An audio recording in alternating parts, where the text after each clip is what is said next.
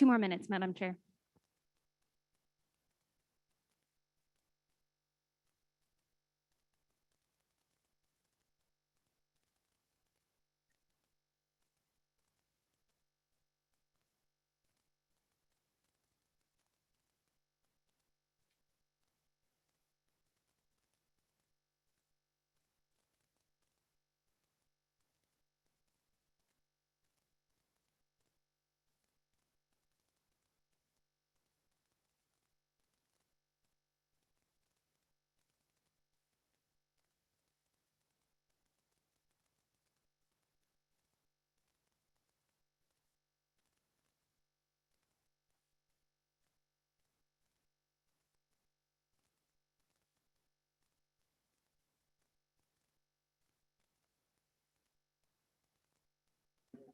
Ready when you are, Madam Chair.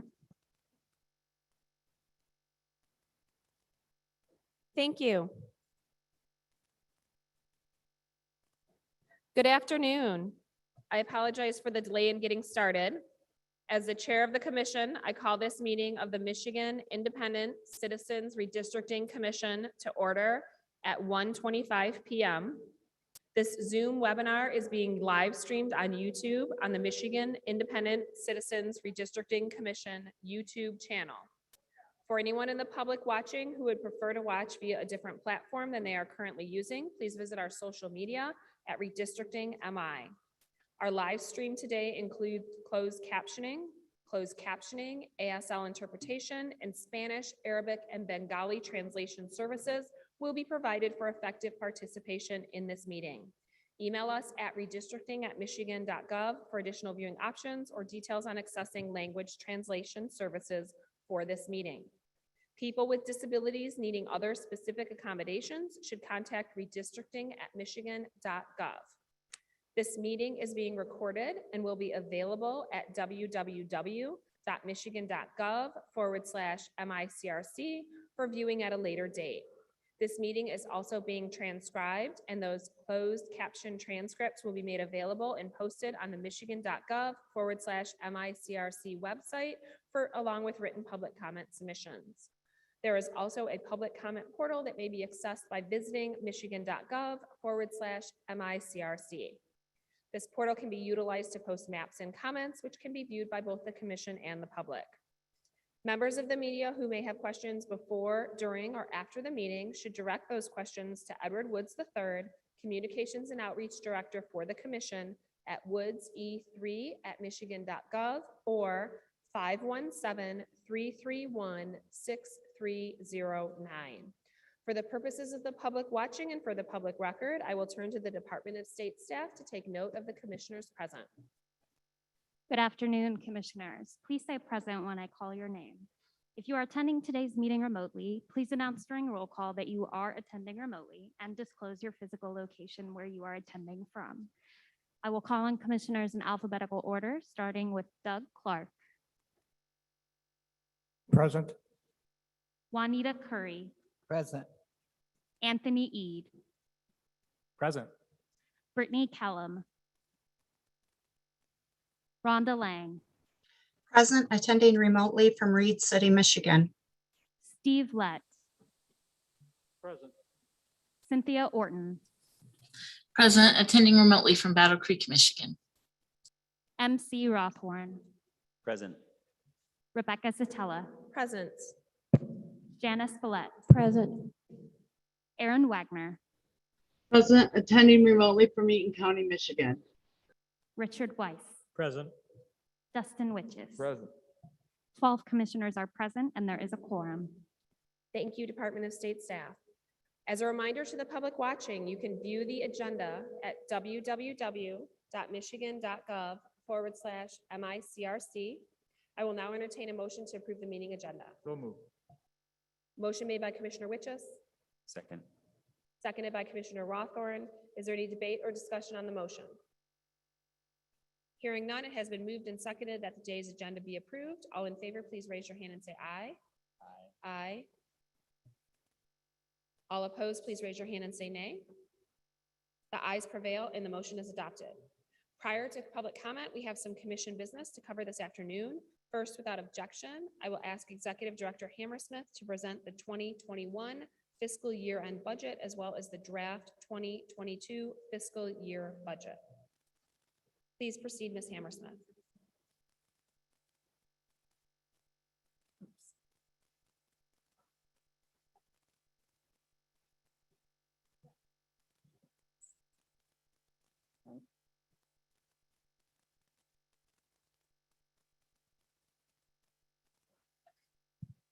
Okay, all right, so,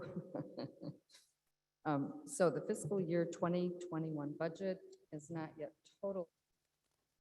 Will be some trailing expenses, but this has been provided to the commission ahead of the meeting.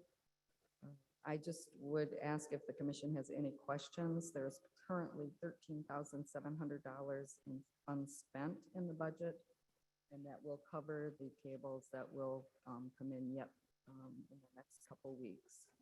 So any questions on 2021 and where we are, I will give you a final budget when it is final. Are there any questions for our Executive Director?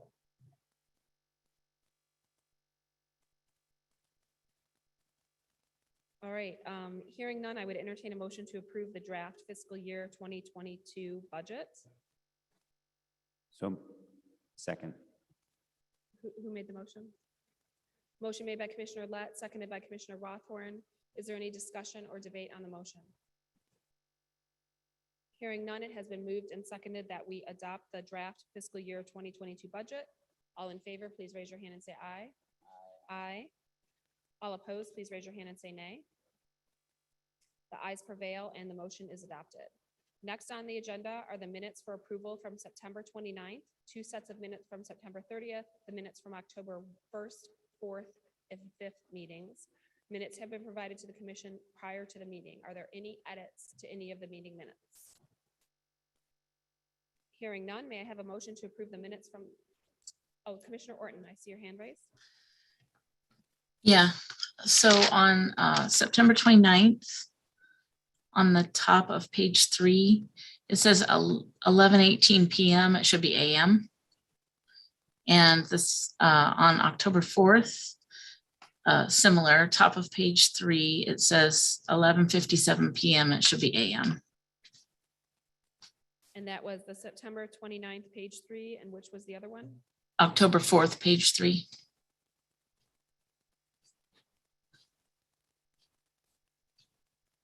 Okay, so we will make that adjustment, correct that clerical error on the September 29th meeting minutes. So may I have a motion to approve the September 29th, 2021 meeting minutes as corrected by Commissioner Orton? So moved. Motion made by Commissioner Witches, seconded by Commissioner Lett. Is there any discussion or debate on the motion? Hearing none, let's vote on approving the September 29, 2021 meeting minutes as corrected. All in favor, please raise your hand and say aye. Aye. All opposed, please raise your hand and say nay. The ayes prevail and the meeting minutes are adopted. May I have a motion to approve the meeting minutes from September 30, 2021? So moved. Is that Commissioner Witches? Motion made by Commissioner Witches, seconded by Commissioner Lett. All in favor, please raise your hand and say aye. Aye. All opposed, raise your hand and say nay. May I also have a motion to approve the second set of meeting minutes from September 30, 2021? So moved. Second. Motion made by Commissioner Witches, seconded by Commissioner Rothorn. All in favor, please raise your hand and say aye. Aye. All opposed, please raise your hand and say nay. The ayes prevail and the second set of meeting minutes from September 30, 2021 are adopted. May I have a motion to approve the meeting minutes from October 1, 2021? So moved. So we have a motion made by Commissioner Kellum, a second by Commissioner Lett to approve the meeting minutes from October 1, 2021. All in favor, please raise your hand and say aye. Aye. All opposed, please raise your hand and say nay. The ayes prevail and the meeting minutes from October 1, 2021 are adopted. May I have a motion to approve the meeting minutes from October 4th, 2021 with the correction of the clerical error on page 3 as pointed out by Commissioner Orton? Motion made by Commissioner Lett. Second. Seconded by Commissioner Witches. All in favor, please raise your hand and say aye. Aye. All opposed, please raise your hand and say nay. Ayes prevail and the motion is adopted. I will now entertain a motion to approve the meeting minutes from October 5, 2021. So move. Motion made by Commissioner Lett, seconded by Commissioner Witches. All in favor, please raise your hand and say aye. Aye. All opposed, please raise your hand and say nay. The ayes prevail and the meeting minutes from October 5, 2021 are adopted. Next on our agenda, without objection, will be a discussion of media reports. Hearing no objection, this is simply a request for commissioners. We typically receive media reports from our communications outreach director emailed to us each day. There's been a request to determine if you still desire to continue receiving those. The default will be that you will continue to receive them unless you indicate to our director Woods that you no longer wish to receive those media reports. So if you do not want to receive them anymore, you feel like maybe they're not useful to you or cluttering up your email box, just let Director Woods know and he will remove you from those email chains. Next on the agenda is public hearings and debriefing sessions.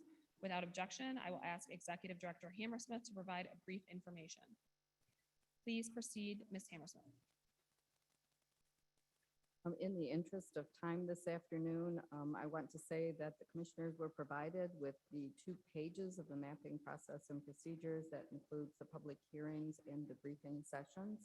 We will begin the briefing at our meeting tomorrow when we will talk about the comments that were heard today from the public, and the commission will then create a log of considerations as they will start editing the maps on October 27th. So thank you for your public comment. We appreciate it.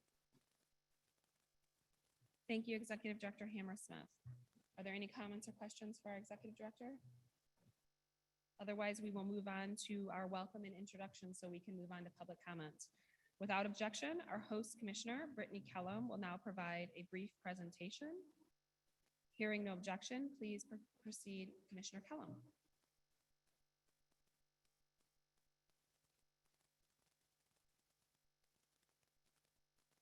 Good afternoon, everybody.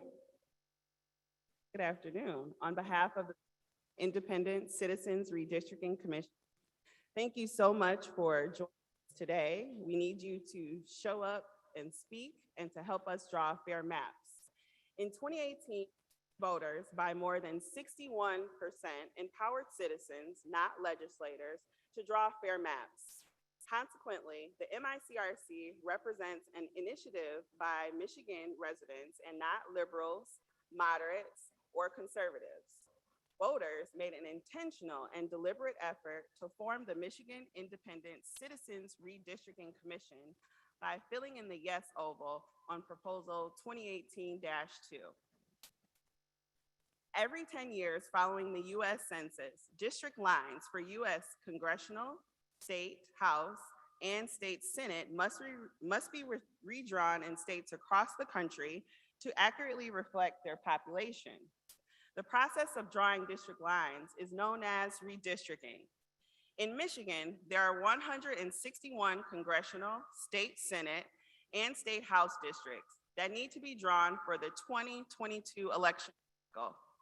For the first time in Michigan's history, residents have an opportunity to provide input on drawing maps for Michigan's congressional, House, and Senate districts.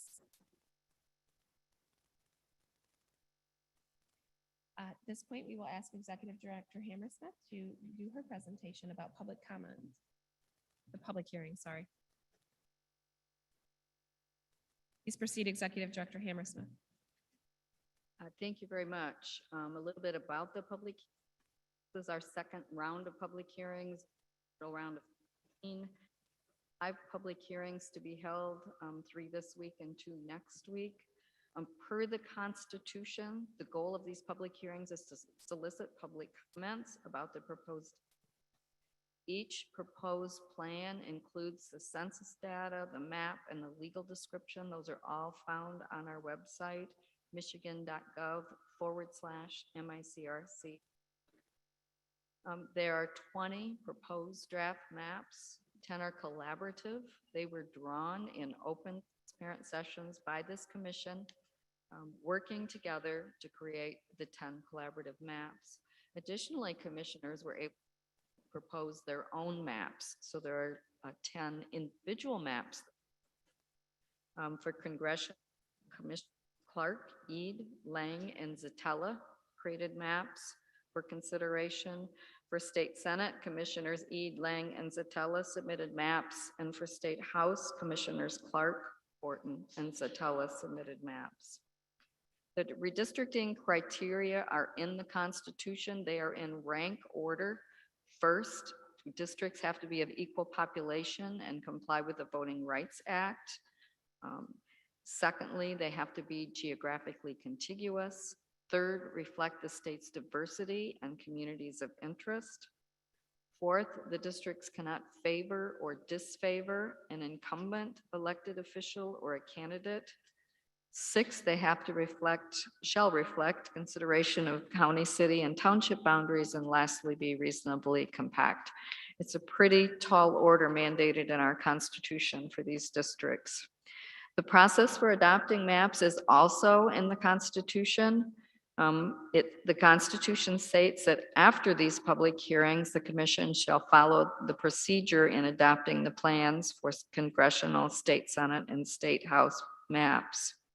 So before voting to adopt a plan, they will have to test the plan for compliance with the redistricting criteria. After November 27th through November 5th, they will work again on draft proposed maps and approve the maps that will be published for a 45-day period of public comment. That public comment will end around December 29th. And on December 20th, the commission plans to adopt the maps that will be that they have created for the state of Michigan with the citizen input. So the only organization that has jurisdiction over this mission is the Michigan Supreme Court. They have jurisdiction over the process.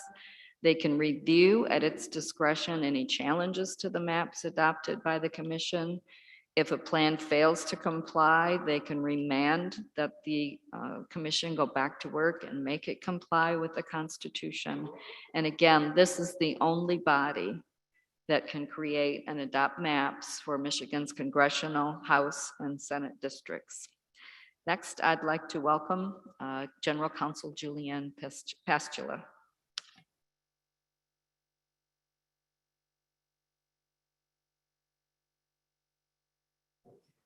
Thank you so much, Executive Director Hammersmith. I'm Julianne Pastula. I'm the General Counsel for the Commission, and it's wonderful to be at TCF Center in Detroit with all of you today. I'm going to cover very briefly our public hearing guidelines. So the public comment procedure, each speaker will have 1 minute and 30 seconds time limit for their remarks. The timer will begin when you begin speaking. You may not yield your time to another speaker. In-person participants will go first, then our remote participants participating via Zoom. A reminder to please address your comments to the commission as a body, not one individual commissioner. And that if you are addressing your remarks towards a specific map or a specific map in the portal, to allow time for that to be pulled up. Any person making personal, impertinent, slanderous remarks or who shall become boisterous or disruptive while addressing the commission may be requested to leave the microphone.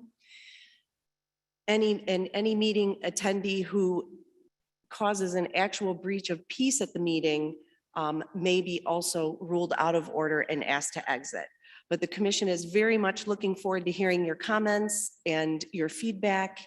And I believe that will conclude my public hearing guidelines. Thank you so much again for being with us today. Thank you, General Counsel. Without objection, we're now going to begin public comment for our meeting. Hearing no objection, we will proceed with the public comment. Individuals who have signed up and indicated that they would like to provide in-person public commentary to the commission will now be allowed to do so. Please step to the microphone when I call your number. I'm going to call everybody up in groups of 4, so 1, 2, 3, 4. And if you can just pick a side and line up behind the microphone, I find that makes it go most efficiently. You will have 90 seconds to address the commission. Please conclude your remarks when your 90 seconds have ended and you hear the timer. We also encourage everyone to go to the public comment tool and share your comments in writing, including any specific areas of the map or maps which you are speaking. The public comment tool is available at www.michigan.gov/MICRC. And there is a public comment station here tonight with volunteers to assist you in accessing the website if you would like assistance. Additionally, if you have a time constraint or don't wish to wait, please use the public comment portal. First in line to provide public comment is number 1, and I would like to call up numbers 1, 2, 3, and 4. Number 1, you can address the commission.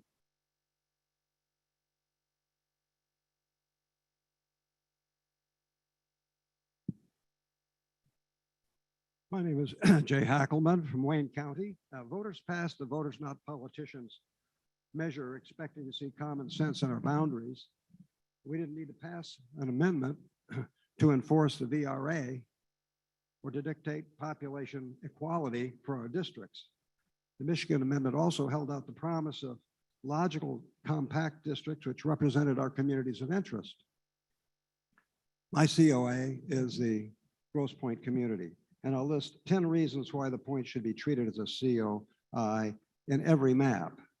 Number 1, the taxpayers of the 5 points, along with a portion of Harper Woods, have a common public school district and a superintendent and millage rates. Number 2, the same school boundaries define our Grosse Pointe Library District. Number 3, the fire response is unified by a mutual aid agreement. Number 4, the 6 municipalities operate their own municipal courts. 2 of the points share the same judge. Number 5, the points are served by 2 hospitals, Beaumont Grosse Pointe and Henry Ford Medical Center. The points are common to the points is the Grosse Pointe Symphony and Grosse Pointe Theater. A Grosse Pointe Chamber of Commerce also exists. Each of the points is oriented towards a common geographical feature, Lake St. Clair. And it's seen in such street names as Lakeshore, St. Clair, Shorecrest, etc. Finally, the points are connected to Macomb County in part because Grosse Pointe Shores is in the Lake Township of Macomb County. Thank you. Thank you for addressing the commission. Before you speak, number 2, Commissioner Lang, we did not catch your vote on the budget. Could you state your vote on the budget for the record, please? Nay. Thank you, Commissioner Lang. Number 2, you can go ahead. Good morning or good afternoon. My name is Grace Green. I'm a proud member of the UAW Local 163.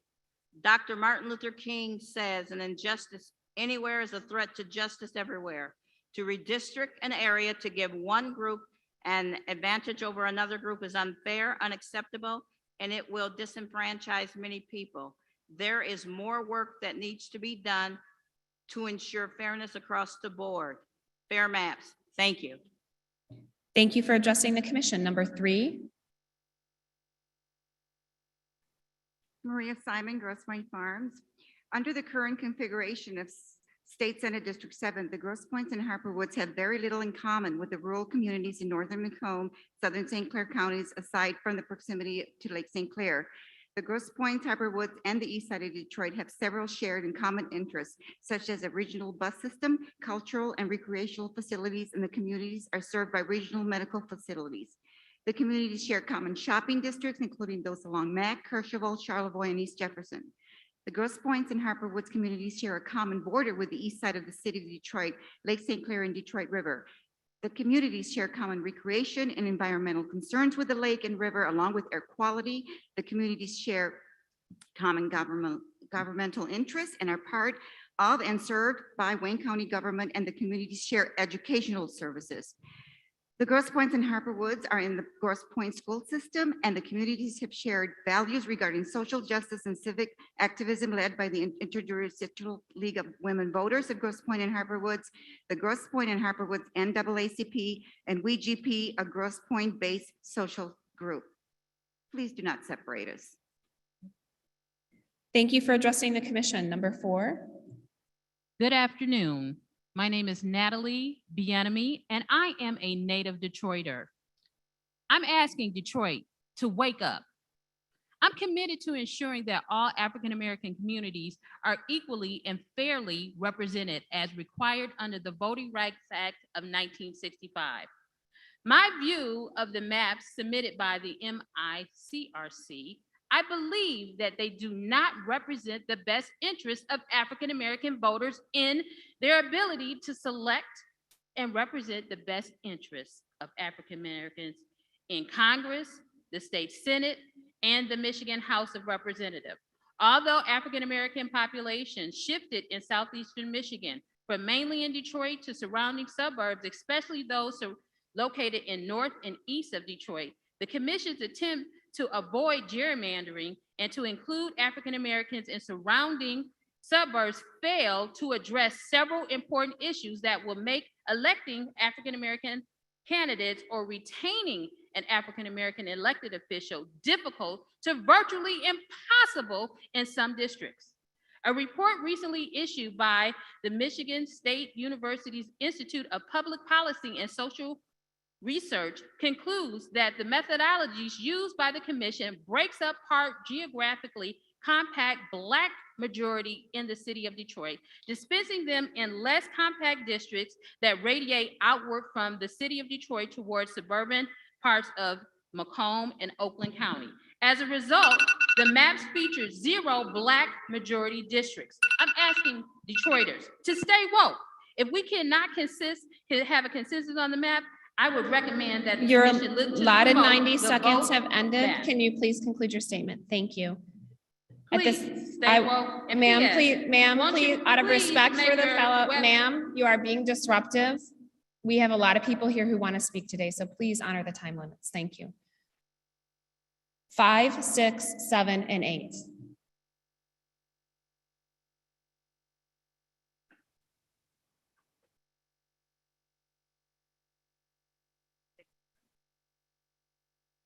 Number 5, you can go ahead when you reach the podium. Good afternoon, Commission and staff.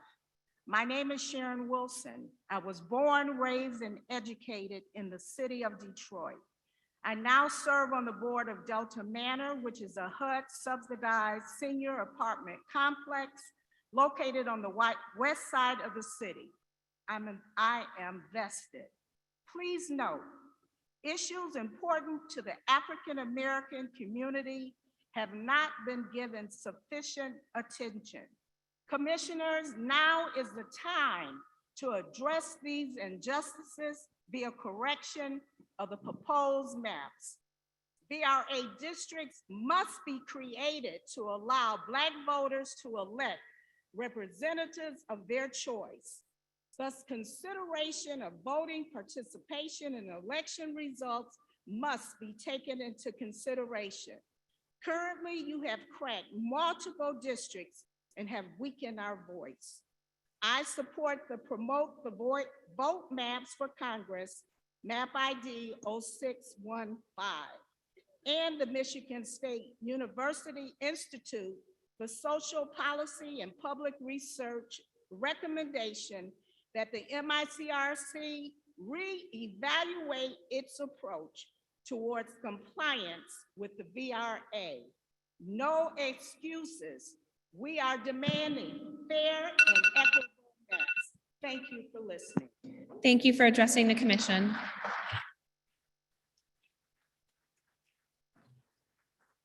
Number 6. Good afternoon. My name is Christine Peck, and I'm a resident of Birmingham. I was also an active volunteer in the 2018 Prop 2 ballot initiative. I participated in the process and continue to be invested because I believe a basic requirement of a true democracy is the right for citizens to choose their elected officials by vote. In my consideration, the maps as currently drawn do not yet give every vote equal worth, and I urge the commission to continue their work. More specifically, I've looked at the commission's proposed state house map of the Birmingham area compared to the proposed house map created by the Michigan Fair Maps Project. In my opinion, the Fair Maps version, which aligns Birmingham and Bloomfield Hills, better reflects the cultural, economic, and public safety synchronicities of these two adjacent communities, and I encourage you to consider adopting the Fair Maps recommendations. Lastly, I want to reiterate our colleagues' mention of the Michigan State University's recent report analyzing the proposed maps and their potential impact on Black communities, justification on how the plans comply with Voting Rights Act and the related Equal Protection Clause is needed for the benefit of all Metro Detroiters. Thank you.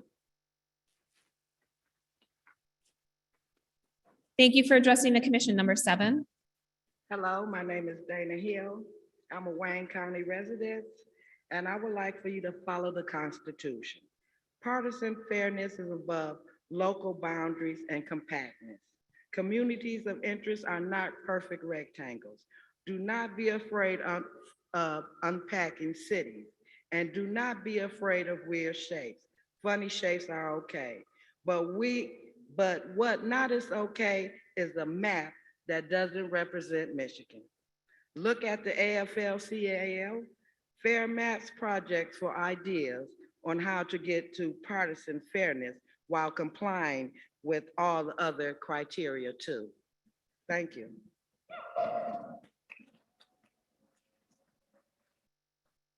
Thank you for addressing the commission. Number 8. My name is Dave Sampson. I'm zip 48329, County of Oakland. The U.S. representative map, maple is good. The juniper, apple, and branch or birch are bad. Michigan Senate's spruce is okay. Cherry and elm are bad. Mr. Sampson, apologies for the interruption. Could you speak closer to the microphone? Our interpreters are struggling to hear you. Thank you. The Michigan representative pine is poor. The oak and peach are bad. Pine splits Royal Oak, where I used to live for 40 years. Also, its worst feature is west of DeQuinder and 12 Mile, where 2 blue areas split the gray area of Madison Heights. You are cut the north-south snake-shaped district in half with this thing.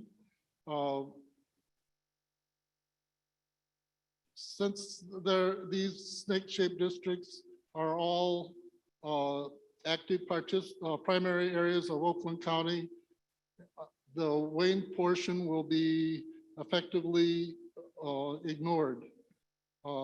This may not pass the Voting Rights Act and end up in court, which is why I'm trying to prevent.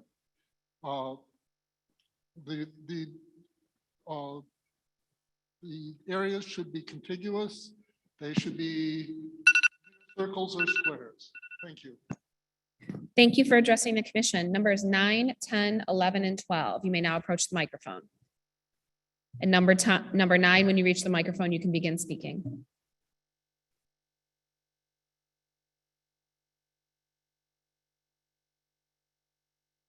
Hi, good afternoon. My name is Cindy Litvinovich, and I live in Royal Oak. Thank you for the opportunity to speak at this meeting. I know we're all here to talk about district boundaries within the state of Michigan, but for the moment, I would like to ignore those district lines and look at the Michigan electorate from the proverbial 30,000 feet point of view.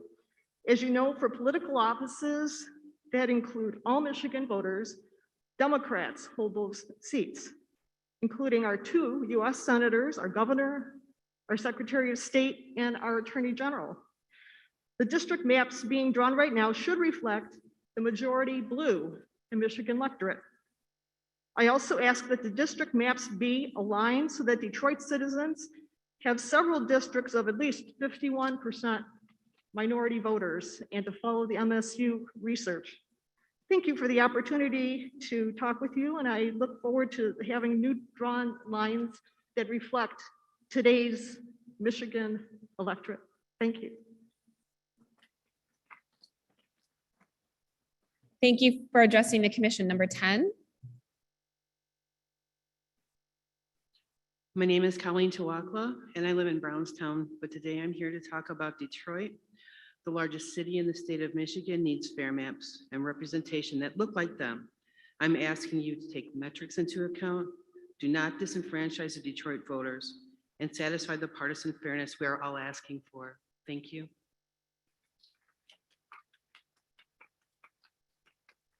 Thank you for addressing the commission. Number 11. Good afternoon, ladies and gentlemen, and members of the commission.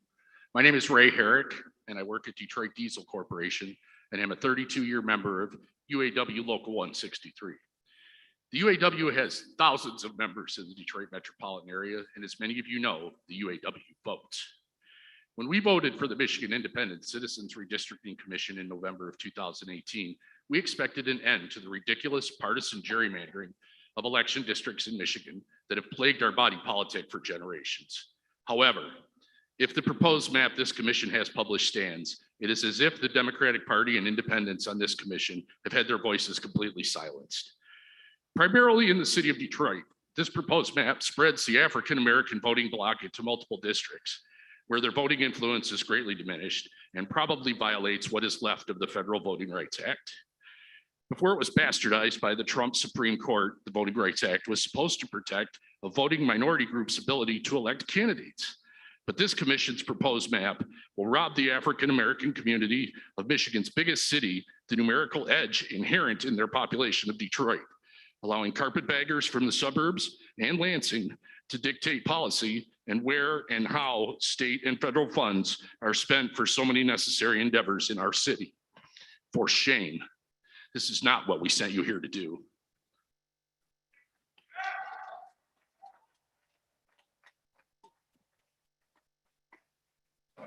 Thank you for addressing the commission. Number 12. Yes, my name is Mary Ann Fontana and I live in Huntington Woods, Michigan. First of all, I want to say I appreciate what you're doing, commissioners. And as I've delved into the maps that you've created, I can't imagine the complexity of this work. However, today I want to focus on my state house district, which is District 21, on all of the maps. The efficiency gap on all of the maps that were presented is between 5.7 and 7.4%. This is definitely completely wrong. If you keep in mind that many elections in our state are decided by less percentages than that, that needs to be reconsidered. So first of all, District 21, you drew part of 7 cities: Detroit, Huntington Woods, Berkeley, Royal Oak, Oak Park, Royal Oak Township, and Clawson, parts of all of these cities, which amounts to an African-American population between 48 and 50%, depending on the particular map.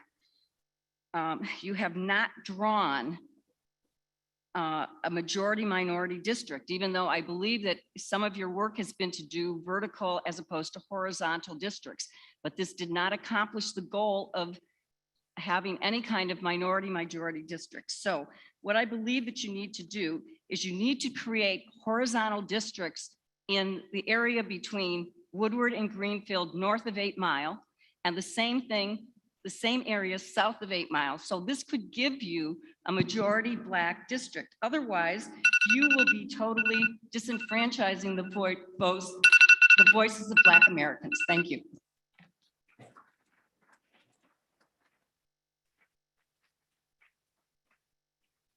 Thank you for addressing the commission.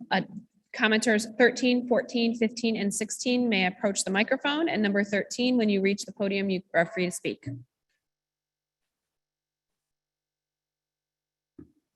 Good afternoon, Commission. My name is Norman Clement from Detroit.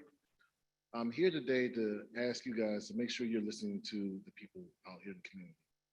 I understand that you guys have a tough job to do. This is not my first time speaking to you guys, but how we've done the districts using 35% of how you're drawing is inaccurate based on the primary of what happened last year. We know that historically Michigan has low primaries. So all I'm asking you to do is go back and redraw the maps, not as fast as you can, but accurately as you can. Increase that percentage up to 50%, and you can get the accurate maps that you need out here. Also, think about the people that you represent. Hear what we're saying, not go by idly, just hear what we're saying. That's all I ask. Thank you.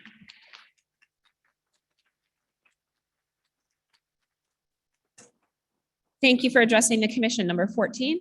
Hi, can you, you got my thing up on the screen, thanks. Can you throw yours up, congressional, up on the screen next to it before you start the clock? Unfortunately, we're only able to share one map at a Okay, yeah, time. sorry, Thank you. it's my time. So, yeah. So this is a congressional, map I came up with. It's not really the best option, but at least it's something different. Hello, this is Anthony Scannell in Southwest Detroit. I care about Southwest and downriver. Your congressional maps have the same configuration throughout: apple, birch, cedar, maple, and V1 RAS 240, all using the same configuration for Congressional District 1. And no, that's not the UP, Commissioner Letton Kellum, when you were on the thing yesterday. Congressional District 1 is right here in Detroit, and they use the same for 6 out of your 7, 8 maps. There was nothing methodical about it, Commissioner Rawthorne. I know you keep saying it was methodically drawn. All of you want to lean on we leaned on the data. The data drove us here. I watched every meeting. The data did not drive you to what you drew for Congressional District 1 for Detroit. If I wanted to ride a bus from the bottom of your district to the top of it, I would have to make a transfer. If I wanted to ride a bus from the bottom of my district where downriver starts to the top, I could pick 3 to 4, 5, 6 buses that would take me all the way. So, that's one basis by which I just came up with that. And so you copied and pasted it. And then Commissioner Eid, you just switched out Warren for Romulus, and that's different, not really. Commissioner Lang, I appreciate you for at least trying to draw something different. So please make a wholesale change. Thank you for addressing the commission. Number 15. Nina Abrams from South Oakland. In the state House and Senate maps, 2 different communities of interest are being treated unfairly: Southeast Oakland County and Detroit. They lack partisan fairness, and their vote is unnecessarily diluted. A solution for both House and Senate districts is to take the 4 Southeast Oakland District, Detroit districts running along 8 Mile to divide this block of voters horizontally and not vertically, which is now combining Oakland and Wayne County. These new horizontal districts would represent communities that are tied to each other economically. You would have 2 Detroit districts and 2 South Oakland districts. All the districts would represent their community of interest. In the Peach and Cinzella map, this would be combine and divide districts 16, 21, 18, and 8.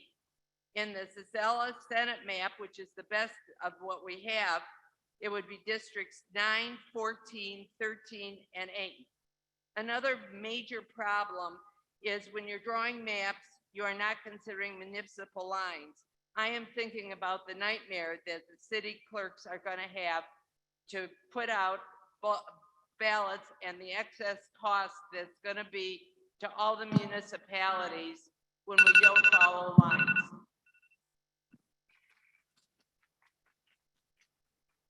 Thank you for addressing the commission. Number 16. Hello, my name is Marianne Mahoney. I'm a 25-year resident of Novi, that's located in southwestern Oakland County. I'm grateful for the opportunity to testify today.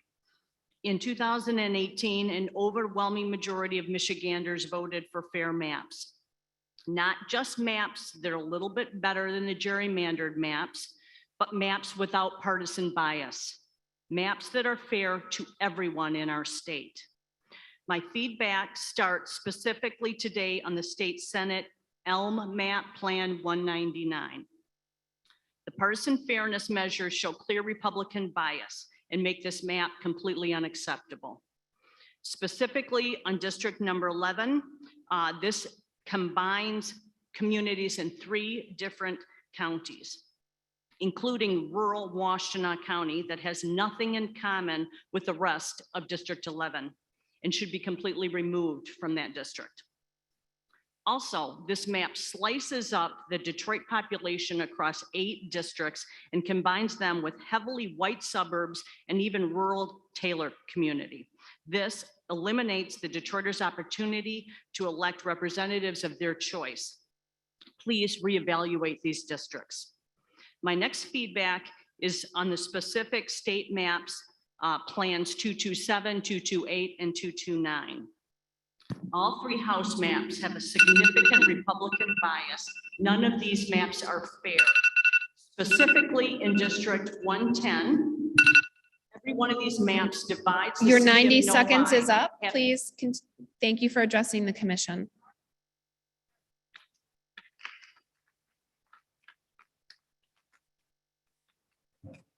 Numbers 17, 18, 19, and 20, and number 17, when you reach the microphone, you may begin speaking.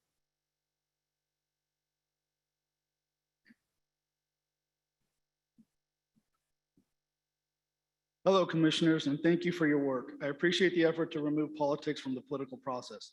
However, I also want to express my concerns over the elimination of a district and the possibility of decreased representation of a minority community that needs it the most in Detroit. My name is Manthir Singh, and my family and I live in the city of Rochester. I am a member of the Sikh faith.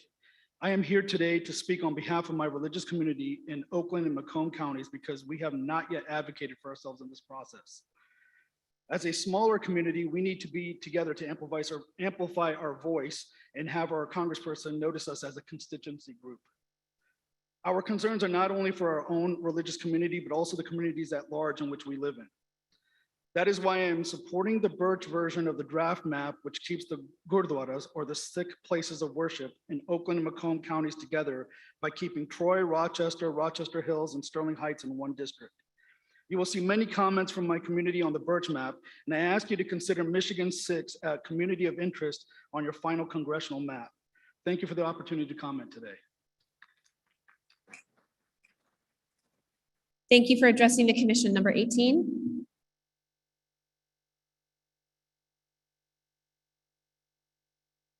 This commission was set up to prevent partisan gerrymandering.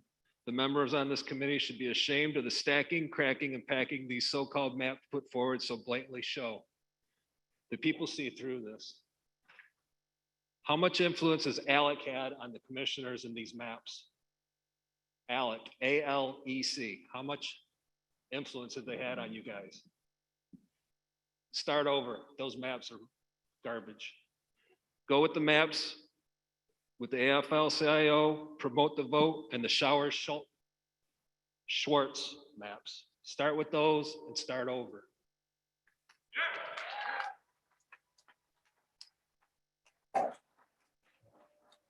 Thank you for addressing the commission. Number 19. Good afternoon, Commission. My name is Yvette McElroy Anderson. We need you to draw maps that are 51% Black. We know that you can draw better maps for Black Michiganders. Honor the Voting Rights Act to ensure Black people are able to elect leaders that look like themselves. Let's not return to the Jim Crow politics of old. Going from 17 majority Black districts to 0 is unacceptable. Wayne County Community College District is the largest community college district in the state, and it deserves and needs to have Detroit elected officials to advocate for policies and programs that benefit the college. It has unique needs other than Oakland and Macomb, and splitting up these community college districts is asking one elected official to represent them is highly problematic. It will have conflicting funding priorities. One elected official will not be able to effectively represent Wayne County Community College District if you have unpacked the Wayne County into other counties. We ask you to honor the Voting Rights Act and draw fair maps now.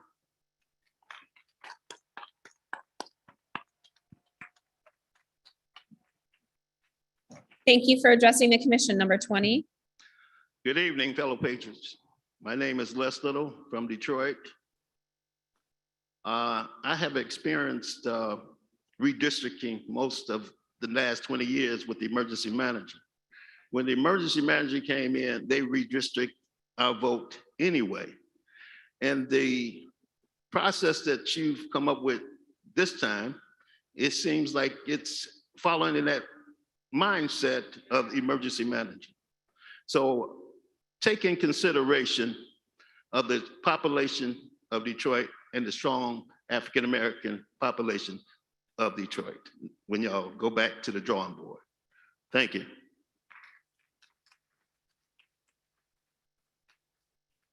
Thank you for addressing the commission. Numbers 21, 22, 23, and 24, and 21. When you reach the podium, feel free to begin speaking.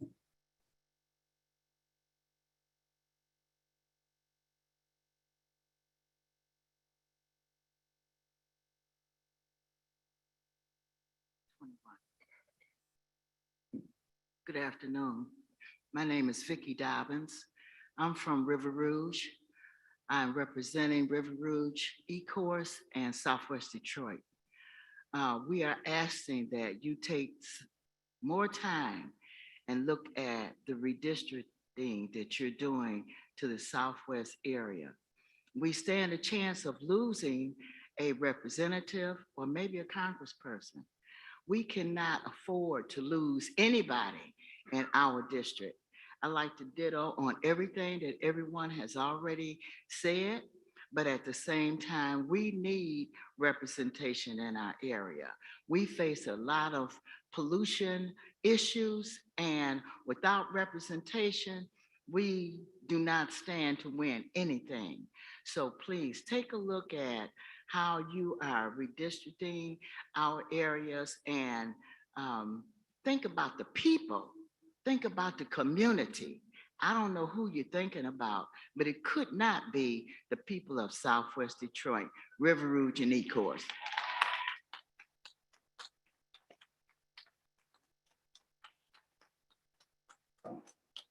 Thank you for addressing the commission. Number 22. Good afternoon. My name is Salvador Sanson. I'm a union member of Local 1191 Detroit. In the most recent proposed maps, Detroit is chopped up into thin strips and put them with heavily white areas in the suburbs. It is important to me that Detroit be able to elect its own representatives, and I'm not sure your maps will guarantee that. Look at the AFL-CIO Fair Maps project for ideas on how to get to partisan fairness while respecting real communities of interest. Thank you. Thank you for addressing the commission. Number 23.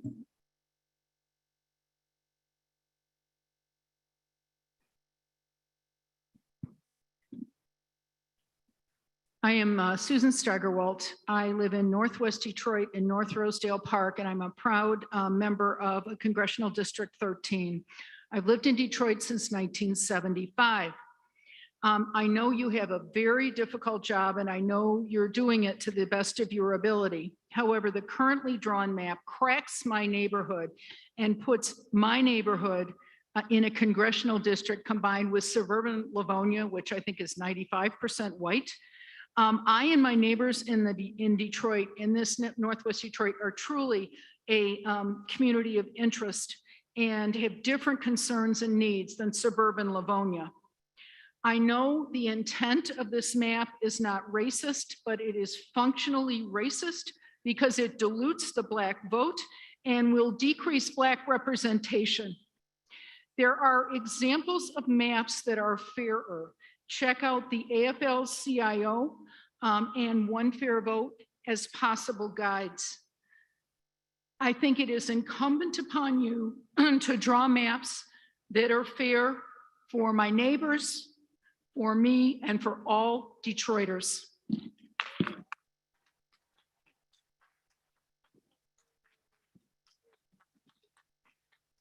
Thank you for addressing the commission. Number 24. Okay, my name is Rick Blocker, and excuse me, I come today to ask again that you draw majority minority maps in districts. We have Black people in the state of Michigan represent 14% of the population. We currently represent 12% of the people in the state Senate and the state House. We represent 6% of the people in the Congress of the United States. Under your current proposal, that number could be eliminated to no representatives in the congressional and very few, if any, in the state House and state Senate. You must do better. We deserve fair representation. The people in this area have fought hard. We cannot go backwards. We're sick and tired of being sick and tired. We need fair maps now. We need for you to stop, no excuses, draw fair maps, make sure we have Black representation. If the current congressional maps you have, neither one of them, and I looked at all the maps in the portal, goes to 50%. If you have to go to other communities where Black people are to get 50%, you need to do so. It is not acceptable for us to have the maps that does not reflect our community and does not protect Black people in this area. Thank you.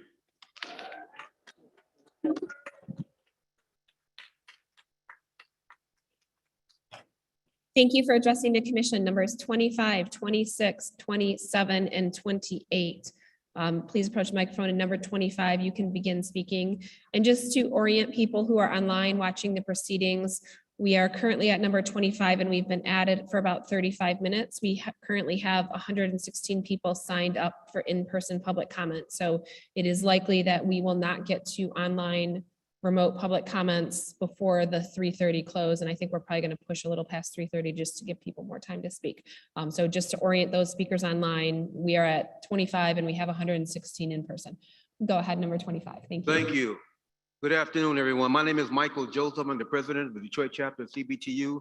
I'm here with my first vice president, Tanya Ray, my executive board members, Michelle Thomas and Pam Smith, and other members of labor unions. Michigan Independent Redistricting Commission, you are failing us. Congress will not end the filibuster, so the John Lewis Voting Rights Act and the Freedom to Vote Act are laying in the wasteland. States' rights has been the excuse for not passing that legislation. It has historically been the reason for the disenfranchisement of Black, Brown, Jews, and others. This commission needs to focus on Michigan states' rights and do the right thing for this state and its citizens. Fairness should be the benchmark. Your plan negates what fairness and balanced voting brings to our democracy and the communities. Your plan will, for the next 10 years, deny Black, Brown, and seniors in Michigan the opportunity to select representatives from their neighborhoods to send to Lansing, Washington, or the school boards. You can incorporate the AFL-CIO MAPS project or the Michigan Black Caucus, or even come to the UAW or CBTU, and we will review ideas on how to improve your product to present to the people that will provide racial justice and ensure nonpartisan fairness. Do the right thing. Do not put barriers on our boundaries and chains on our voting machines. Please do not fail the citizens of Michigan by offering a yoke that divides us and weakens the greatness and power of our democracy. We all know the big lie. We ask you today, why? We ask the maps to helping people on behalf of the politicians or the people in power. We must protect the rights of the people. Do the right thing. Listen, think, and act. Thank you.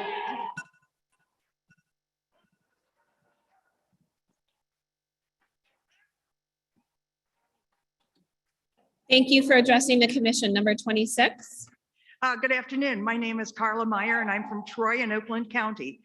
New House District 32, which is all of Troy, is perfect. Thank you.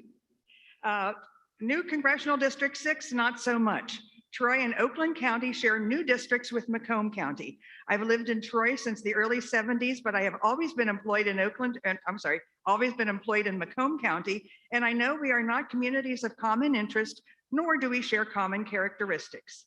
The new Congressional District 6 needs work. It needs work. As proposed, currently proposed, it weighs heavily Republican. Troy should be with Oakland County as proposed on the Juniper map. On all other maps, it's placed with Macomb County. Troy affiliates with the rest of Oakland County with Oakland schools, library affiliations, sports teams, bus routes, commerce, and our Oakland County Health Department and water resources efforts. The CD6 boundary goes all the way over to Lake St. Clair and the city of St. Clair Shores, a lake boating community with nothing similar to Troy. My ask is that Troy and other Oakland cities that have been placed in CD6 be moved to neighboring CD3. It just makes sense. Overall, maps must be completely nonpartisan and must comply with the Voting Rights Act rules. Thank you. Thank you for addressing the commission. Number 27. Good afternoon, Commissioners.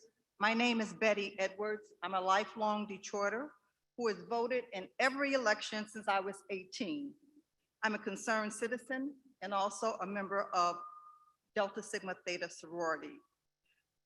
The Voting Rights Act of 1965 was created to provide an opportunity for Black people to elect representatives that look like them and of their choosing. Your current maps crack Detroit and make this impossible by radically changing districts. Today, that means Congresswoman Tlaib, Senator Stephanie Chang, Senator Erica Geis, Representative Felicia Freeback, and Rep. Sarah Anthony's communities shouldn't be carved up into districts that do not keep their communities' interests together. By keeping Taylor and the Downriver communities, keeping the Lower East Side as one community, and unpacking Ann Arbor in the Senate, and keeping the majority Black Lansing neighborhoods together. We want to ensure that Black folks are kept majority minority of our districts so we can elect Black leadership in compliance with the Voting Rights Act. We want fairness and equity. Therefore, I support the Promote the Vote Maps, Congress 6782, State Senate 6783, and the State House Map 67. Thank you. Thank you for addressing the commission. Number 28.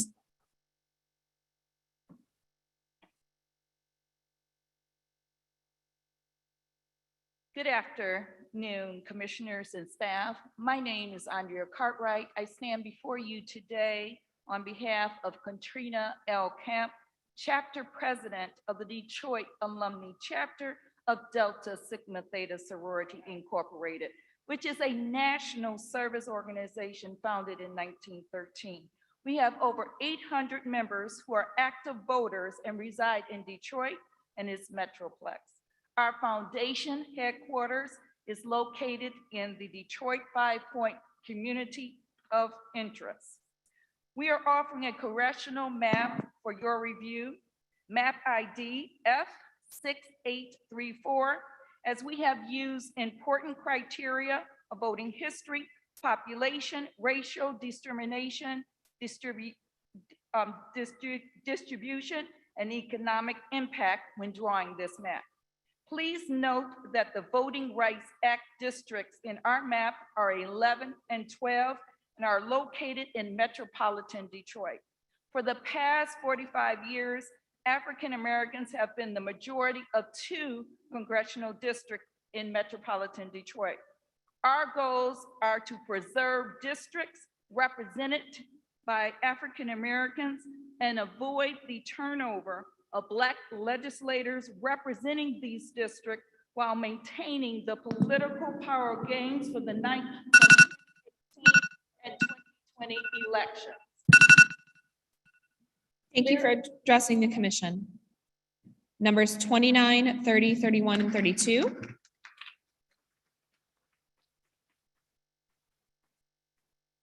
And number 29, you can start speaking as soon as you reach the podium.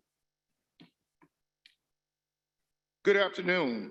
I'm Keith D. Williams, Chairman of the MDP, Michigan Democratic Party Black Caucus. We have 12 county caucus throughout the state. Our mission is to promote the interests and concerns of African Americans. So today I'm asking for fairness in drawing these maps, as well as making sure these maps are in alignment with the Voting Rights Act. I'm a lifelong Detroiter, and I have been voted in the all-Black district all of my life. It would be a shame and a disgrace if I can't go, if our votes get diluted and I can't represent my district under the auspice of fairness. So today, I'm asking this commission to do the right thing and slow this process down so we can make sure these maps reflect the community that they are drawn. But most importantly, it does not disenfranchise us. I don't want to go back, and you shouldn't want us to take us back.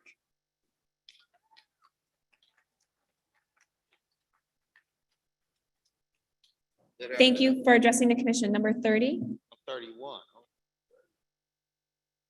Do we have a number 30? Okay, 31, go ahead. Good evening. My name is Angela Weaver. Voting Right Act talk. A typical pair election in Detroit usually have multiple candidates of color. By reducing share of African-American voters in Detroit area district, you should be concerned about how the vote split. This makes it very likely that 40% Black districts could have representative who is not preferred by the community. Thank you.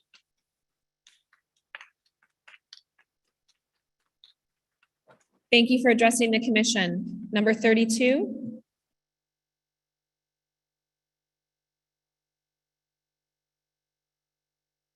Do we have a number 32? All right, at this point, I'm going to call up number 33, 34, 35, and 36. And 33, you can start when she reaches the podium.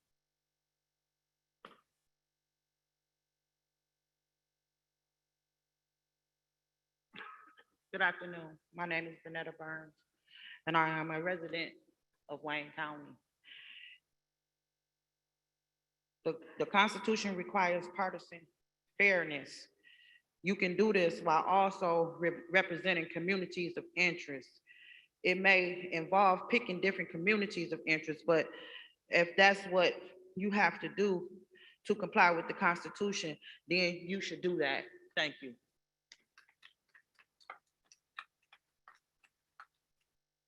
Thank you for addressing the commission. Number 34. Good afternoon. My name is Joshua Mihai. Local elections and representatives are the most important to us. I'm a conservative, I'm on the other side, but our message is the same today. We think you're doing a very poor job. It's not your job to pick districts, it's your job to take and organize the input of voters to make those districts for the people. It is not your job to determine future elections. That is the job of everyone in this room, not you. It is not your job to make rules. They are defined by the Constitution. It is not your job to tell us. We are here to tell you, and we would appreciate if you began to listen. We need to amplify our voice. We have taken this serious because we have to live with the consequences and the partisan action that's taking place. I would like to give the committee information that I have on my area. I'm from the Ann Arbor area, and I don't think Ann Arbor and Ypsilanti should be split. They are communities that share services, they are intermeshed, and they should remain one unit. Thank you, and I would like to present you with these if I'm able. Thank you for addressing the commission. Number 35. Hi, my name is Brooke Harris, and I'm a Detroit resident. First, I want to thank you all for the countless hours that you all have put in to give us multiple maps to weigh on and give our opinion. However, I do wish that there were more options for Detroit because majority Black Detroit deserves the chance to be represented by Detroiters, not just people that might share a political party. Though the Birch, Pine, and Cherry maps, the collaborative maps are the best options, there's still some problems that could be worked out. Specifically, I am a homeowner in the neighborhood of Boston Edison, and the Cherry map splits my neighborhood. We are a recognized historic district. We have tons of stuff in common, and it would be great if for the first time we could actually be in one district and share representation. So I'm asking you all if you could please keep my neighborhood together and also to look into other ways to divide Detroit, look into some of the maps that have been submitted by other organizations, other Detroiters, people who have gotten input from us, because we deserve to have representation that lives near and looks like us. Thank you.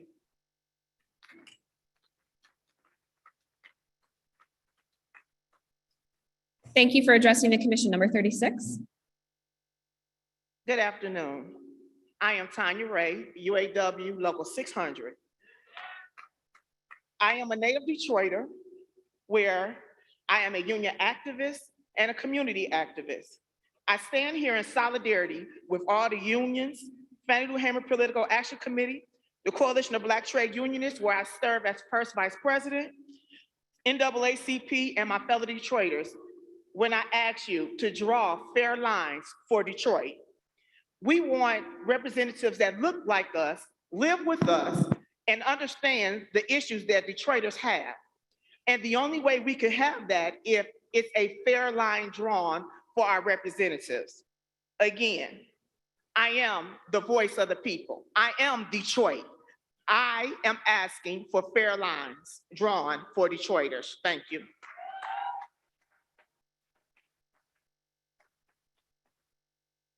Thank you for addressing the commission. Numbers 37, 38, 39, and 40, and 37, you can begin speaking when you reach the podium.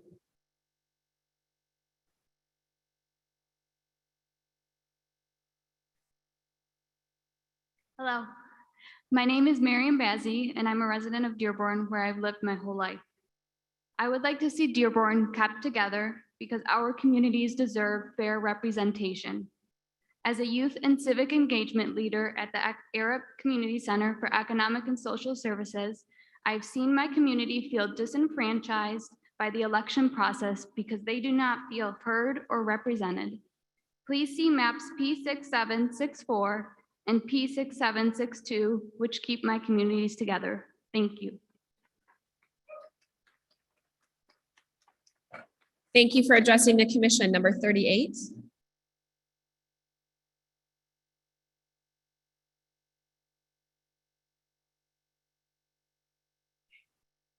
Do we have a number 38? If not, 39, go ahead.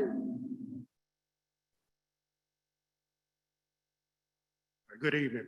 My name is Travis Morgan. I'm a member of Laborers, Local 1191. We ask that you please use more data than just the 2018 governor primary to assess compliance. We need these maps to be correct because Detroit needs these maps so that we could become, greater state and a greater city for the whole Michigan. Thanks. Thank you for addressing the commission. Number 40. Good evening. My name is Wayne Chambers. I'm 40. Detroit resident. I'm a member of 1191 Laborers, retired for 25 years. The expert used by this commission report that Michigan is a lean to Democrat state. Your maps lean to Republican. That is disparate advantage. Your job isn't done till you fix that. Thank you for addressing the commission. Thank you. I'm Sherry Gay Danielgo, former state representative and current Detroit school board member. When Michigan voters voted to create this commission, it wasn't for you to ignore the largest community of interest, socioeconomic status, and or values. It wasn't for the representatives on this commission representing the Democratic Party and Black communities to be asleep at the wheel. It wasn't for you to abandon the Voting Rights Act, advanced by the late John Lewis and supported by my Congressman John Conyers. It wasn't for you to peel off parts of Detroit and throw them in communities that we have nothing in common with. Bloomfield Hills, Birmingham, Canton, Farmington, Madison Heights, New Baltimore, Sterling Heights. How can we advocate for our community when we are being cracked into 8 parts? You know what? When we had the Republicans in a part of this process, we at least advanced with 2 seats, majority seats in Congress, under your plan 0. State Senate plans, we had 5 seats under your plan 0. State House, we had 12 majority seats under your plan 2. It's time to go back and redraw these maps and get fairness, equity, justice for the city of Detroit. We deserve to have representation that look like our community. Don't abandon the rights of our voters. Don't abandon the rights of our students. Don't abandon the rights of our community. Don't abandon the rights of social justice advocates and labor advocates all over the state of Michigan. Or we're not going to stop until you get it right. Get it right or watch out for the lawsuits because they're coming. Thank you for addressing the commission. Sir, what number were you? I was 38. You're 38? Okay, go ahead, go ahead. Lance Meadows, local union 1191. Do the right thing.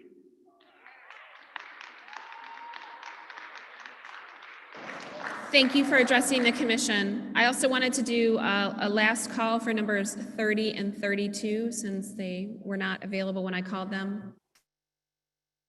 All right, this time we'll go to 41, 42, 43, and 44. And 41, when you reach the microphone, you can begin speaking.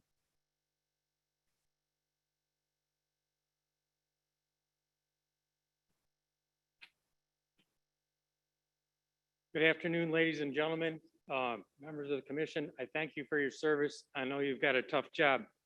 Michigan needs fair districting maps and maps that isolate Ann Arbor, Flint, and other Michigan cities from the areas around them are not fair. What would a fair map look like? In a perfectly fair map, each person's vote would have equal weight. If a party got 51% of the vote, they would get 51% of the representatives in that election. Each district would be relatively compact, and each map would ensure that interests of historically separate groups have representation. I don't know enough about the Voting Rights Act, but I'm going to learn more before I comment on your specific proposed maps. Now, there are computer programs that can draw maps that meet the requirements of A and B. That is pretty much equal partisan voting and are fairly compact. But what they can't do is address communities of interest. I don't know where communities of interest is defined. It seems like a fairly nebulous thing. I hope you would define it. There are many ways to define it. And I hope that you will give it your best shot in the next go round. Thank you. Thank you for addressing the commission. Number 42. Promote the Vote, a coalition of partners of civic groups, including the NAACP, the League of Women Voters, Access, Detroit Action, and others, has submitted maps to the commission which were fair and equitable for all citizens. Promote the Vote utilized the same data and adhered to the same criteria required by the Michigan Constitution to create the maps.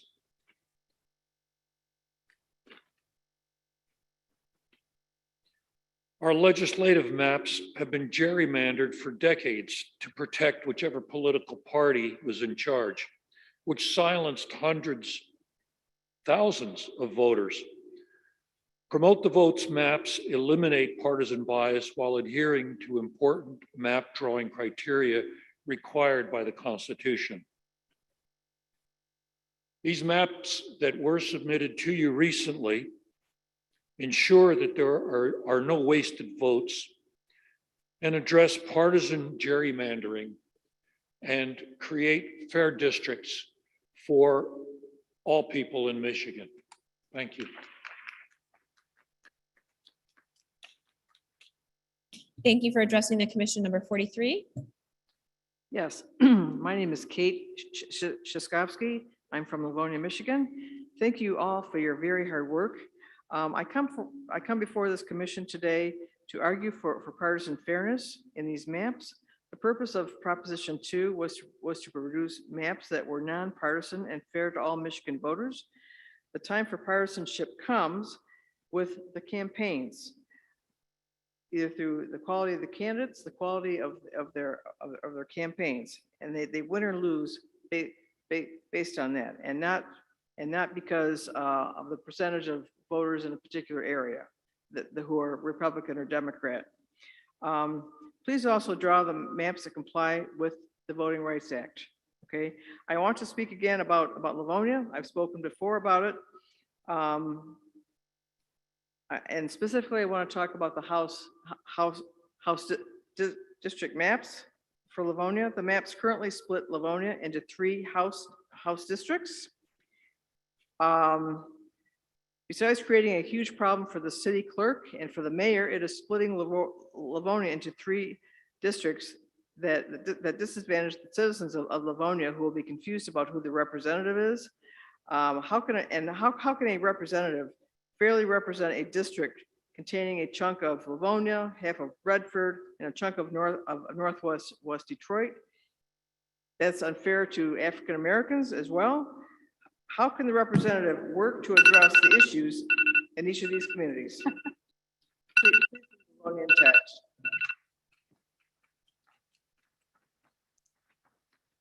Thank you for addressing the commission. Number 44. Good afternoon. I'm not 44, but I was in the hallway and missed my number, so I do apologize to the commission. Could you let me know what number you are for my records? 32, Okay, thank you, 32. Denise Coates Robinson. And I address you again, good afternoon.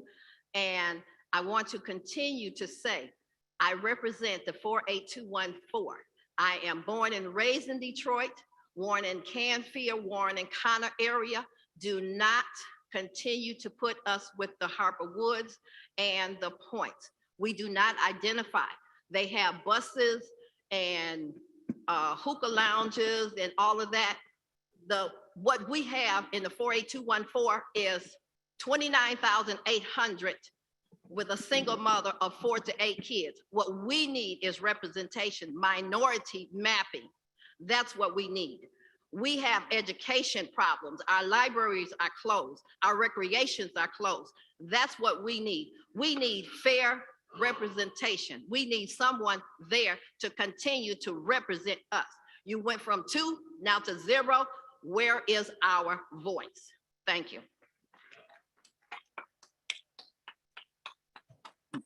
Thank you for addressing the commission. Are you number 44? Go ahead, sir.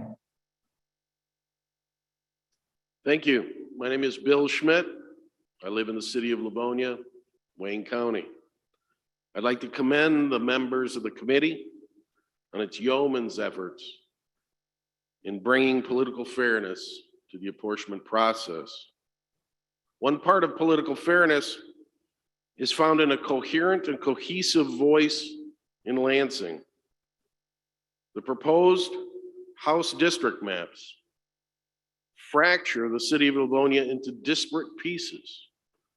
This fracturing will result in a dramatic reduction in the singular political voice Livonia has enjoyed for more than 70 years. This singular voice, whether it Republican or Democrat, has afforded Livonia the unique position of being a vibrant, fiscally stable inner ring suburb. This status is a stable satellite to our state's largest city, Detroit, acts as a force multiplier, ensuring good jobs, fair housing, and equal opportunity for all Wayne County residents. Moreover, as we know, a financially vibrant Wayne County drives the economic health of the entire state of Michigan. Therefore, I urge the committee to keep Livonia whole, ensure political fairness, and guarantee that this economic rebuild continues for the next 10 years. Thank you. Thank you for addressing the commission. Numbers 45, 46, 47, and 48 can now approach the microphone, and 45, when you reach the podium, you may begin speaking.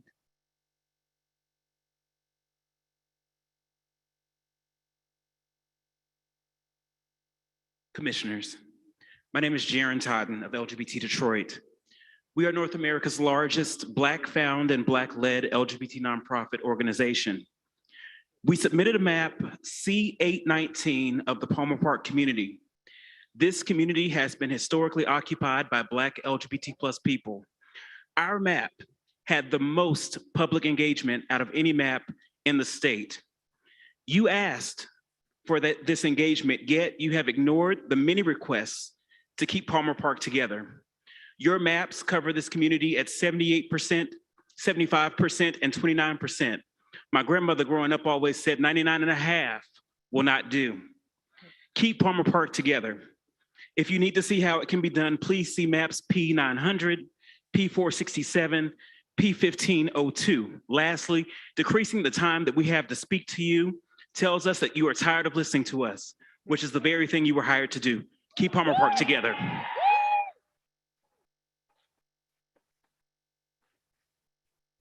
Thank you for addressing the commission. Number 46. How are you? My name is Jonathan Gonzalez. I am here speaking on behalf of LGBT Detroit and the Palmer Park District. As my colleague Jaren just mentioned, we have the most engagement out of any submission in the entire state, yet you continue to divide our map. Again, you are sending a message, and the message is clear that you do not care about the engagement or the participation of LGBT Detroit or the Palmer Park. So I am asking that you keep Palmer Park whole, that you do not divide that. And if you need any examples, please refer to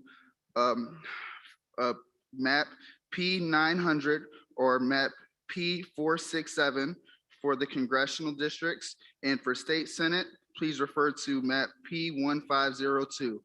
And again, for the state house maps, please start from scratch. None of them are a good representation of Detroit or the state of Michigan. Thank you.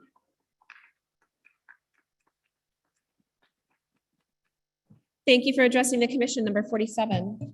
Good afternoon. My name is Danielle Stephen Atara. I am a retired public servant, native Detroiter, and member of multiple civic organizations, including Delta Sigma Theta Sorority Incorporated, Detroit Alumni Chapter, and the Detroit branch NAACP.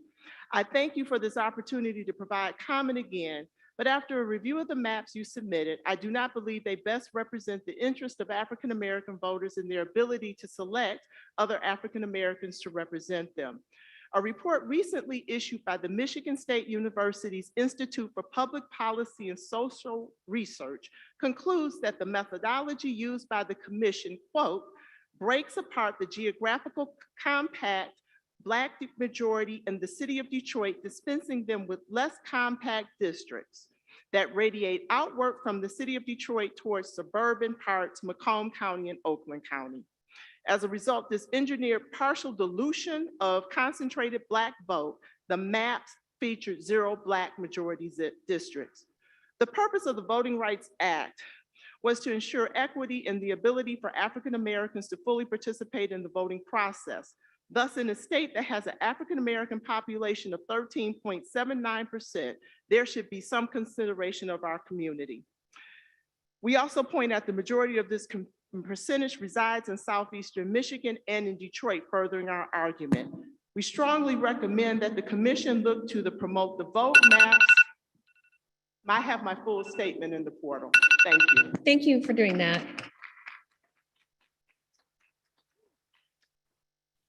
And to clarify, we welcome people to also submit their statements into the portal, particularly if you feel that you don't have time to complete it, or just in general, because that gives us a written record. And you can access that either outside the room here. There are people there who can assist you, or you can go to the website at www.michigan.gov/MICRC, and you can submit your comments there as well. Thank you. Number 48.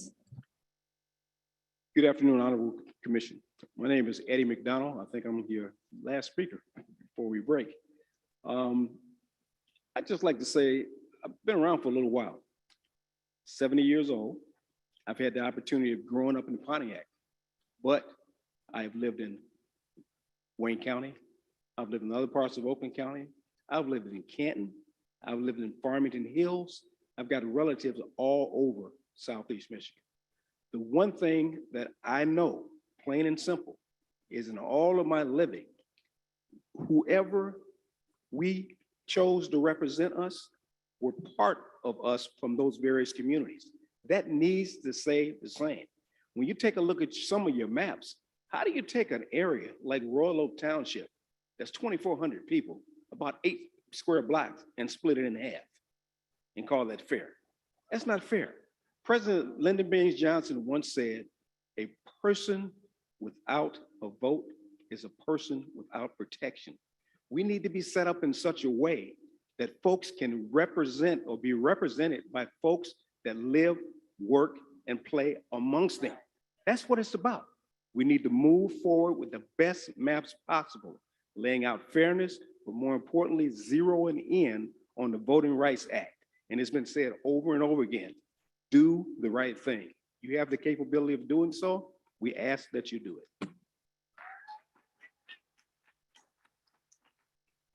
All right, good afternoon. Can I get Pine Map 227 pulled up, please? All right. My name is Mark Payne. I'm a resident of Detroit, Michigan. I'm president of the Cortlandt Street Block Club and a lifelong Detroiter. As you make adjustments to the Detroit and Detroit metro area, please consider having clean breaks using freeways as main roads when possible. Please look at the northeast side of the Pine Map 227 district as the district stops on a side street, Wildermere. District 8 can engulf this and make it in at Dexter to make it easier and organized for the people. There's also a Google function on My District to see the streets as you make adjustments. Lastly, I want to bring your attention to a great resource, Redistricting Law 2020. I learned this book from one of your guests, which shows and proves that the public has critical and vital information to give. On page 58, it discusses homogeneous precinct analysis. Please look into this. Please use all of the tools available to you and your vendors, such as voting patterns, voter participation, state house and state senate primary elections, and to examine these tools for the surrounding districts. Also examine where the African-American population has sifted, like East Point, and draw accordingly. Thank you. Thank you. Sir, what number were you? 49. 49. Okay, thank you. All right, thank you for addressing the commission. Numbers 50, 51, 52, and 53 may now approach the podium, and 50, feel free to speak when you reach the podium.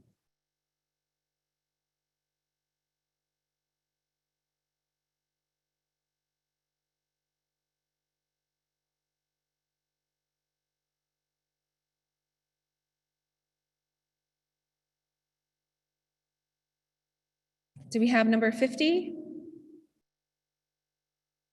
All right, 51. My name is Chris Leduc from West Bloomfield. First, thank you for all the hard work you are doing. I know with the delayed census data and what can only be intense pressure, this is a difficult job. Thank you for doing your civic duty. I was a volunteer with voters, not politicians. At different times, I held the roles of regional field director, regional outreach director, and regional education director. Our team dedicated 2 years of our lives to end gerrymandering in Michigan, and I just want to take a moment to tell you why. Our politics are how we express our values as a society, and we prioritize the distribution of resources, how we protect our most vulnerable citizens, and what kind of world we leave our children. For too long, our representatives in Lansing and our congressional delegation in Washington have not represented the values that a majority of Michiganders share. Our politics are first and foremost organized by party. This isn't an unfortunate coincidence. It's literally how we were organized. Personally, I don't express my values through my city, my county, or my place of worship. While they inform my values, the representation of my values politically is expressed through my political party. For this reason, after ensuring that African-American voters are fairly and effectively represented in accordance with the Voting Rights Act, you must prioritize fairness between political parties. That's the whole reason we did Proposal 2. It wasn't the funny map shapes. It wasn't multiple representatives per county city. Those were symptoms of the problem. That problem was giving a structural advantage to one party over another. I implore you to keep working to get this right and bring political fairness to our system. Thank you. Thank you for addressing the commission. Number 52. Hello, my name is Steve Walker. I live in Southwest Detroit, and I'm a retired political science professor. I spoke before the commission when you were here the last time. I've also offered written comments. Assume you realize by now my wife is Floor, my wife and I are advocates for the Latino community. And I did support Proposal 2. I circulated petitions, I gave donations, I canvassed in Northwest Detroit. I want to salute the commission for drawing a Latino House district. That's House District number 1.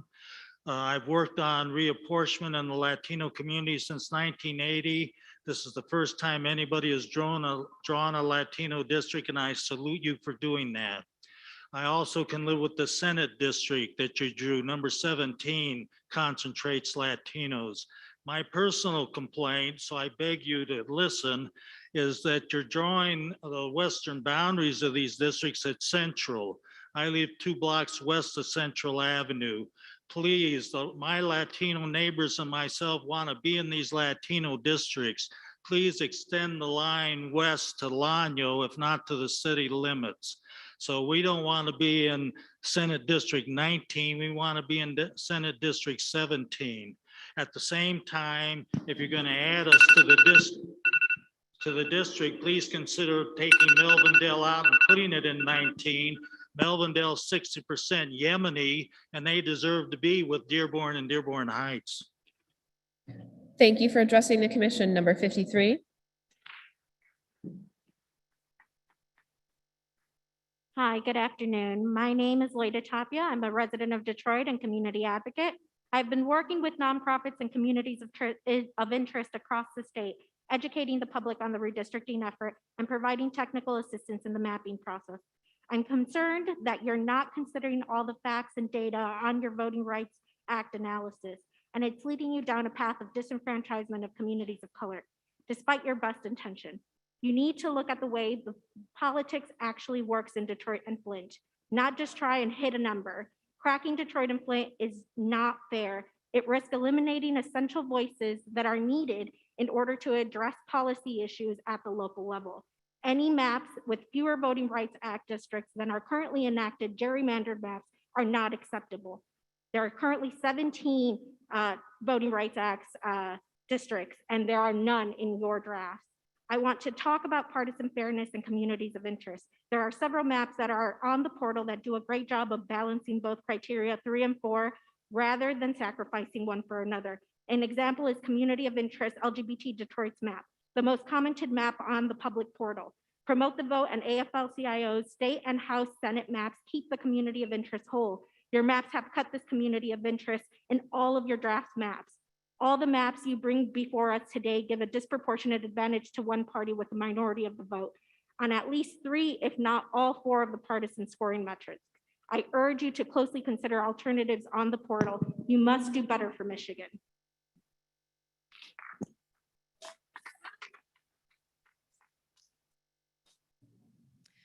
Thank you for addressing the commission. Numbers 54, 55, 56, and 57 can now approach the microphone, and 54, you can begin when you are ready. Thank you.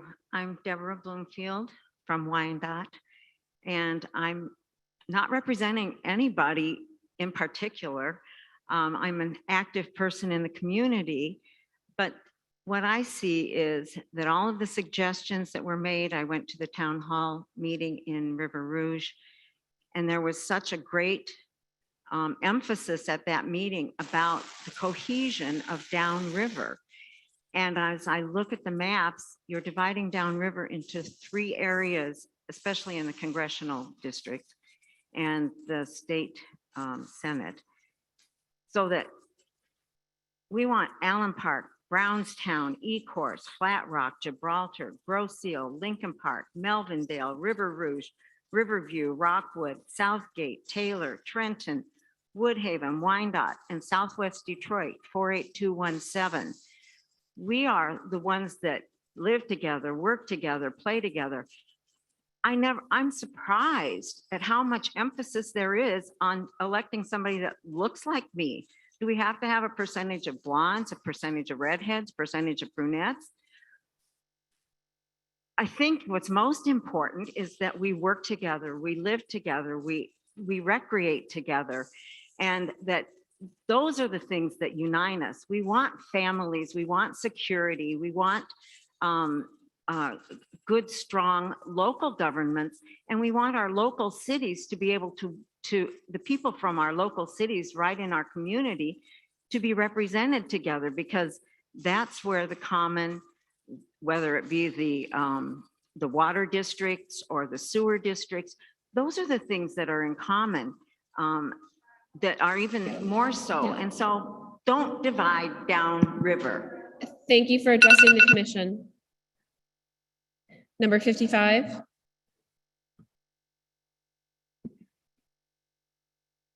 Hello, my name is Bilal Hamoud. I want to thank you all for your time here. I want to start by saying that all the individual and collaborative maps for the State House are identical for the Dearborn Heights area.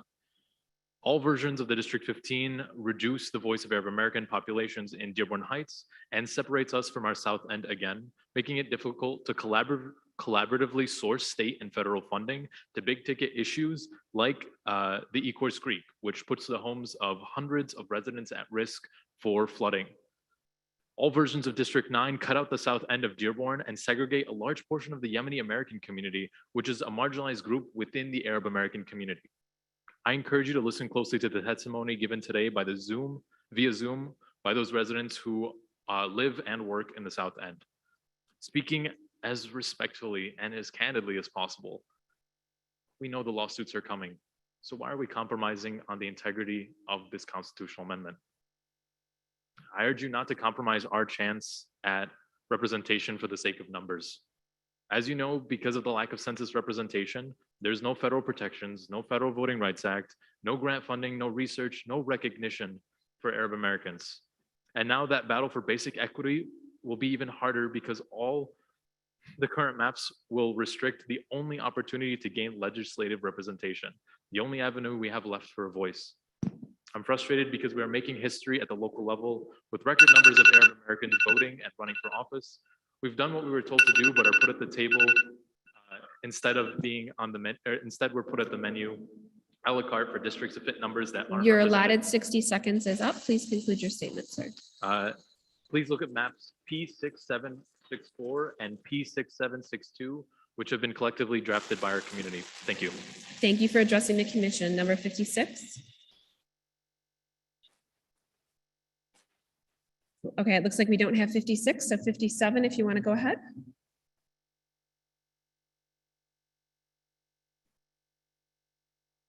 Hello, my name is Anthony Watkins, and I'd like to thank you for the opportunity to share my important comments on today's public hearing.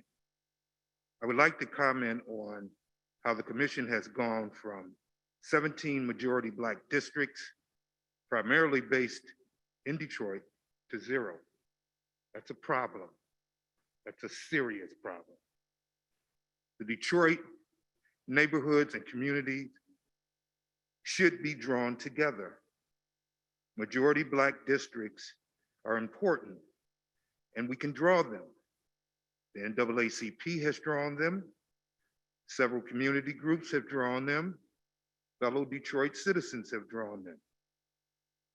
But these maps need to be seriously looked at and seriously considered, and not just request to be submitted.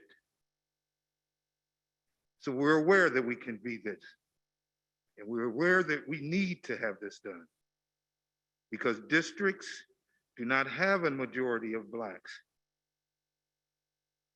In large part, having elected Black individuals. Black issues are important and led by Black people. And it's Black people continuously able to lead on these issues. I thank you. Thank you for addressing the commission. Numbers 58, 59, 60, and 61.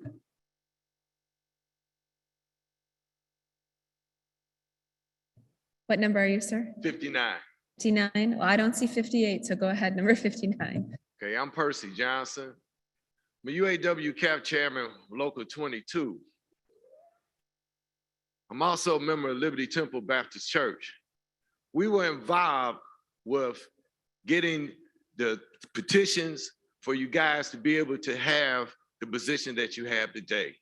And I need you to get me out of the hot seat because right now, the encouragement that I gave our voters in Detroit and people who signed the petition and were willing to participate in being one of your, we took names of people to also be in commissions in our church and at our union halls. And they were encouraged that this would give them a chance to have a fair vote to represent their communities. And I got over 900 signatures on our petitions for this to be on the ballot, and 90% of them were Detroiters. So please, I'm asking you to please give Detroiters a 50% or plus better to represent their vote when they vote. To weaken them and give them a weak vote would hurt them. I'm from Troy. But yet I know that if I see, I'm one to, when I see something that's not justly done or unfair, I'm gonna speak up for them and represent them. My heart and soul is in Detroit, and Detroit deserves to have fair, good representation. And they can't get it if you take away the strength of their vote. Give them a 51+ vote. Thank you. Thank you for addressing the commission. Number 60.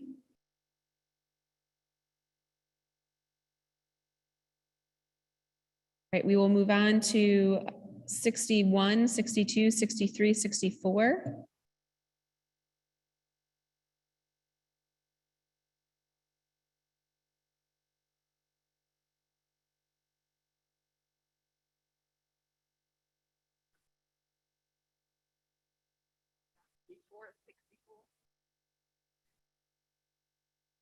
And just in case there's any confusion, it's my understanding when people were first arriving that people who were higher than 50 were told we might not get to them.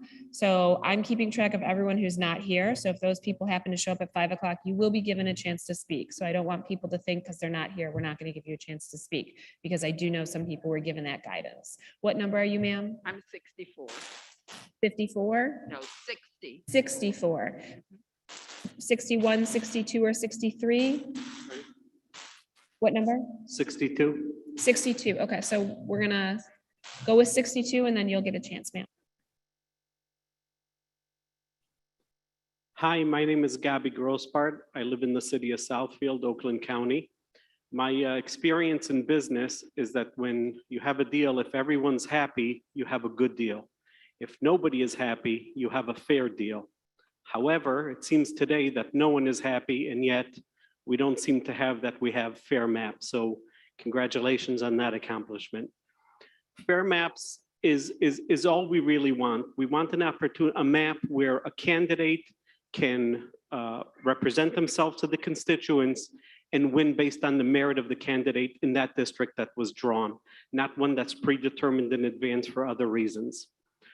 I'm here today to bring to the committee's attention a small community that is right between Southfield and Oak Park. It's the Orthodox observant Jewish community. In some of your maps, it's split right in the middle, and like Greenfield Road is right in the middle of all the synagogues and the Jewish schools and the entire community. I would ask that you either don't go with those maps or move the line over to Southfield Road between 9 Mile and 11 Mile. That would incorporate, if you lump that in with Oak Park, that will keep us all together. Representation for our cause is not simple, and when we're split up between several reps, it does not get us much. And if you mix us in with Wayne County, it really weakens our position altogether. Wayne County has their own separate stuff that they need to cause and petition their representatives for. So I ask that you continue with that. Thank you for all your hard work. Thank you for addressing the commission. Do we have number 63? If not, let's go on to 64. My name is Joanne Robertson. I'm a citizen of Detroit. I've lived here all my life. I'm offended and I object drastically to any splitting of community interests or having multiple incumbents in specific districts, and the elimination of majority Black congressional and legislative districts. And I needed to voice that opinion. Thank you for addressing the commission. 65. Hello, commissioners. My name is Andrew Nermi. I am a student at Wayne State Law School, and I'm a proud resident of Novi. I'm here to advocate for keeping the city of Novi whole. As a city, Novi has the second largest Asian community of any city or township in the state, only just behind Troy, which you've basically kept whole in the state house. Novi is a city that is 28% Asian, and that number has risen significantly over the past decade and is projected to continue growing. Beyond Voting Rights Act districts for African-American voters, which I agree with the folks in the room that we need more of and better of, there are very few communities in Michigan that have very significant large populations of people of color from different racial backgrounds, like Hispanic people and members of the Asian American community. I want the commission to consider that Novi, like Troy on the other side of the county, has a significant Asian population, and that this community should be kept whole to keep this community intact, and see it as an opportunity to elect districts so that my Asian and Indian neighbors can select a candidate of choice. I think that the map that has gone the most right direction is the one that's proposed by Commissioner Zatella for the State House, but it's missing several Novi precincts and ties in part of Novi all the way out to Livingston County. I understand this was done to help split Ann Arbor for partisan fairness, but I would encourage the commission not to include Novi with Livingston County. If I could make a recommendation, I would take Commissioner Zatella's proposal and swap the precincts that are in Lyon Township for the remaining precincts in Novi. Lyon Township does not deserve to be split 3 ways, and people in that community have much more shared interests with their neighbors across the Livingston County border. This simple change not only increases the Asian share of the population, but also fits within the population deviation. I did double check. Thank you so much for your time and being here to take comments. Thank you for addressing the commission. At this time, I'll call up numbers 66, 67, 68, and 69. And 66, as soon as you reach the microphone, you can start speaking.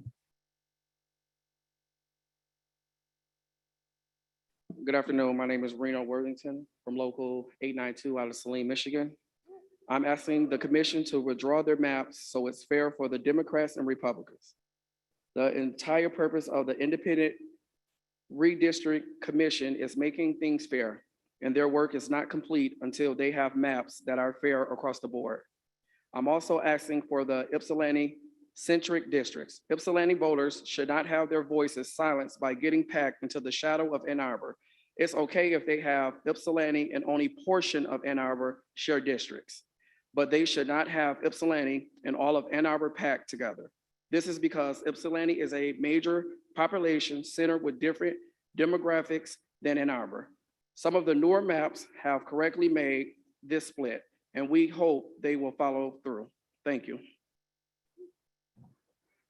Thank you for addressing the commission. Number 67. Hello, my name is Keontae Robertson, and I'm representing Local 892. I am concerned about how you have sliced Detroit into thin strips and put them with heavy white areas in the suburbs. The Democratic commissioners in particular need to stay strong and veto any unfair maps until we get fairness. None of the 13 commissioners should approve any maps that has a boundless advantage to a particular party. All of the maps so far have been approved by Democrats or the commission, and all of them favor the Republican Party. Where is the fairness in that? The fairness is a priority above all local boundaries and compactness. Do not be afraid to unpack the cities. And by doing so, it may make a weird shape in the map, but that's okay. What's not okay is that the map does not represent Michigan. It is very important that Detroit be able to elect its own representatives, and I'm not sure your maps warrant that. I believe Detroiters should be represented by Detroiters who understand their concerns. Thank you. Thank you for addressing the commission. Number 68 or 69?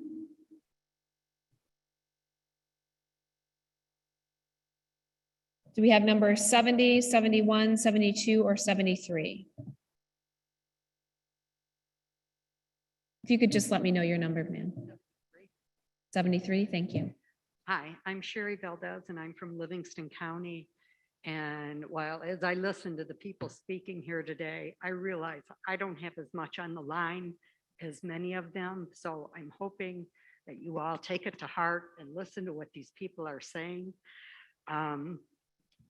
As a member of the League of Women Voters, I was in very strong support of the Independent Redistricting Committee. And I do live in a currently horribly gerrymandered district that has taken away my voice in my community.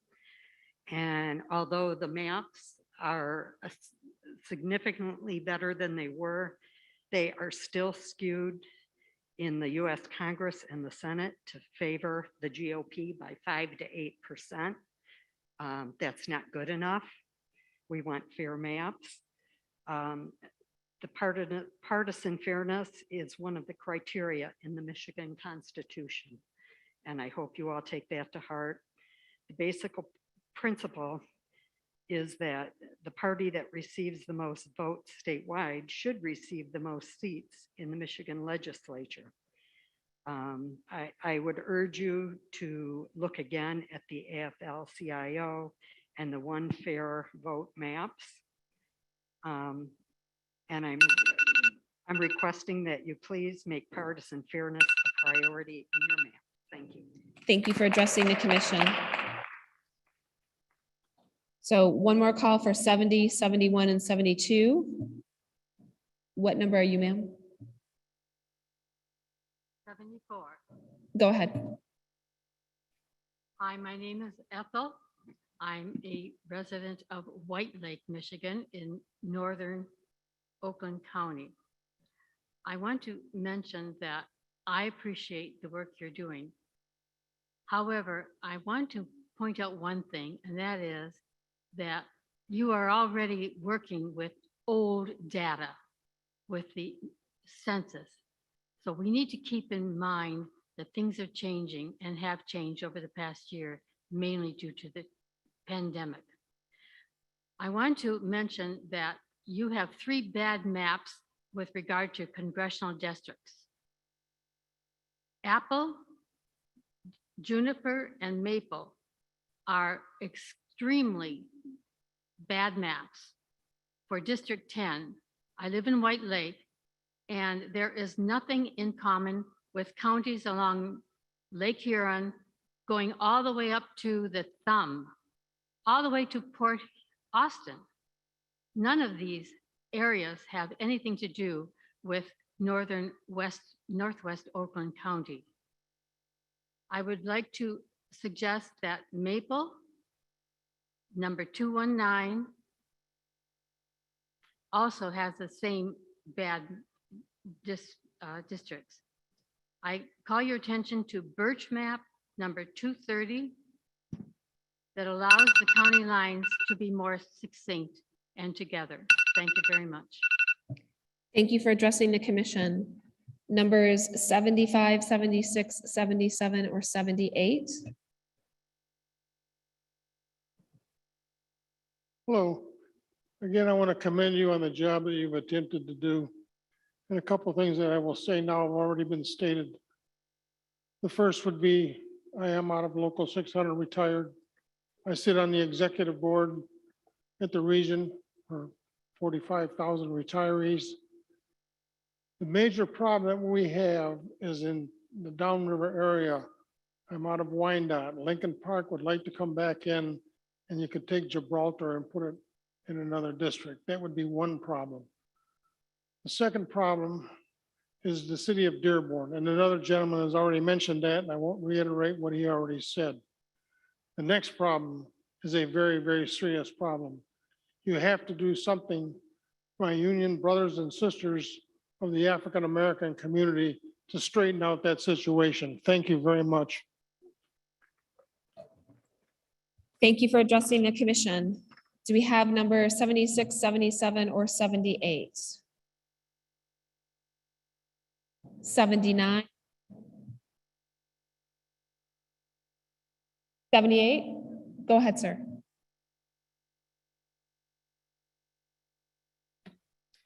My name is Joseph Purse, and I'm the chair of the Oakland County Democratic Black Caucus. My problem that I have with this is that I'm a military man. I spent decades protecting y'all rights, whether it's a Democrat or Republican or independent, and I didn't give a damn what party you belong to, because when I went to soldier for y'all, I soldiered for y'all. I'm a true patriot. You have an opportunity to step to the table and do right by us. I live in Southfield, Lathrop Village, Oak Park, Royal Oak Township, Pontiac, all have one thing in common. We all have 58% or better of African Americans. And we are tired of somebody making a decision for us. Now, the history of this country is that when it comes to other people that don't look like me, it usually doesn't come out good for me. That's the truth. I'm here as a man that have fought and killed for y'all. I need y'all to do right by me and my people. And Detroit deserves better, Southfield deserves better, and all of us Black folk need to be spoken for by Black people who look like me. Jim Crow, whether you look at it now, Jim Crow, they were lynching us with ropes. In the 21st century, you folks have moved to a high-tech lynching called drawing these maps.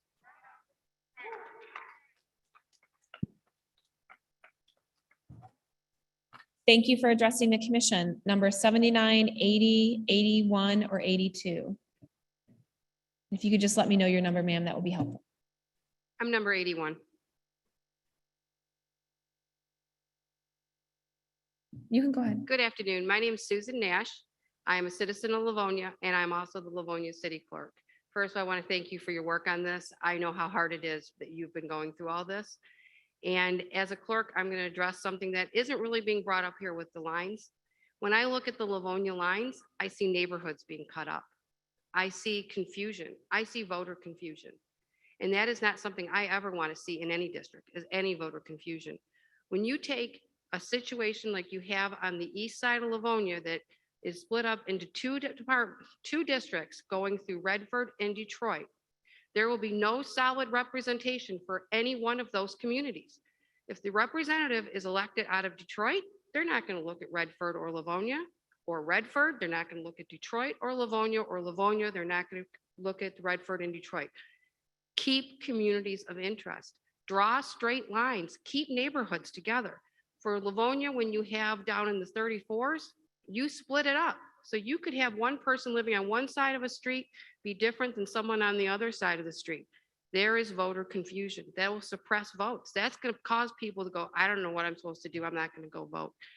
My goal is to get citizens out to vote. My goal is for citizens to understand when they go out. And I want people to feel confident when they go out. This map does not do that. This map, when I look around this room, when I got here earlier today, it was a beautiful representation of Metro Detroit.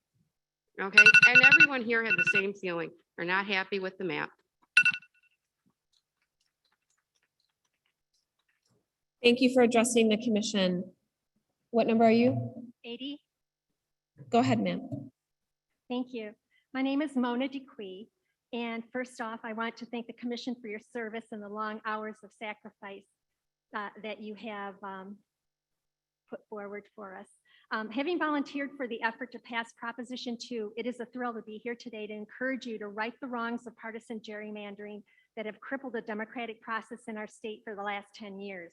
As a volunteer for voters, not politicians, I met voters of both parties who supported partisan fairness when drawing the district lines. This was really inspiring. However, your maps continue to represent a Republican advantage in a state where the majority votes Democratic. And we continue to see Republican victories despite winning fewer statewide votes than Democrats. I quote a Detroit News article dated November 20th, 2018. Despite a 52 to 47% edge for Democrats, the GOP won more seats and will enjoy a 58 to 51 advantage in the House. The same goes for the Senate. Democrats also won more votes in the Senate races, 50 to 48% for Democrats, but the GOP held a 22 to 16 majority. This cannot be healthy. Please continue to improve the partisan balance of districts, particularly in the southern portion of the Lower Peninsula, while maintaining majority-minority districts, and uphold the promise made by the passage of Proposition 2. Thank you so much.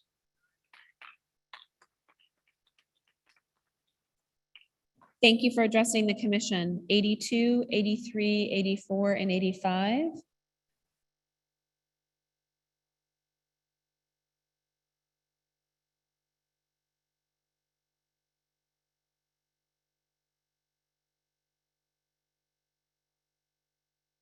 If you could please let me know your number, that would be helpful too. 85.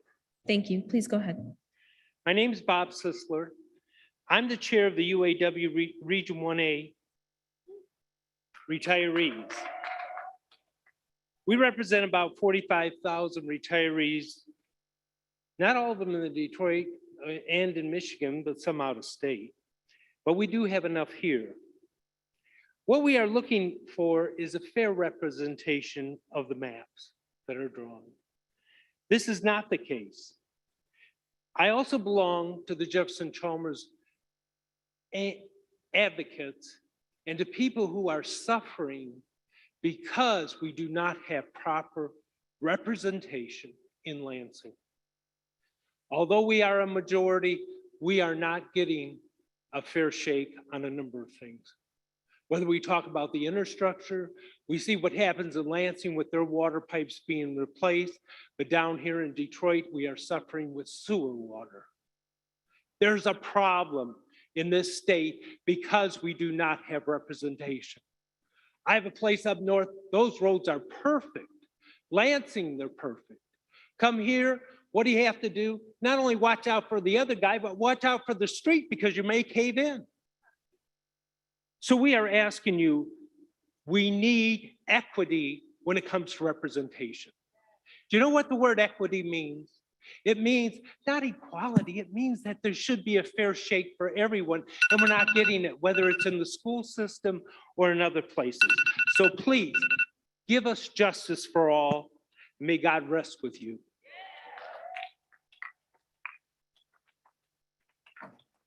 Thank you for addressing the commission. 82, 83, 84, or 86, 87, 88.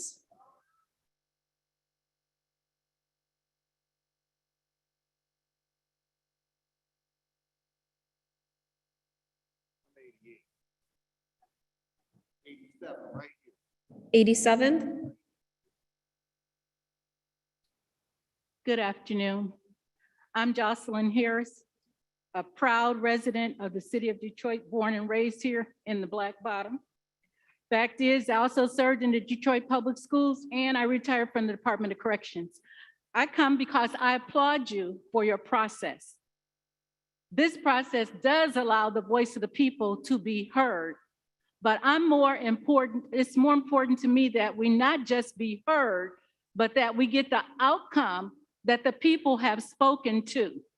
It's been very, very clear that the people are not satisfied with the map as it has been drawn. It's more important that the people, as we've been doing all over, and especially in Jeff Chalmers, we spent time trying to come up with our own solutions. These novices have drawn maps. Professionals have drawn maps. So your homework is very simple. I'm a teacher by trade. Just take in consideration the work that has gone into drawing fair maps. I've noticed that you all are very attentive, and I pray that you are accountable to the will of the people. So when you go back and you cuddle together, I know that you will not be able to not see the faces of the people and hear their voices and draw the maps accordingly. Best to you.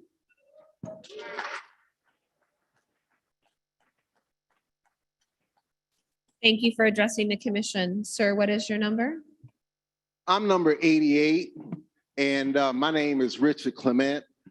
I was a census enumerator, retired state employee teacher, currently working for the office of Cynthia A. Johnson.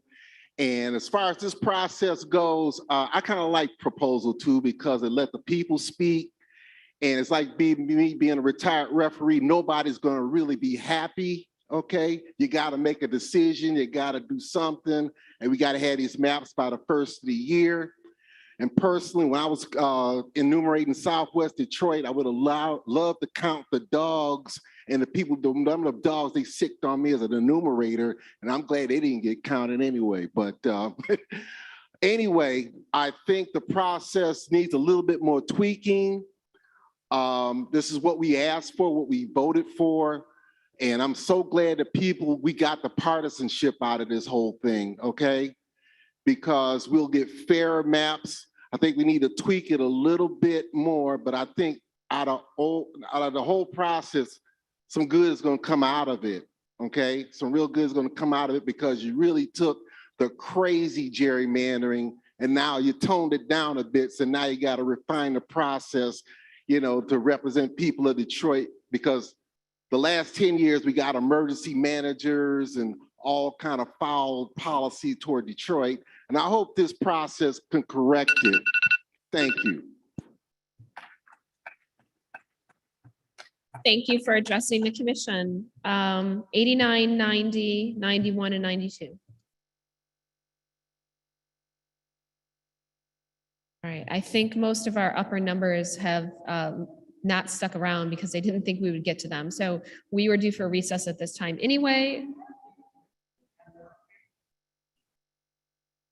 Could, by show of hands, could we see what numbers are people waiting, like how many?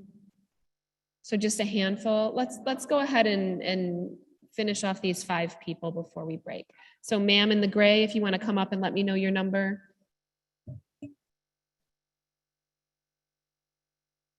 Good afternoon, everyone. My name is Charmaine Robinson. I'm number 94. Retired UAW Local 900. I was a supervisor for the census. And I want to say, because the minority got out to vote, it scared a lot of people. And that's what this gerrymandering is about, so they can control the vote and control the funding. So when you go back to sit down and do your maps, please think of us. That's all I ask. God bless you and do what's right. Thank you for addressing the commission. Sir, if you want to go ahead, please tell me your number. I'm number 95. And my name is Jamie Rowe. I'm from Macomb Township. And I have to admit, I'm a Republican and I did not vote for proposal 2. But the people of this state did. It's the law of the land, and this is a process that has to go forward. And so I commend you for doing your work, but your work needs some work. I think the one thing that you failed to do, or at least not at the start, but as you got going and started listening to your experts, first of all, your Voting Rights Act expert, I think I would fire. Your first order of business after these hearings should be to fire the Voting Rights Act expert, because he's got it dead wrong. And that's why this community here is dissected as bad as it is. It's been smashed like a toothpaste tube all over Southeast Michigan. And I think that that's wrong. But you stopped looking, I think you stopped looking at people, you stopped looking at communities, and you started looking at numbers on a spreadsheet. And all you wanted to do was come up with numbers on a spreadsheet from your partisan fairness czar, from your, you couldn't have over 40% African-American in any district, so on and so forth. And then you started dividing things up. And I just want to point out District 16 on the State House map, which begins at Schoolcraft in Greenfield in Detroit, area I grew up very close to, and goes through Oak Park, Berkeley, Southfield Township, Bloomfield Township, in Birmingham, and ends at Lone Pine and Lazar. Okay, so I'll just tell you this, Schoolcraft and Greenfield have very little, if nothing, in common with Lone Pine and Lazar. So get back to work and understand politics. I know you weren't supposed to be involved, and it's clear that you weren't. So get back to work and draw fair districts and draw majority African-American districts. It needs to be done. Thank you for addressing the commission. Sir, if you would like to go ahead and speak and let me know what number you are as well, that would be helpful. Hi. Excuse me. Hi, my name is Bruce McClellan. My number is 101. We can't hear you. Oh. It's okay to take your mask off too while you're speaking into the microphone. Hey, got the mask. How you doing? My name is Bruce McClellan. I want to thank the commission to let me speak today. I'm blind, and I see clearly what's going on in redistrict. And y'all can see, but y'all blind. My parents came here from Georgia and Tennessee. I represent Detroit Northwest area. And I'm going to speak for the kids that don't have a vote, that we're supposed to represent. They are our future.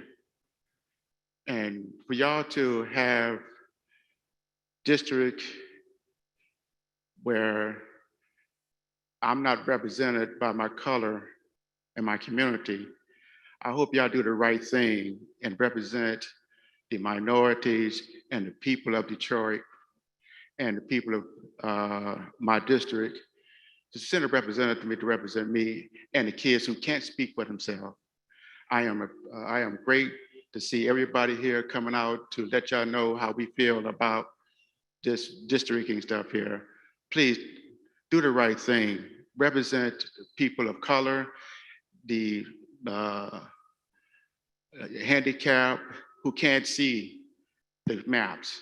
I don't know what the map look like, but I know it's not right. It's not fair. When you go there, think of me. and the districts and people, disabled people who can't speak for themselves and the kids. Thank you. Thank you. And what number were you? Do you know what number he was, just so I can cross it off? I was 101. 101, thank you. So it looks like we have two more people and then we're gonna take, sir, if you wanna go ahead. We'll take you over here after he speaks and then we need to take a break. And again, if you could tell me your number, that would be very helpful. 117. My name is Angelo Brown. I'm a write-in candidate for mayor of Detroit. And I thank you for the opportunity to be here. And I also thank you for the hard work that you're doing. And I hope you hear the hearts of the people. The people want representation for their taxation. You know, our country has the foundation, a growing foundation on fairness.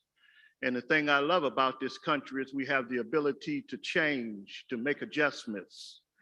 And the people have spoken. So I just hope you hear, and I pray for you that we can get this thing done, because we don't want to put the people in chains. Thank you. Thank you for addressing the commission. And then our last speaker for right now. Go ahead. What number are you? 98. 98, go ahead. Thanks. My name's Laura Misumi, and I first want to thank the commissioners for the opportunity to address you all today, especially over time. I currently live on Holmes Street in Hamtramck, Michigan, and I previously lived in Ann Arbor, where I got my undergrad degree at the University of Michigan. Go Blue.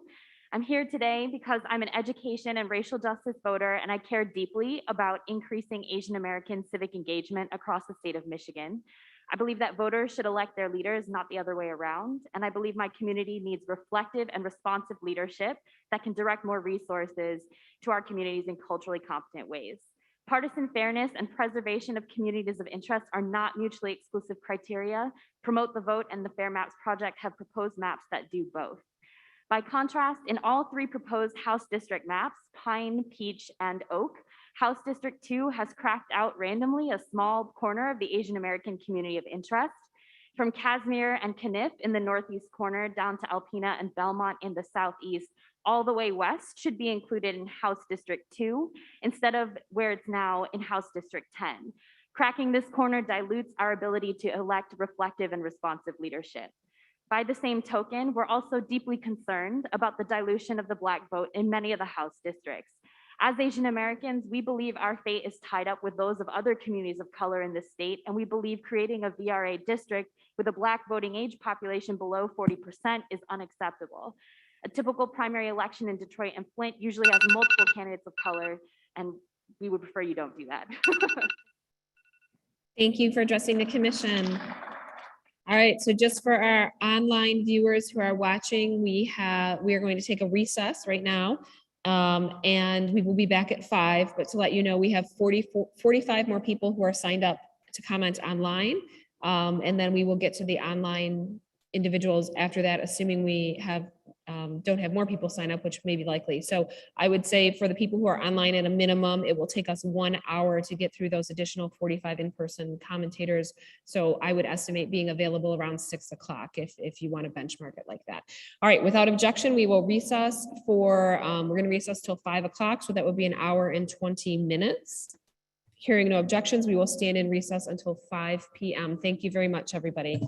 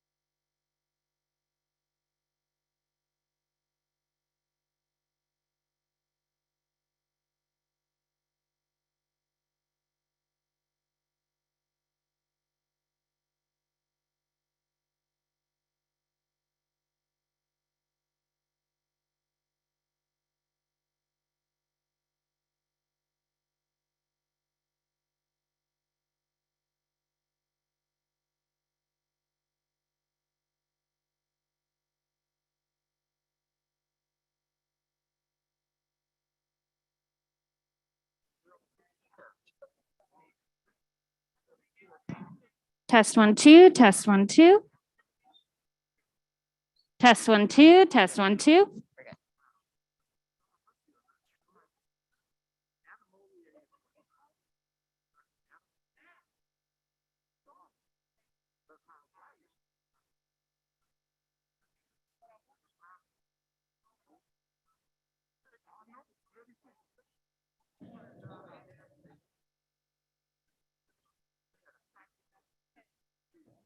Sarah, are we ready? As chair of the commission, I call this meeting of the Michigan Independent Citizens Redistricting Commission back to order at 5:08 p.m. For the purposes of the public watching and for the public record, I will turn to the Department of State staff to take note of the commissioners present. Good evening, commissioners. Please say present when I call your name. If you are attending tonight's hearing remotely, please announce during roll call that you are attending remotely and disclose your physical location. I'll call on commissioners in alphabetical order, starting with Doug Clark. Present. Juanita Curry. Anthony Eade. Present. Brittany Kellum. Rhonda Lang. Present, attending remotely from Reed City, Michigan. Steve Lett. Present. Cynthia Orton. Present, attending remotely from Battle Creek, Michigan. MC Rothhorn. Present. Rebecca Satella. Present. Janice Follett. Present. Aaron Wagner. Present, attending remotely from Eaton County, Michigan. Richard Weiss. Present. Justin Witches. Present. 12 commissioners are present and there is a quorum. Thank you, Ms. Reinhardt. Without objection, our host commissioner, Brittany Kellum, will now provide a presentation. Hearing no objection, please proceed, Commissioner Kellum. Good evening, everyone.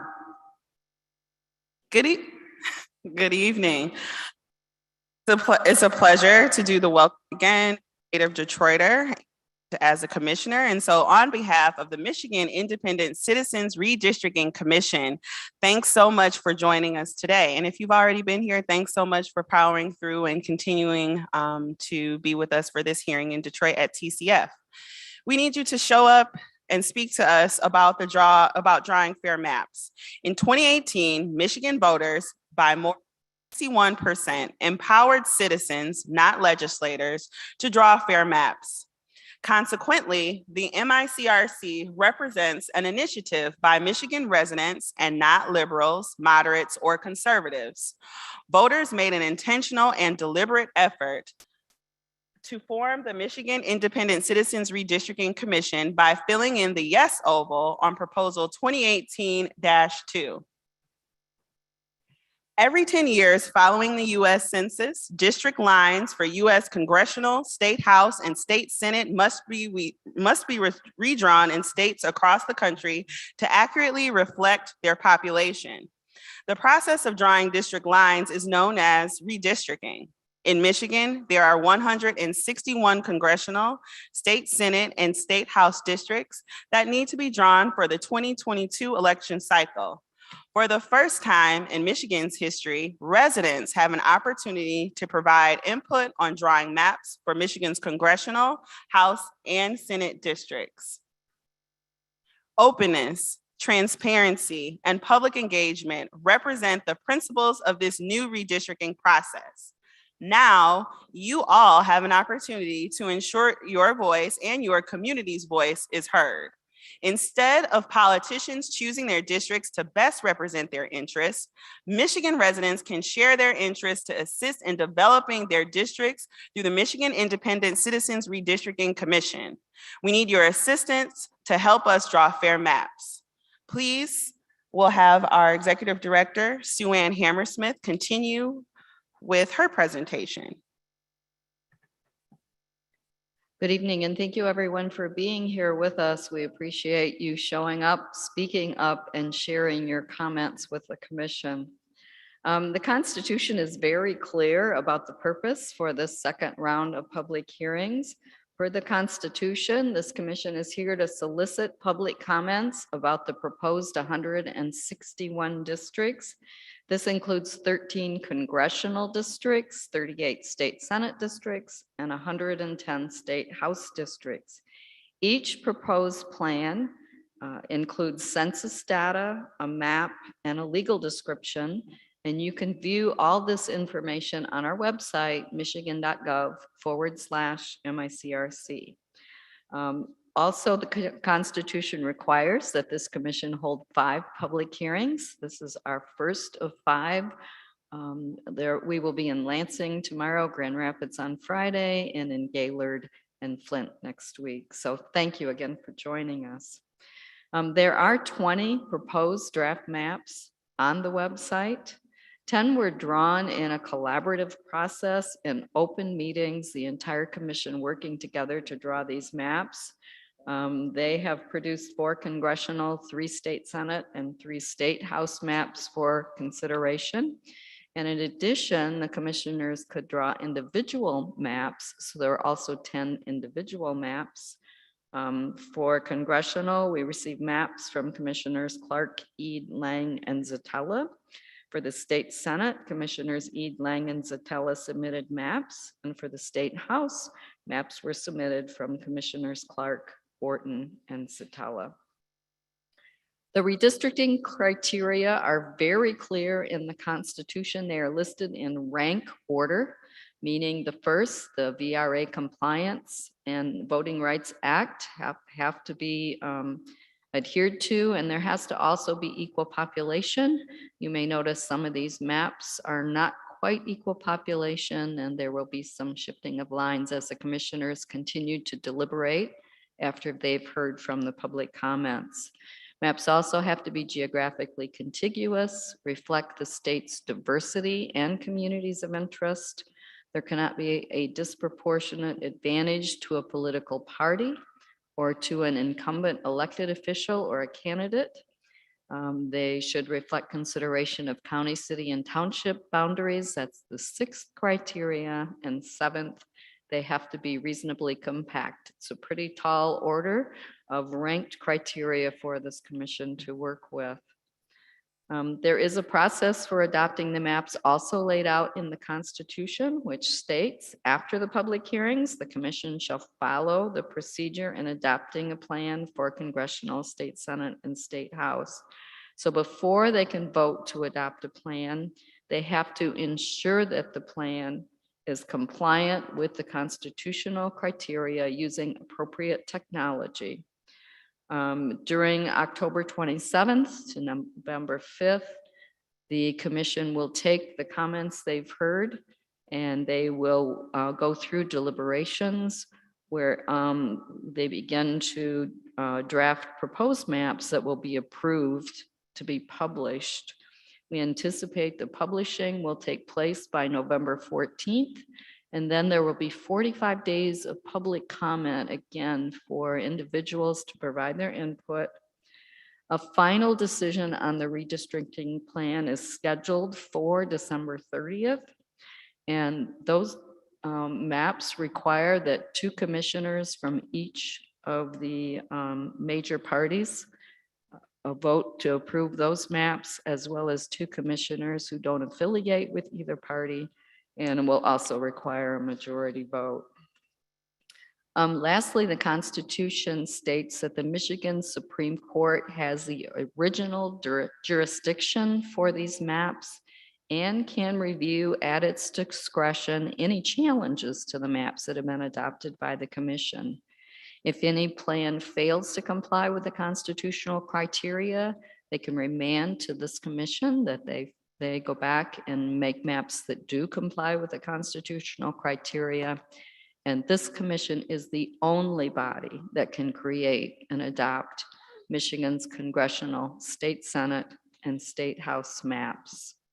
Next, I would like to turn the program over to General Counsel Julianne Pastula. Thank you so much, Executive Director Hammersmith. I'm Julianne Pastula, General Counsel for the Commission, and I'd like to briefly outline the public hearing guidelines. The time limit for each public comment speaker is 1 minute, 30 seconds. Please conclude your remarks when you hear the timer.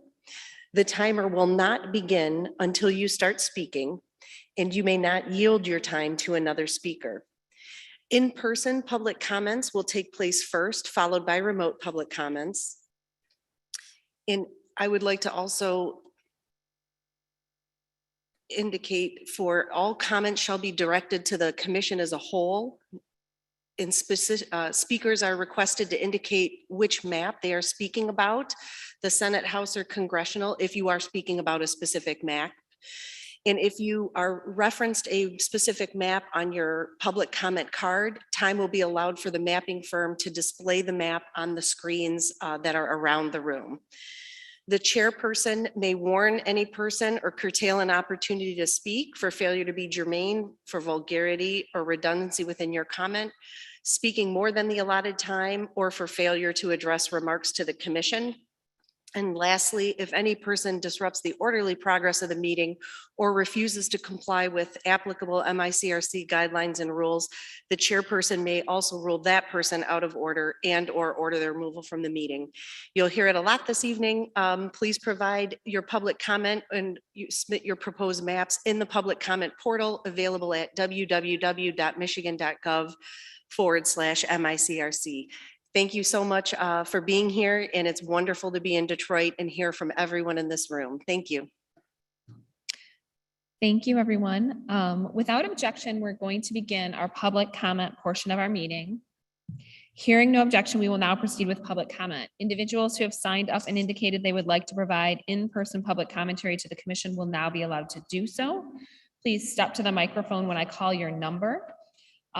We, in the earlier meeting, actually progressed a little bit farther on our list than we thought we were going to. So I would ask that anybody who has a number below 86 and has not spoken, please go ahead and approach the microphone and you can have your turn to speak now. And if you could please indicate your number when you're speaking, that would be very helpful. Thank you. Below 86. Go ahead, ma'am. I am number 84. Hello and good evening. My name is Maggie Fleury, and I'm a current resident of Plymouth in Wayne County. Though I do not live within the Detroit area, I'm here today to assert that the city of Detroit deserves to be perceived and respected as a community of interest.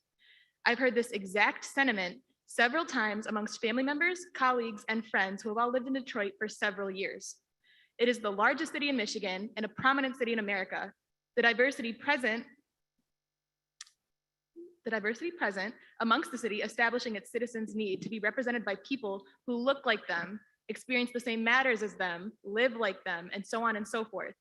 This variation in community not only leads to a difference in interests, but a difference in problems that impact their everyday lives. The people of Detroit rightfully deserve to elect and choose their own representatives that understand each area's specific struggles because of this reason. As I've seen with your maps, it seems that your version of the Voting Rights Act strays from its true purpose and meaning. Racial equity and bipartisan fairness, especially in 2021, needs to not only be given, but drawn. You all are capable of achieving this feat. Thank you for your time. Thank you for addressing the commission. Go ahead, ma'am, and could you please say your number? My name is Nancy Brigham. I do want to say first, I appreciate the hard work that you all are doing. I know it's not easy, and I know we will end up with a stronger democracy. I'm in East English Village. It's a racially integrated community and a strong community. We've worked together for decades, and many of us put together maps where we showed our community of interest. We also showed that we wanted to be united with our neighbor communities, Cornerstone and Morningside, because we've all worked together on the improvement, neighborhood improvement. As we look at the maps you've done, the Elm map looks great because it keeps us together, all three communities. We appreciate that, along with Riverfront. The Cherry map, however, is horrible for us. It separates us in EEV into two districts with another district slicing down in between. And I really hope you don't end up doing that. For State House districts, they all respect East English Village as a neighborhood, but they chop up Morningside into three pieces. And I hope you will revisit that because they all do it and put Morningside back together and hopefully united with us to make it easier for us to work together. And as for Congress, I am so glad those maps aren't gerrymandered. And I just hope that we don't go so far from packing all Blacks into one district that we don't have enough Black representation. So thank you very much. Again, I appreciate it. I have a map of our communities that I brought. Can I hand this? Yes, you can hand it to our general counsel. And could you say what number you were? I'm sorry. What number were you? I'm 58. 58, thank you. Right.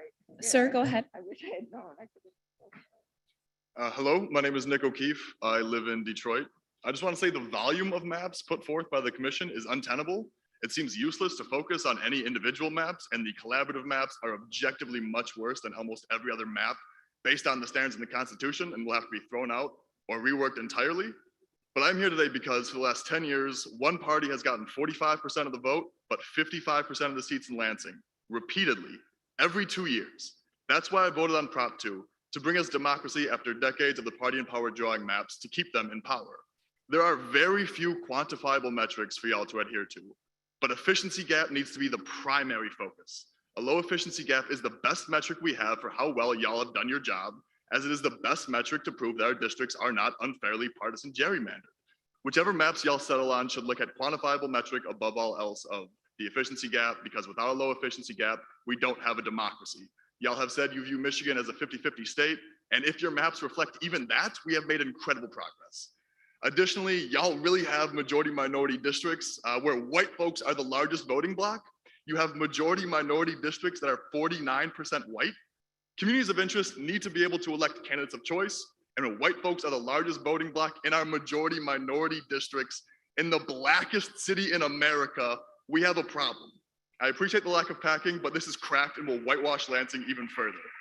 Get Detroit districts up to 50% Black, no higher than 60 to avoid packing, while keeping the efficiency gap low, and your job is done. Thank you. Thank you for addressing the commission, sir. And could you let me know your number? Yes, my number is 56. My name is Michael Wise. I live in Commerce Township, Oakland County. I'm here to advocate for the fair redistricting maps and to make certain the commission creates a level playing field that does not benefit either political party. The proposed maps lean from 5 to 8% to the right, giving Republicans an unfair advantage. These new maps are only a slight improvement over the 2011 intentional Republican gerrymandering. The maps also fall short in protecting the voices of communities of color. The new maps must ensure that Michigan's diverse population is heard. We want to see more minority voices elected to serve in Lansing and Washington, not fewer. The commission needs to prioritize partisan fairness. I've been told the maps are good enough, but they still are not fair. The party that wins the most votes statewide should win the most seats. The maps do not do that. The commission's fairness expert, Dr. Hadley, said that election results show that Michigan is a lean Democratic state. Why do all the maps lean Republican? I've been a Michigan licensed commercial real estate broker and appraiser for over 45 years and have appraised all over the state of Michigan. I am more informed than the average constituent about the demographic differences and similarities which make up these maps. The commission maps unfairly benefit Republicans. Your job is not done until you fix that. The maps prepared by the AFL Fair Maps Project and the Promote the Vote maps are examples of what fair maps could look like for Michigan. There are many ways to draw fair maps. The commission needs to keep working and get it right. Thank you for all you're doing. Thank you for addressing the commission. Ma'am, go ahead. Number 50, Jill Adams. In regard to the Maple congressional map, I thank you for respecting the community of interest along the border and for realizing the unique issues the border counties face on a daily basis, including living in a county whose media market is centered in another state. There is no hearing location close to us, so I'm speaking on behalf of the countless community members who feel like I do, many of them who have expressed their opinions on the portal but could not make the drive today. I also want to support the Elm Senate draft map linking Monroe and Lenawee together, as these communities are tied closely through many organizations, including state government, emergency responders, unions, media, as well as many community projects. I hope you'll also consider the communities that each of you live in. I think you will agree that our communities are essential in our daily lives. We collaborate with those we live near and utilize services that are in close proximity to us. We work alongside those who make up our community. Our kids go to school together. We know the dentist, the pastor, and the farmer. Our actual physical place on this planet is what a community is all about. Some communities are diverse, some are similar, but they are all unique. They should not be chopped up to make them quote unquote equal. Thank you. Thank you for addressing the commission. Just a reminder, we are, anybody who has a number less than 86, we're asking to get in line so we can move through those groups that we called earlier. Sir, if you want to go ahead, and if you could let me know your number, that would be helpful. My number is 86. All right, fantastic. I'm Jonathan Kinlock. I'm a resident of the city of Detroit. I'm a Wayne County Commissioner. I'm a lifelong resident of the state of Michigan. When we, the citizens of the state of Michigan, voted to impanel this body, we expected it to, one, respect the will of the people. And when we say respect the will of the people, respect the will of precedents. And unfortunately, because of wrong advice that you have received as it relates to interpretations, as it relates to the Voters' Rights Act, you have created a district that none of us imagined who supported impaneling this body to draw these districts would have ever thought would come into existence. I'm asking you to recognize the advancements that Black people have made in our ability to be elected into public office, specifically the state legislature. If these maps move forward, you will have potentially a circumstance where you have created unintentional consequences from these maps, where you would have the least amount of elected Black officials in the history of this state. Detroit deserves to have representation that is reflective of its will. You have before you, one moment. You have, one second, sorry about that. That's the example. You have before you, I've submitted on behalf of the 13th Congressional District, a map for you to consider that brings into the consideration of Black voices and making sure that Detroit has proper representation. That's map number 6674. And then the AFL-CIO has also submitted maps for you to consider as a benchmark to accomplish what the will of the people Sir, of Detroit is. And that's map number 3624. Thank you you for your time. Thank you for addressing the commission. Ma'am, and if you could let me know your number. Hi, my number is 60. My name is Claudia, and I represent the Hispanic community of Detroit. I want to say that I strongly support all the maps that the commission has created. All the Congress, Senate, and House maps keep the Hispanic community of Southwest Detroit together. This is how it should be. And please do not change our districts. Thank you, commissioners. Thank you for addressing the commission. Ma'am. Hi, I was just here to let you know that I'm representing my community in Midtown and throughout the East and the West Side. I represent Detroit, period. My father was one of the first Black brick masons for the city of Detroit, and I represented as well with the Detroit Water and Sewage, was present for the takeover of that. Elected to the pension board after bankruptcy. Would you please just break the chains of whatever you coming on? Because we don't need, unless you're allowing us, well, just give us our opportunity to not change the voting, the districting. Where is it leading us to? I'm just curious why, we don't want it. You probably don't want it. So go back and tell somebody that sent you here, we don't want it. We know who you are as well. Thank you for addressing the commission. Ma'am. Yeah, hi, number 61, and my name is Paul Andreni, and I'm speaking for the Hispanic community in Detroit. I wanted to, mention I highly support the current maps that are created for the Southwest Detroit area. It had kept the congressional, Senate, and House maps. It keeps the people together in Southwest Detroit, and that's the way it should be. And I support that. So let's not change our district. Thank you, commissioners. Thank you for addressing the commission, ma'am. Good afternoon, commissioners. I'm number 76. My name is Sadie Sarr. I'm a commissioner with the Black Leadership Advisory Council. And I'm here to bring up to your attention the voice of my constituents and my community. My community is Black, my community is immigrant, my community lives in Detroit.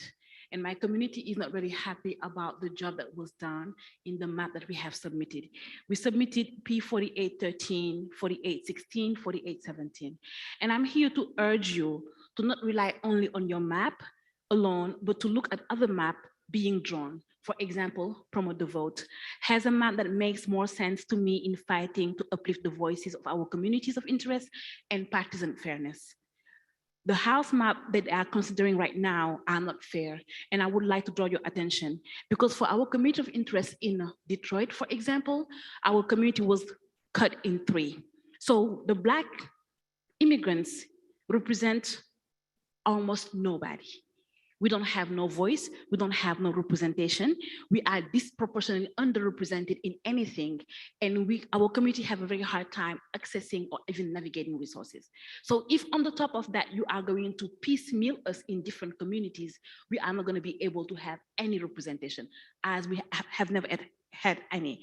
So having that, I want to really call on to the idea of fairness and fairness representation because we really believed in your possibility to create something that can represent us and that we can see ourselves into.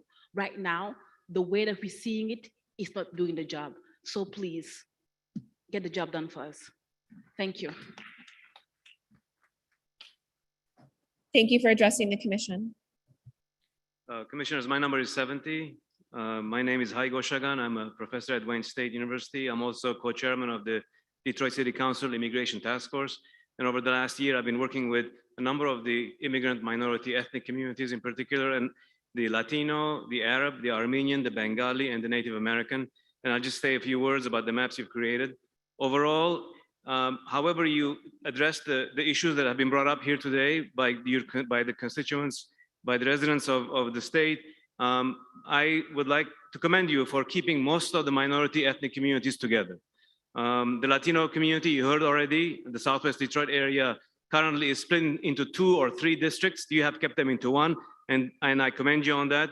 For the Arab community, they are primarily in the Senate District 19, which is commendable, and for Congressional District 2 as well.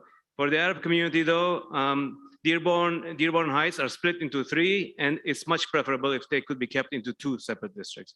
For the Bengali community, the Senate maps do justice to their community by extending from Hamtramck to Warren, and that should be kept that way. The Senate maps as well, except for Senate map Juniper 218, which cuts off at 8 Mile, that map we don't like. And I can say that for the House maps, the eastern part of District 2 is split up into District 10. There are lots of Bengalis who live in the area, and I would like to see that made whole into Mount Elliott. And finally, for the Native American, if I can just finish quickly, for both the House and the Senate maps, you have split the Sault Ste. Marie tribe and the Bay Mills area tribes into 2 right across the border. They are adjacent Native American communities, and they should be kept together for the House and Senate maps up north in the Upper Peninsula. Thank you, Commissioner. Thank you for addressing the commission. Good evening. My name is Carl Olier Sr. I'm number 83, and I'm just an ordinary citizen in the city of Detroit. I'm a retired firefighter. I worked as an emergency medical technician. I spent 28 years serving the city, and I'm really outraged at the way these maps are breaking up the north end and eliminating the political power of the people in the city of Detroit. After college, my wife and I got married and decided to move to Detroit. We chose to live in the North End. Our parents moved from Mississippi and Oklahoma to get away from Jim Crow, to get away from areas where they had no political power. And these maps eliminate power. They take away the power of the minorities, the Black folks, Native Americans, and everybody else in these districts in our city. I think it's unfair, and I think you should work harder at that. I saw one of your spokespersons on TV last night. That's what convinced me to come here.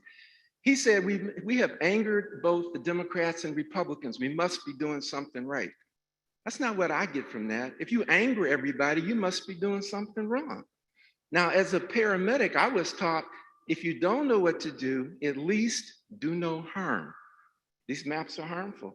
They take away power. They disrupt. They divide. It's unfair. So let me read my sign to you. Leave the north end alone. Put the north end back together. Keep it intact. Boston Edison, Hamtramck, Highland Park, east side of Detroit. Senate District number 2 now includes even the Grosse Pointe areas. Don't integrate us to negate us and leave Black districts intact.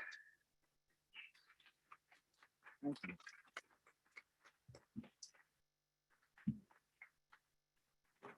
Thank you for addressing the commission. I'm 109. I just want to say that I've got some friends that are racist. My name is Cindy Dara. I live in Detroit. Yeah, since '67.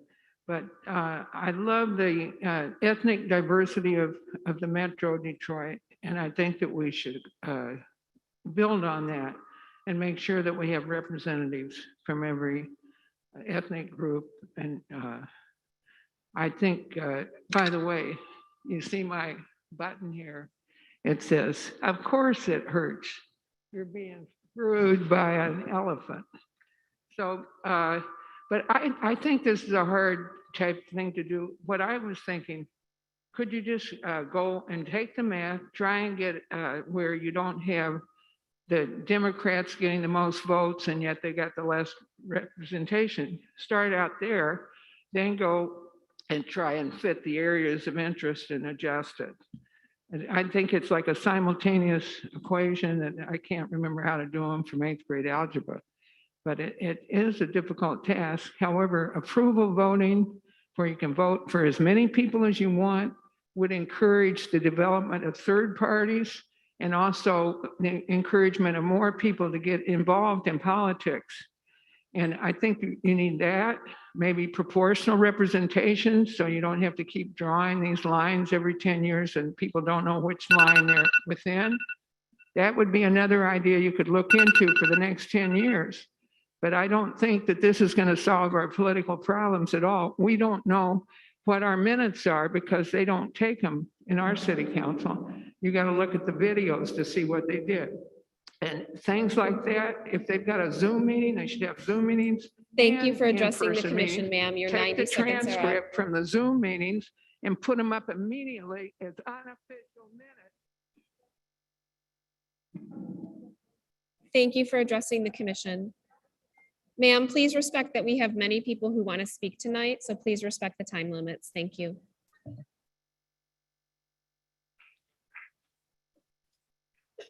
So do we have anyone else who is 86 or below who needs to speak? Sir, are you 86 or below? Okay.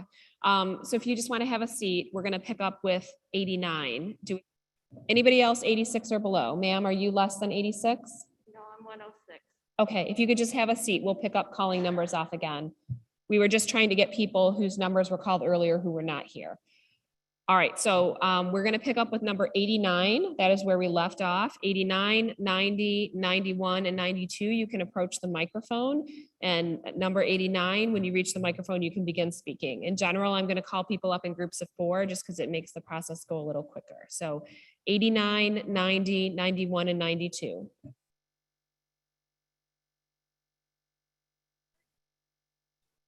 Yes. What number are you, sir? I'm 92.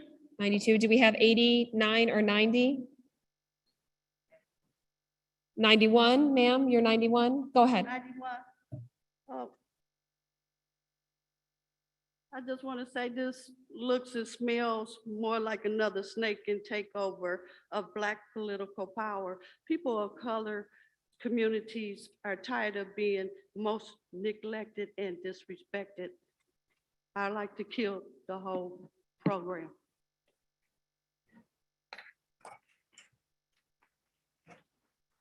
Thank you for addressing the commission. 92. Thank you.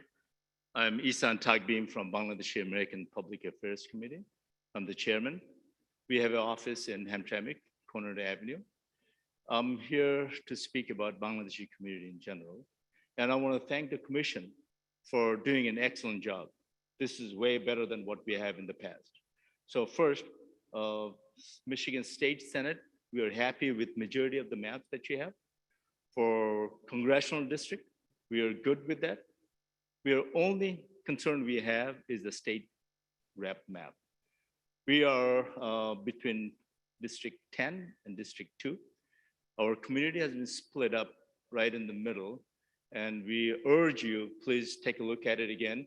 I understand the reason it was done the way it was done because of the census tract.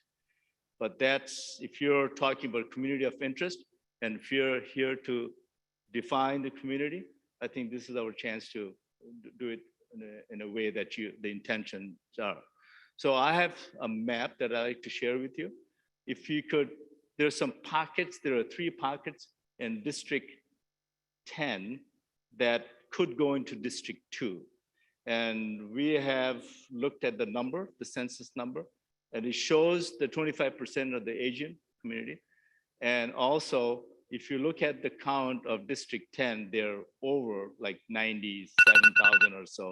So this would be a good fit. I would like to give that map to, who do I give this to, please? You can approach and give it to our general counsel. Okay. Well, Thank you for addressing the commission. So 93, 96, 97, and 99. Do we have 93, 96, 97, or 99? 99. Go ahead, ma'am.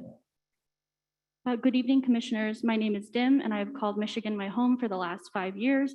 I was originally born in Burma, where the people fight for democracy every day, the way that we are coming together right now to fight for our community of interest. When my family and I were displaced and immigrated to the United States, we first called Oklahoma home. Yet when I moved to Michigan was when I experienced what a community of people who care deeply, worked hard, and fought every day looks like. I was born in a working class Asian American family, and as a young person experiencing the worst effects of ill-resourced communities, climate change, and systemic racism, I believe fair maps is the beginning of ensuring that the coming years are more equitable. But when I look at the 3 proposed maps, House District 2 has cracked a random small corner of the Asian American community of interest, the Bangla community that the gentleman before me was talking about, namely from Kashmir to Kaniff in the northeast corner down to Alpena and Belmont. This should be included in House District 2 instead of where it is now. We have included a map in our sign-in. Cracking this corner of the Asian American community dilutes our ability to elect reflective leadership. Additionally, VRA districts must allow Black voters to elect representatives of their choice. The districts you drew for Detroit are all the same, thereby preventing Detroit's communities of interest any consideration in cracking the city's Black communities. This is unacceptable. I would highly recommend that you implement the suggestions of the Fair Maps Project and protect the vote maps. The interests of Asian American communities are tied to those of the Black, Hispanic, Arab, and Indigenous communities. We rise and fall together. We cannot be left behind any longer. Thank you. Thank you for addressing the commission. Ma'am, what number are you? I am number 97. Thank you. Good afternoon. My name is Terry Harrison. I'm a community and politically have been active for 60+ years, as well as a resident of the city of Detroit. I'm also a member of the executive committee of the NAACP Detroit branch. I have 4 points that I'd just like to review with this panel. I believe significant improvements are needed in current proposed VRA map districts. Regarding voting right districts, your VRA analysis is leading you down a path of disenfranchisement of communities of color. Splitting, cracking districts weakens the voice of all communities, especially Detroit and Flint. Detroit, Flint, and other communities have suffered for at least 20 years because the maps have been rigged for the opposite party. This is racial gerrymandering. It has denied people of color our full political voice in Washington and in Lansing. My next point, partisan fairness. The maps you bring before us today give a disproportionate advantage to one party with a minority of the vote on at least 3, if not all four of the partisan scoring metrics. Your maps put a thumb on the scale for one party over another. Fairness is when both parties win the majority of votes. Communities of interest is not an excuse to pack voters of a particular party into fewer and fewer districts. This weakens our voice in the state legislature. In the current map, Detroit is cut up into 17 different House districts, defying the even most common sense around fairness in redistricting. Ma'am, your allotted 90 seconds has ended, so thank you for Thank you addressing the very much. commission. Please look at the natural connection of communities that are close. Thank you.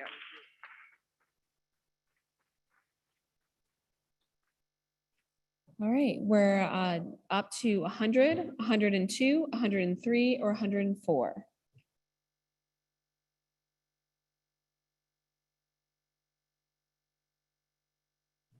We have number 100. I'm 103. Sir, what number are you? Sir, what number are you? 105. 5. Do we have 100 or 102? All right, 103, go ahead. Black folks in this room, and it's not no disrespect. When you see this panel right here, this represent our political power in the state. So if these three Blacks that represent us even rule in our favor, they still would be outnumbered. This is how our representation is also on the state level. Out of 148 state legislatures, only 15 of them is Black. So every time we send Black state legislatures to Lansing, we send them in a battle that they really can't win. We send them with the wrong agenda. That's why they can't come back with results. On the federal level, 535 US reps. Out of that, 50-something is Black. Our political power is in the city, all majority Black cities, like right here in Detroit. That's where our political power is. Right now, you got city elections going on in Detroit, going on in East Point, going on in Southfield, which all of those are majority Black cities and nobody is involved. We have to know our political power. What you see here represents that. This is not because they put it uneven. This is a representation of our voting power in the state. It's 10 million people here. It's 1.35 that's Black. So we can't control the state legislature. We can't invoke policy to affect change. Vote locally. That's where our power at.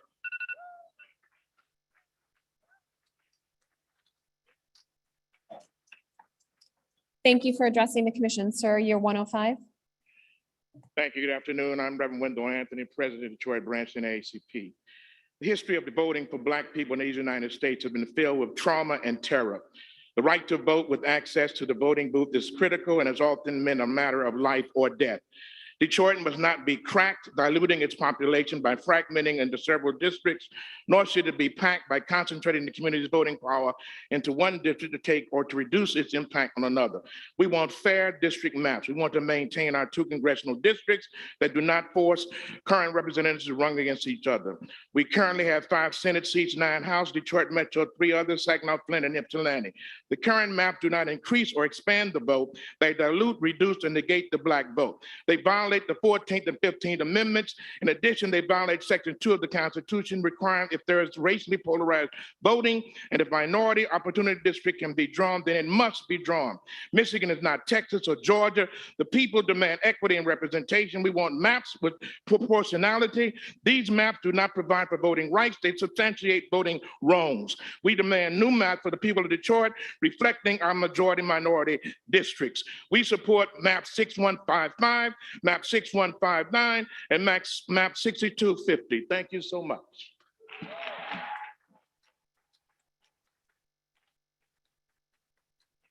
Thank you for addressing the commission. Do we have number 104, 104, 106, 107, and 108?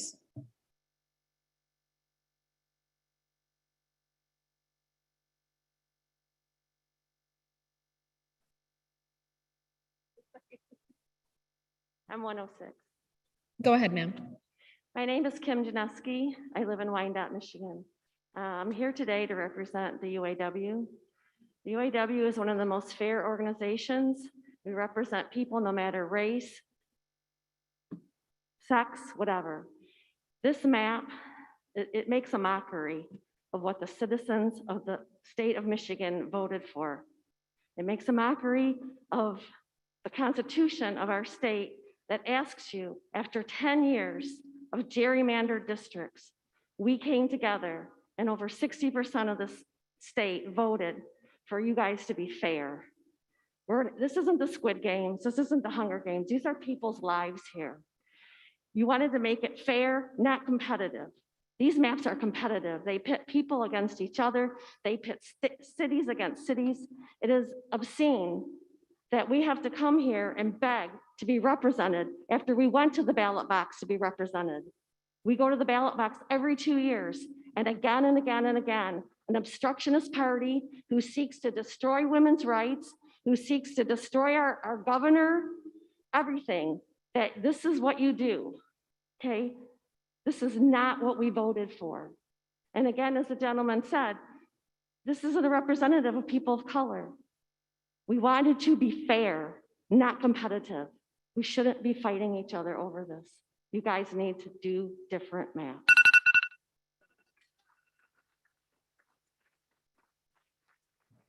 Thank you for addressing the commission. What number are you, ma'am?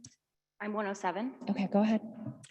Hello, my name is Emily Clancy, and my husband and I are homeowners in Grandmont 1, Detroit neighborhood, but I grew up in St. Clair County, and most of my family still lives in St. Clair County and Macomb County. First, I want to thank you for all the time you spent listening to the public. And as many have vocalized here today, I believe that the unpacking of Detroit districts and all of the maps goes too far.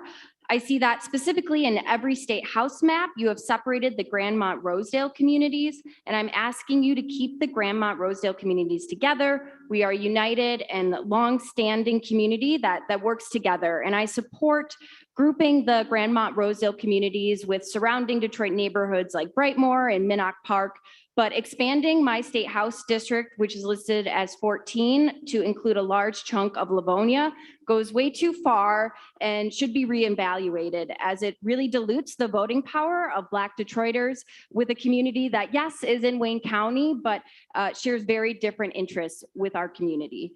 I also want to speak on State Senate Map District 7 that brings together Harper Woods with the Grosse Pointes, St. Clair Shores, and extends all the way up to New Baltimore.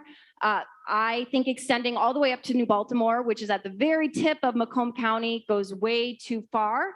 And I would ask you to reconsider and reevaluate that map so that Wayne County and especially Detroiters are not disenfranchised in their vote. Thank you. Thank you for addressing the commission. 110, 111, 112, and 113.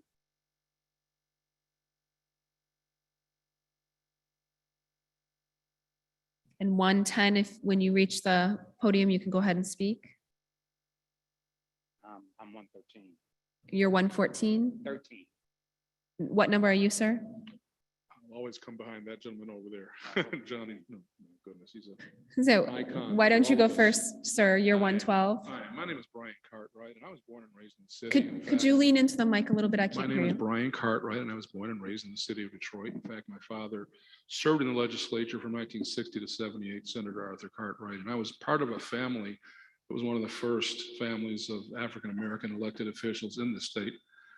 And I'm here because I'm in support of the Promote the Vote maps, and particularly 6782. But I'm particularly offended by the way these maps are carved, because these maps are really a bigger threat to our voting than anything the Republicans have done, because it will mean that we don't have any Black seats at the table for the next 10 years. It's that simple. We have two congressional districts, 5 state Senate seats, and 10 state House seats that were majority Black. Prop 2 was created. You were empowered and have a duty, passed in 2018 by an overwhelming majority of Michiganders, because for decades we lived under Republican gerrymander. That's just a fact. It's your duty to ensure we don't have a gerrymander, intentional or unintentional. This may be unintentional, but it is in fact a gerrymander. That's what everyone is saying here.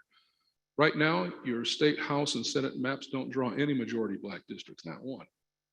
I mean, therefore, I urge the commission to adopt the NAACP remote the vote maps because these maps don't carve the east side up into 4 Macomb County Senate districts. We also understand this is not an easy task, but failing to draw these maps correctly can set the whole state back for many years to come. Thank you for addressing the commission. 113. Thank you. Good evening. My name is John Johnson. I serve as Executive Director of the Michigan Department of Civil Rights, the operational arm of the Michigan Civil Rights Commission. I'm here to speak on behalf of both the department and the commission. We've also submitted to you a comprehensive analysis of our position in writing, which we will also send to our stakeholders, post on our website, and share on social media. Simply put, the department believes that the maps presented by this commission violate federal civil rights law. This commission has an historic opportunity and profound responsibility to redraw Michigan's electoral boundaries so that we preserve, as the Voting Rights Act says you must, the ability of the minority to have a voice in their government and in deciding who will represent their interests in both Lansing and Washington, D.C. The maps this body approved fail that test. They dilute majority-minority districts and strip the ability for a minority voter to elect legislators who reflect their community and affect any meaningful opportunity to impact public policy and lawmaking. If you approve any of your maps, we believe that you will be violating both federal statutory and case law. We urge you to rectify the VRA violations inherent in the maps under consideration.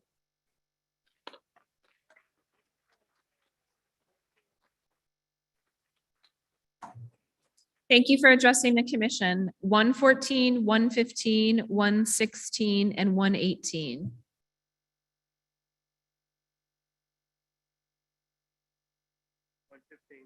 Go ahead, sir. We have 114. Go ahead, sir.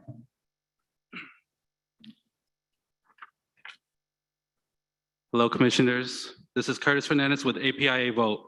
I'm here to ask the commission to revise State House District 2 covering Detroit and Hamtramck. Specifically, I want to advocate that it be revised to include a few blocks that are an area west of Mound, east of Conant, south of Casimir, and north of Belmont. This section right here. I will leave printouts for the commission to view this section in question more clearly. This section needs to move from District 10 to District 2 so that we ensure that the Bengali and Muslim residents are kept with their community. These residents share common concerns and needs with the rest of Hamtramck and Detroit and have less in common with the Macomb County communities that are part of District 10. I want to thank the commission for the work that they have done thus far, and specifically to Commissioner Anthony for bringing up our maps time and time again. But we have more work to do. Please ensure that the residents of Hamtramck and Detroit have their voices heard. Keep Bangla Town whole. Stand up for Muslims, for Black people, for the Asian community, for Latinx folks. Do not disenfranchise people of color. Thank you for your time.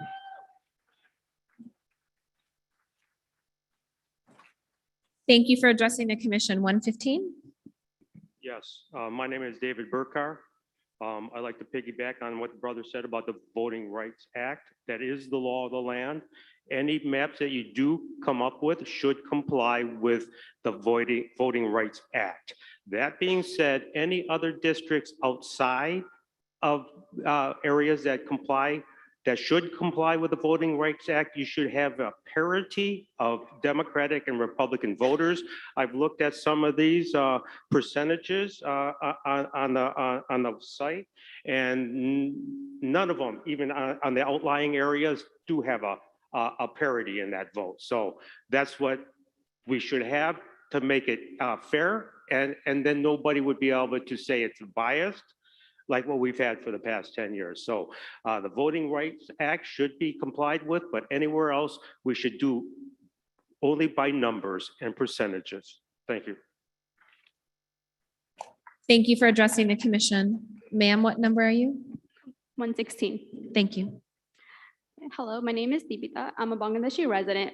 And before I begin, I want to say thank you all for your hard work and efforts in trying to create a fair map.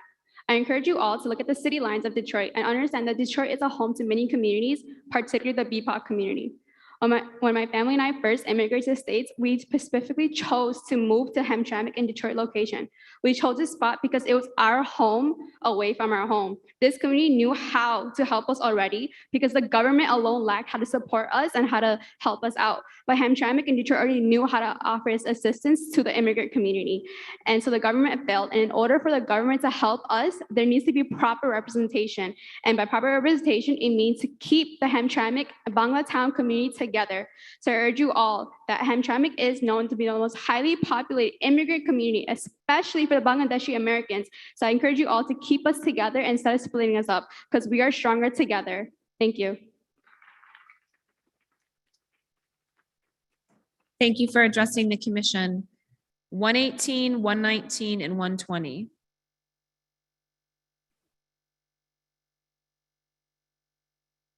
Do we have 118, 119, or 120?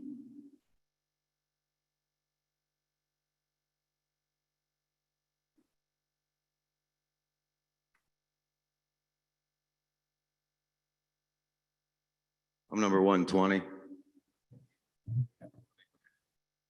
Good afternoon, y'all. Well, good evening, actually. I appreciate all the work that you guys have done as far as to draw these lines. There's still a lot of work to do. You know, we got 10 years. 10 years, you know, I mean, 10 years is a lot of time, right? I mean, my kid will be 23 years old at that time. I've been a UAW member for 23 years. I'm a member of the Coalition of Black Trade Unionists, Sergeant at Arms. I believe that you guys need to sit back, get back to the table and draw these lines a little more fair. 2% is even too much. If you can get it under 1%, that would be close enough to fair, but still not fair enough, I don't believe.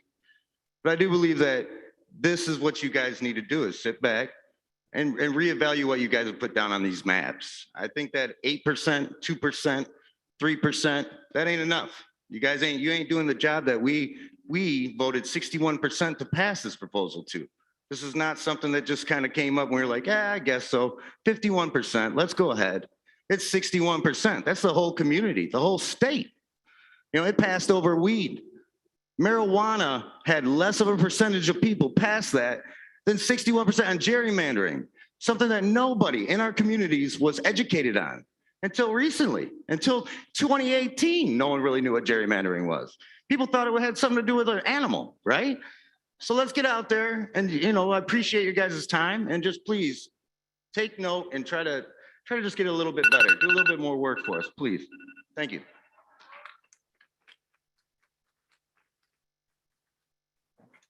Thank you for addressing the commission. Ma'am, what number are you? Hi, I'm 121. So 121, 122, 123, and 124 can approach the microphone, and 121, you can go ahead. Thank you. My name is Celeste. I'm a fourth generation Japanese American, and I grew up and live in Ferndale, and I am a racial justice voter. I'm addressing the commission today because I believe communities of color need more resources and opportunities for reflective representation. I really want to encourage the commission to consider the Promote the Vote and Fair Maps project maps. Truthfully, I'm deeply concerned about the dilution of the Black vote in many of the House districts. As an Asian American, I know my well-being is tied up with the well-being of other communities of color, Black, Latinx, Indigenous, and I believe creating a VRA district with a Black voting age population below 40% is simply unacceptable. A typical primary election in Detroit and Flint usually has multiple candidates of color.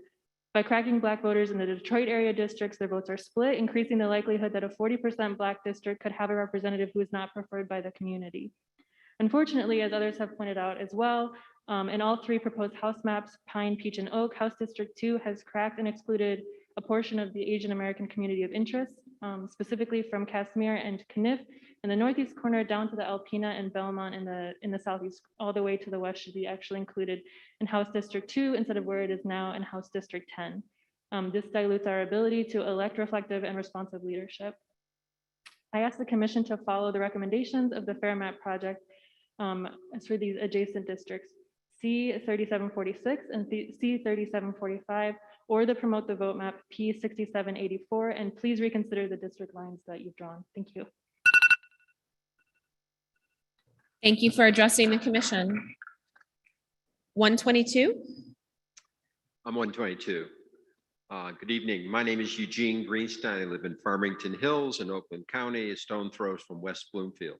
In 2018, the executive director of Voters, Not Politicians, promised that communities of interest would be respected and kept together, as did other promoters of Proposal 2. Partisan considerations are far down the list of importance in your considerations. I live in the best example of gerrymandering, the 14th Congressional District. It is totally unacceptable. My expectation is simple geometries that respect city boundaries. Cities are major communities of interest, as are counties. In my case, Southern West Bloomfield, Farmington Hills, and Farmington are a community of interest that is important to me, as we share a common school district, libraries, and other services.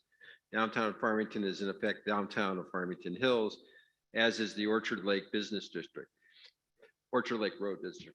Business district. We should be a contiguous unit when it comes to state and national representation, as our issues are the same, and we also share civic organizations such as the Farmington Music Hall, Farmington Community Arts Council, and Farmington Historical Society, all of which my wife has been very active in. Being close to West Bloomfield and Farmington Village, having relationships with people and business in those areas makes them, from my perspective, part of my community of interest. Thank you for your consideration. Thank you for addressing the commission. 123. I'm 121. You're what? 121. 121. You're Oh, I am 124. 123. Ma'am, go ahead in the red. Good evening. Thank you so much for your diligence up to this point. My name is Marletta Boyd II. I've been an active community member of Rosedale Park Association in District 1 of Northwest Detroit for almost 40 years. I'm also worked at a nonprofit that focuses on uplifting the voice of youth and young adults that are at or below poverty, which in Detroit is predominantly the Black and Brown population. The Voting Acts Right of 1965 was created to provide an opportunity for African Americans to elect representatives that look like them of their choosing. Your current maps crack down Detroit and make this impossible. The maps as presented disenfranchise Detroiters. At the current level of Voting Rights Act, districts should be maintained or increased. Specifically, the manner in which the maps are currently proposed, it would be difficult for an African American to be elected into those districts. Any district with a Black voting age population or VAP below 40% is disenfranchising. I ask that you consider partisan fairness as well, as the Constitution requires it, and try to get as close to 0% on a partisan bias score as possible. There's lots more work to be done, and I'm grateful for your time this evening. Thank you for the consideration. Thank you for addressing the commission. Go ahead. My name is Tiffany Simmons, and I stand before you today as a proud member of the UAW. I am a working woman and I am raising a young woman. It is important at a time like this for her to be able to see the Rashida Tlaibs, the Debbie Dingles, the Brenda Jones, and unfair maps threaten that. To tip the scales in any one party's favor is unfair. And how can I as a parent teach my daughter fairness and not voice my concern at this critical process? Even though I am a current Dearborn Heights resident, I am from Detroit and can attest that if without knowing how politics work in Detroit, cracking Detroit into small strips and joining them with suburbs is doing the city a great disservice. No one should vote to approve any map that has a disproportionate advantage to any one political party. Detroit should be able to elect its own representatives, and I'm not sure your maps will guarantee that. Cities like Detroit have had enough taken from them, and I stand before you today to ask for you to not to take anything else, especially something this vital from them. Thank you.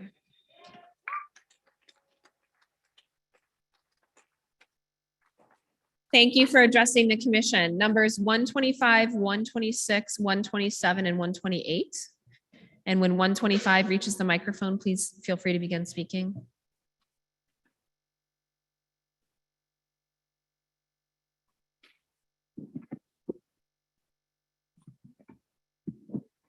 Good evening to the commission.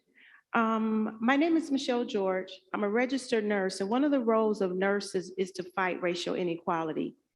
I support the map of 6834, 6782, 6784, P6783, and 6250. We are dealing in a racial, I look at the racial part as really evil. Dr. King talked about 3 evils: poverty, war, and racism. I'm not surprised because I knew when this commission formed, it wasn't going to do right. This is the consequences of the election of 2016. But one thing John Lewis taught us, and when I went to Selma, our vote is precious and it's almost sacred. My cousin was Raymond Parks, was married to Rosa Parks. We have the blueprint that we're going to fight this racial inequality.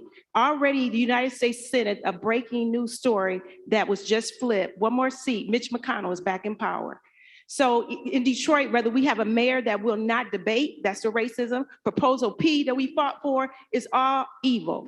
And so as a nurse, I'm going to fight. I have the blueprint from the Parks family, and I will continue to fight. I'm not surprised. Thank you. Thank you for addressing the commission. I'm number 128. Go ahead. Hello, my name is Wanda Mays. I live in Detroit. I'm a Cass Tech and Wayne State University graduate. I am outraged at the proposed map. In that way, my constitutional rights will not be trampled on. These maps favor the Republican Party. Were the maps drawn from a committee of a balance of between Democrats and Republicans? And how in all good conscience could you draw a map with Detroiters aligned with people in St. Clair County or Birmingham or Royal Oak? The maps as drawn are completely unfair, blatantly racist, and should be determined unconstitutional.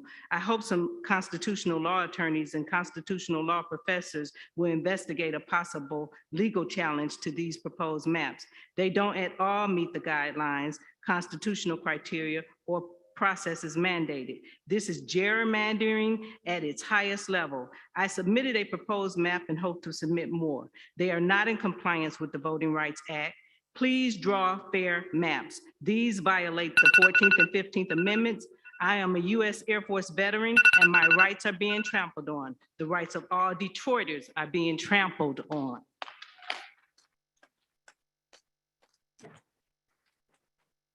Thank you for addressing the commission. Number 126. Hello, my name is Tarun Agarwal, and I lived in Michigan all my life here. So, and I really, thank you so much for the hard work you've been doing. I just really want to say that you really urge to keep the maps fair, where all the communities of interest are really together, all the cultural people are together, all the brown people are together. I've noticed that Dearborn and Dearborn Heights are split up. Please keep them together, and Hamtramck individuals that are in there, keeping them together. It's a really huge community of Bengalis and Bengali Hindus there. And the other thing is keeping District 11, Oakland County. They should include Milford and more of Commerce Township together, not much of Farmington Hills, and not having Washington County mixed with Oakland County together and with District 11. So I really urge you to keep within, when you're doing the maps and everything, do it with integrity, with what the Constitution is saying. And the last point I just want to say is I really appeal to you that consider maps drawn by Promote the Vote. And the portal numbers are P6782, P6783, P6784. Thank you so much. Thank you for addressing the commission. 127.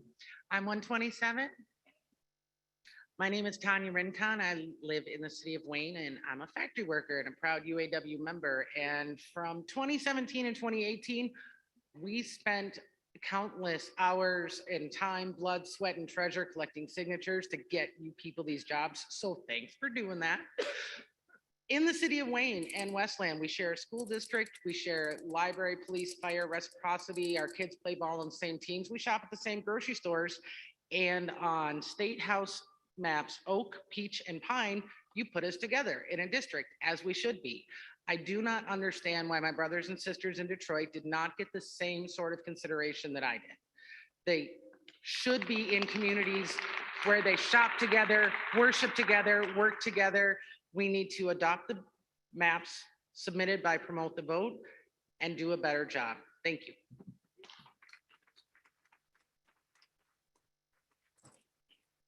So I appreciate the clapping and I don't want to discourage clapping, but I do want you to know I got a request from people who are listening online that we not clap while people are speaking, because then the interpreters and people who are listening online can't hear the rest of that person's statements. So absolutely clap if you want to, but I ask that you please hold your applause until someone is done talking so that everybody online can hear them. Sorry, it's a request that I just got, so I just wanted to remind everybody. All right, 129, 130, 131, and 132. And 129, when you reach the podium, feel free to begin speaking.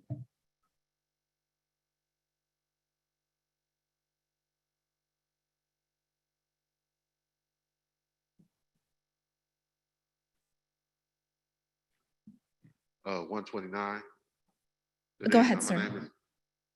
129, good evening. My name is Lucius Ballard, and I'm a Wayne County resident, and I'm representing the UAW. I just wanted to talk about redistricting in the city of Detroit.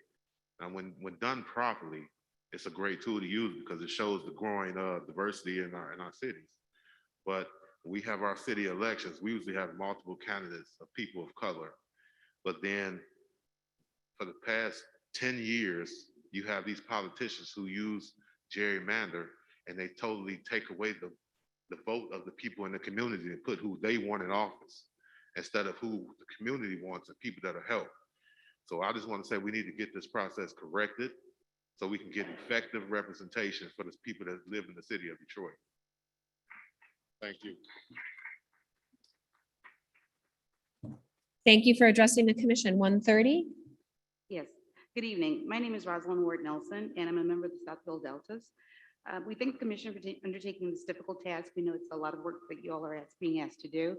And we just ask that you listen to the comments that you heard tonight and make sure that you take them to heart and put them in, include those in your considerations.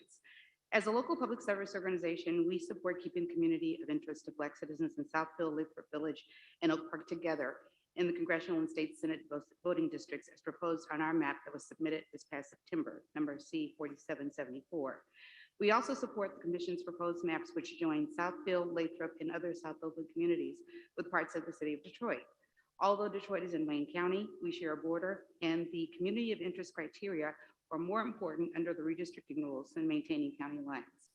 This community of interest shares important cultural, historical, economic, educational, caregiving, and family ties as a community. As a minority population in Oakland County, Black representation needs to be protected from becoming diluted as it relates to common interests of Black citizens in these communities. It is important that you keep this community of interest intact, and we thank you for your commitment and your interest in our concerns.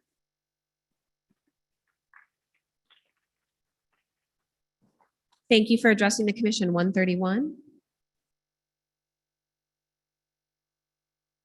Good evening. My name is Guylan Harris, and I've been a lifelong resident of the city of Detroit.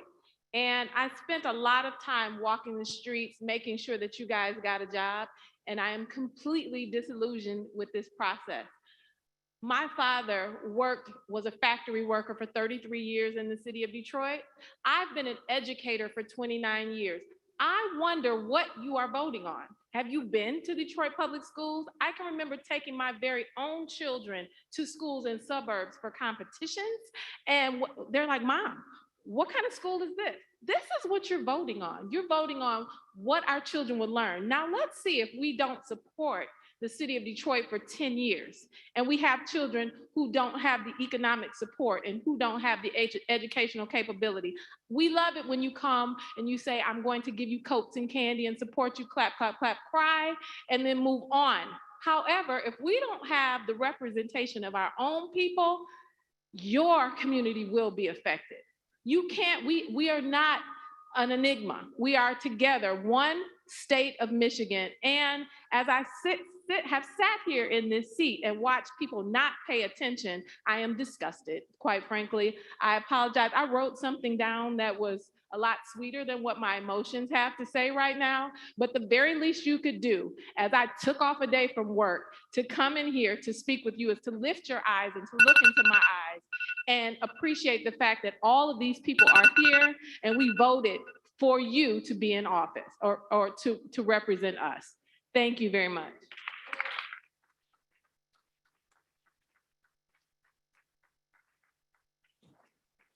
Thank you. Thank you for addressing the commission. 132. Thank you. Good evening, commissioners. My name is Muni Rahman. My family is originally from Bangladesh and moved to Michigan in 2001. I spent 13 years growing up in Detroit in what is now known as Banglatown. I attended Detroit public schools for middle and high school. Growing up, I have witnessed pockets of diverse groups of people within the city of Detroit. I am currently serving as the vice president on the PTO board for my children's elementary school after realizing the need for representation.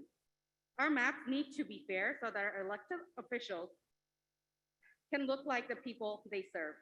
By keeping the Detroit and Hamtramck Bangladeshi community together, we have a better chance of getting the resources we need, such as language access, citizenship classes for the parents, and supporting other means of overcoming barriers that most new immigrant communities face. However, in all three proposed House district maps, Pine, Peach, and Oak, House District 2 has cracked out small corner of the Asian American community of interest, from Kashmir and Kniff in the northeast corner down to Alpena, Alabama in the southeast, all the way west should be included in House District 2 instead of where it is now in House District 10. Cracking this corner dilutes our ability to elect reflective and responsive leadership. As Asian Americans, we believe our fate is tied up with those of our other communities of color. Thank you, commissioners, and you are the ones with agency to change this. Thank you for your time. Thank you for addressing the commission. 133, 134, 135, and 136. Are you number 133? Go ahead. Hi, good evening. I'm Nomi Joyrich, and I am speaking on behalf of MUSGEN, which is the Michigan Unitarian Universalist Social Justice Network. We are a nonpartisan, faith-based, statewide organization. Our members span the political spectrum, and we reside in every corner of this great state. We would like to humbly thank the commission for your dedication to this sacred work. It is sacred work. We have been looking at all of the maps with great interest and are still very concerned that none of the tree maps display partisan fairness or address prison gerrymandering. We ask you to place the prison populations who do not have the right to vote in overpopulated House and/or Senate districts. This would help prevent the surrounding non-prison population from having an outsized influence. Promote the Vote has submitted maps that do a great job dealing with these issues. And we ask that you please consider the Promote the Vote maps, portal ID numbers P6782, P6783, and P6784. Thank you very much for your time as we all work together to end partisan gerrymandering and ensure that all voters can speak with the same volume. Thank you.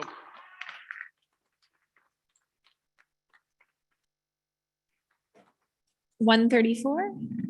Go ahead. Hi, my name is Debbie Roseman, and I'm from Bloomfield Township. Kudos to you for working so hard on creating and modifying the maps, but they're not good enough yet. These maps must be adjusted to reflect true partisan fairness. After all, the party that has the most votes in the state should get the most representation. The question is, how many seats would each party win if the statewide election resulted in a tie? The answer should be a tie as well. But under all your current proposed maps, the scenario would end up with more Republican representatives. This shows a distinct Republican advantage. All the work we did in the 2018 election to establish this commission was intended to not have that happen.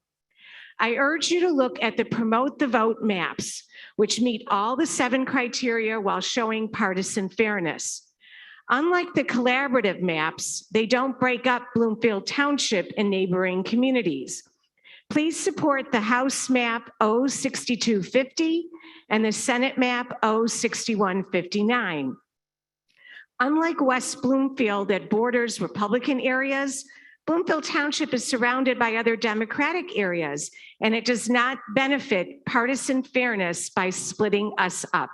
Thank you.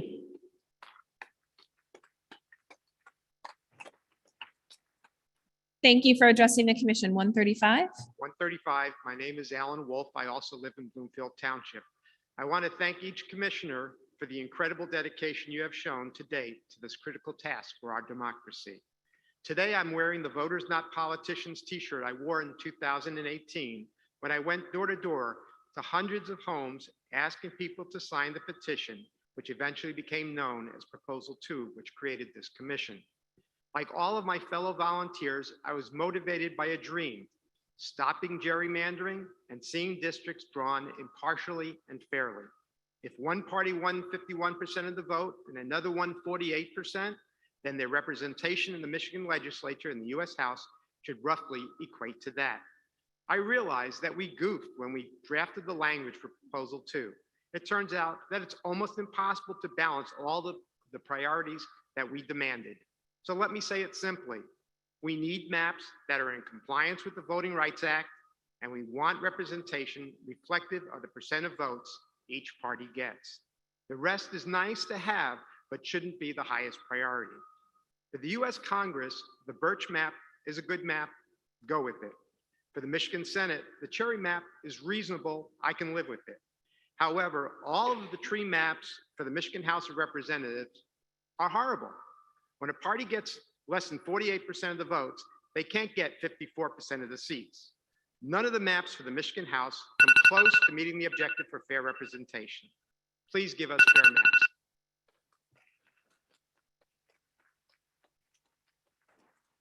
Thank you for addressing the commission. 136. Good evening. My name is Chris McLonis. I am from Ferndale, Michigan. And many folks tonight have spoken more eloquently than I can about the Voting Rights Act districts.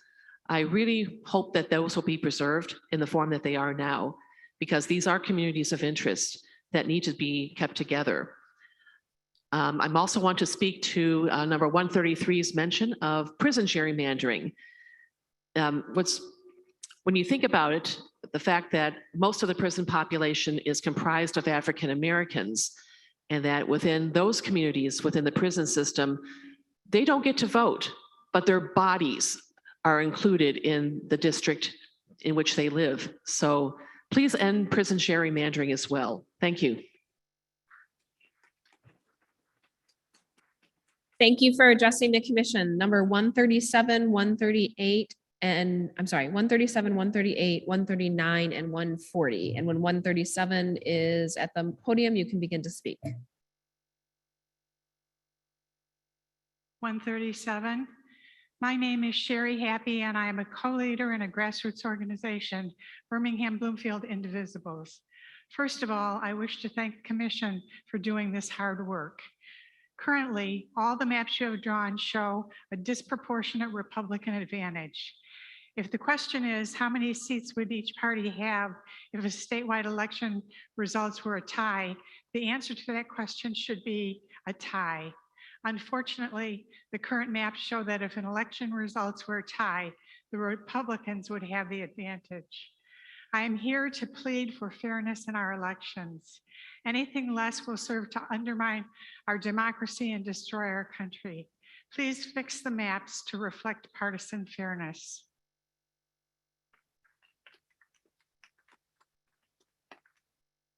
Thank you for addressing the commission. 138. Good afternoon, good evening, I should say. My name is Sheila Stribling. I am a UAW retiree from the state of Michigan for over 30 years.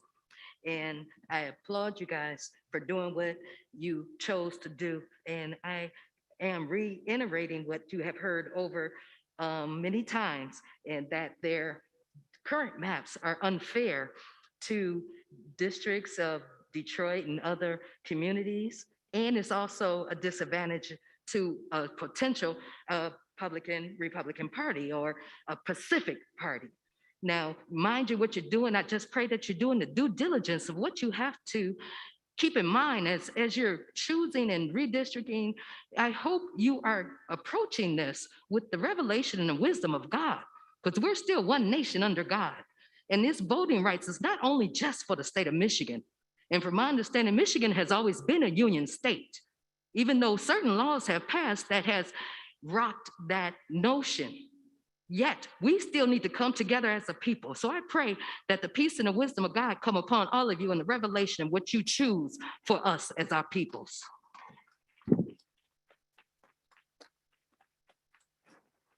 Thank you for addressing the commission. 139. My name is Jim Barczyk. First, want to thank all the voters in the state of Michigan for creating this commission, and for all of you commissioners who are working so hard that you have.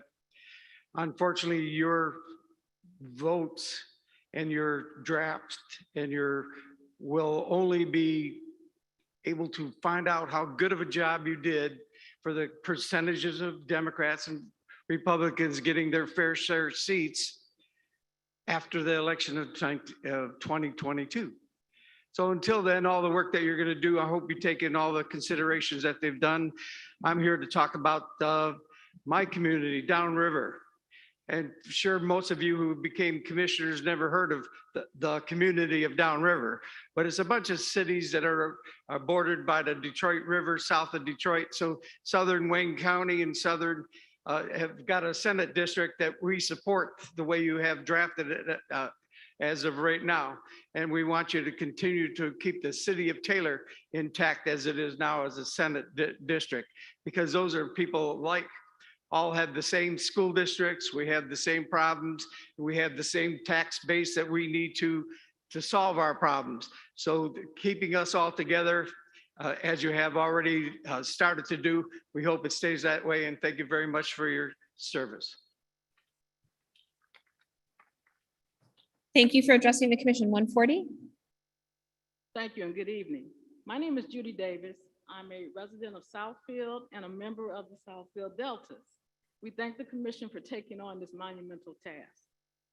As a local public service organization, we support keeping our contiguous community of interest of Black citizens in Southfield, Lathrop Village, and Oak Park together in the congressional and state Senate voting districts as proposed on our map, number C4774. Unfortunately, most maps disconnect Oak Park and Southfield. We also support the commission's proposed maps, which join Southfield, Lathrop, with the addition of Oak Park to the city of Detroit. Although Detroit is in Wayne County, according to the redistricting criteria, maintaining and prioritizing COIs is more important than keeping the county boundaries. Our COIs shares important historical, cultural, economic, educational, caregiving, and family ties. And as a 13% minority population in Greater Oakland County, we believe that representation needs to be protected for the Black citizens and not diluted as it relates to our common interests among the Black community. So it is important to keep the COI together, and I thank you so much for your time.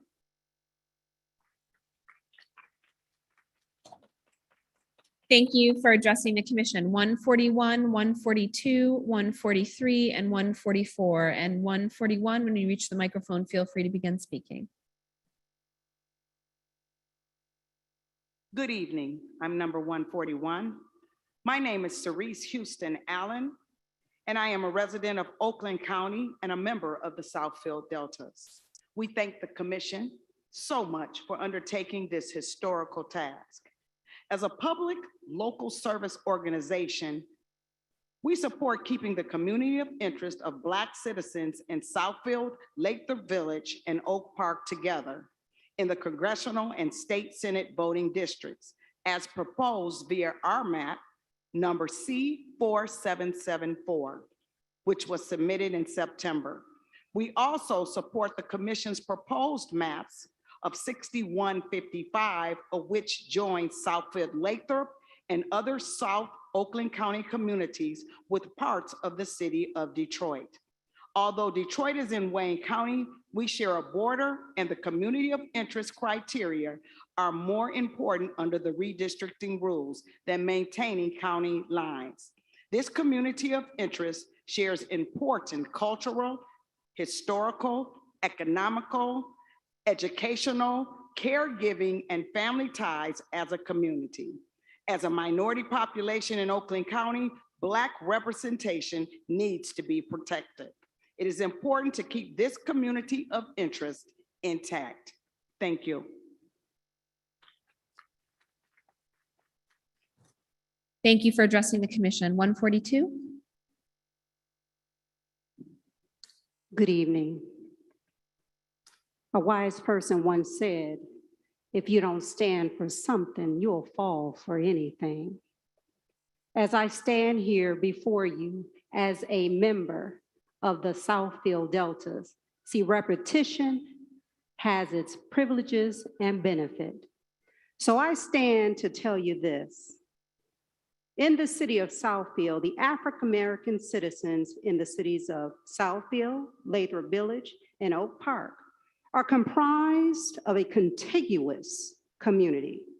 Under the current redistricting rules, sharing significant cultural, historical, economic, and other interests, we are here to let you know that we oppose what you are doing today. It is our hope that you will stand and reconsider, because I will tell you this, our vote does matter. And when we as a people exercise our right to vote, things do change. I'm going to leave you with these parting words. When you are a person of color, a Black woman to be specific, you seldom get to do what you just want to do.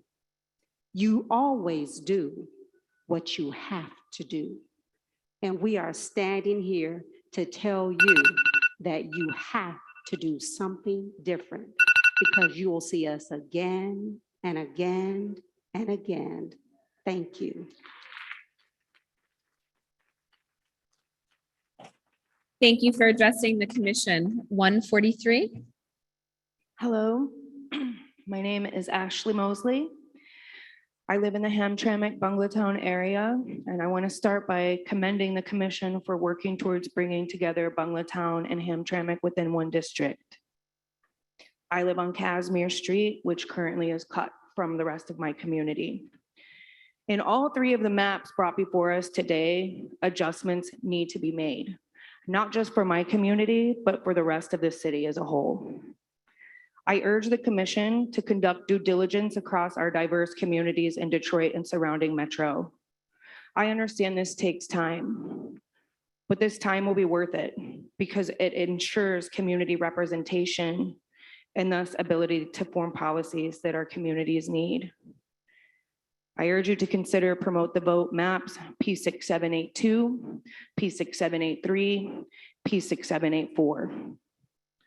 The citizens of our beloved Detroit have fought for decades to build communities where their voices are heard. We did not rise from the ashes time and time again to be silenced by division. I urge you to do better.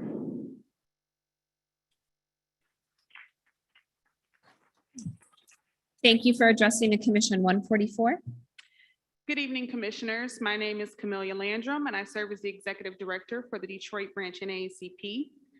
Thank you for showing up to listen to the spirit of Detroiters as we petition you not to wipe out the hard-earned victories we fought and won to lift Black communities in this city, the state, and our country. It's unfortunate that in 10 different maps, Detroiters and Black voters cannot see our community of interest nor our city protected, no matter how the lines are drawn. The districts do not change, and Detroit voters do not have the same options as you have provided some of the other regions of the state. I encourage you to deeply consider map 672, 6782 through 84, 061, 55, 59, and 6250. Look at them and please ask yourselves why they don't work before you discredit them. You've heard this data throughout the day, but this is why it matters. Black people fight for Black people differently. Yes, we have allies in other communities, but when the narratives are so drastic, like the east side of Detroit to Marine City or the west side to West Bloomfield, we don't just need allies, we need people that represent us, have our experiences, and understand us. As a young leader in this city, I grew up watching the strength of Black elected officials represent my interests in education, the economy, and leadership. The maps drawn don't do that, and any maps with fewer voting districts just aren't right. Lastly, remember that lifting the voices of Black people has never sent this country in the wrong direction, but lifting those of people who think they know better than us always does.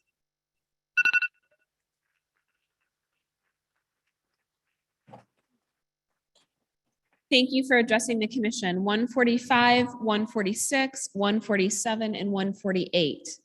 And 145, when you reach the podium, please begin speaking.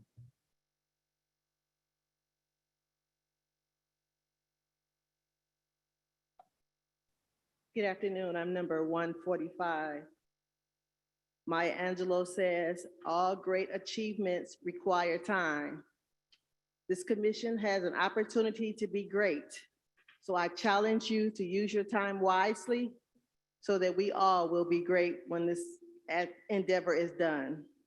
I am Gina Wilson Stewart, and I am here from the great city of River Rouge. Like my downriver partner over there, I'm going to say the names of some cities that you haven't heard before, but we are very passionate about us sticking together.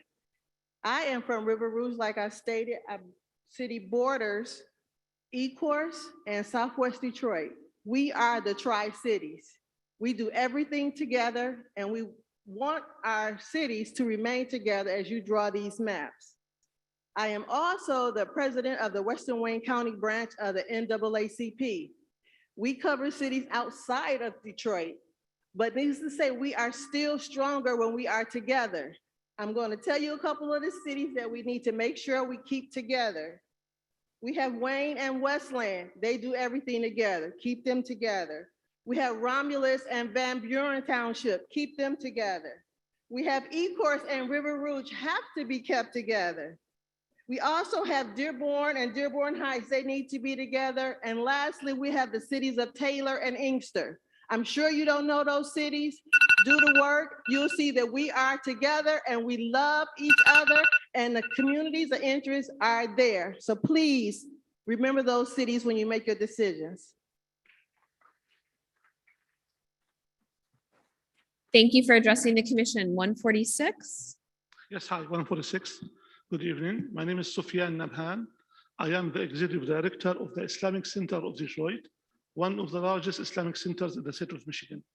After consulting with some of my congregations and other Islamic centers in Detroit area, this is our feedback. Regarding the Senate maps, it's good. Regarding the congressional maps, we would like to see the Bengali community and Hamtramck in one district. Regarding the House maps, Dearborn be divided to 3 districts and would like to see Dearborn in 2 districts maximum. Dearborn should be in 2 districts maximum. And regarding Detroit, we think that much more fairness should be in the maps of the districts in Detroit. Thank you. Thank you for addressing the commission. 147. Hi, folks. Can you hear me? Okay, great. Hey, folks. So my name's Bob. I'm from Grosse Pointe Park, part of the Lake St. Clair community of interest. I've tried to give a voice to some folks who have made comment from all the way around the lake, from Grosse Pointe Park up to New Baltimore. And I appreciate that in 2 of the 3 collaborative state Senate maps, you've drawn us all together, including the important critical wetlands in Ira and Clay Townships in St. Clair County. In 1 of the 3, you've split us up and split my hometown of Grosse Pointe Park off from the rest of the district. I prefer the one where my hometown's included with the lake and in our environmental district. It's important to me and a lot of folks. There's one map that's a little bit different that includes the whole Lake St. Clair community of interest, but also includes the Jefferson Chalmers neighborhood in Detroit. I think that'd be great if those folks want to be part of our district, but it should be up to them. It is a nautical community on the Detroit River where Lake St. Clair feeds into it. They have canal houses there. But I've heard a lot of folks here from Detroit who want to determine their own future, have their own representatives. And I really think if anyone here is from Jefferson Chalmers should speak up and say, yeah, we want to be with those Lake St. Clair suburbs or we don't. Should be up to them. Thank you very much. I appreciate your time, folks. Thank you for addressing the commission. 148? We're good. Go ahead, sir. Hello, my name is Michael Sklar. I live in Huntington Woods and I speak tonight in support of the map supported or submitted by Promote the Vote, P 6782, P 6783, and P 6784. These maps are considerably better than any of the maps most recently released by the Commission in meeting the criteria enshrined in the state constitution as a result of Michiganders' overwhelming vote for redistricting reform in 2018.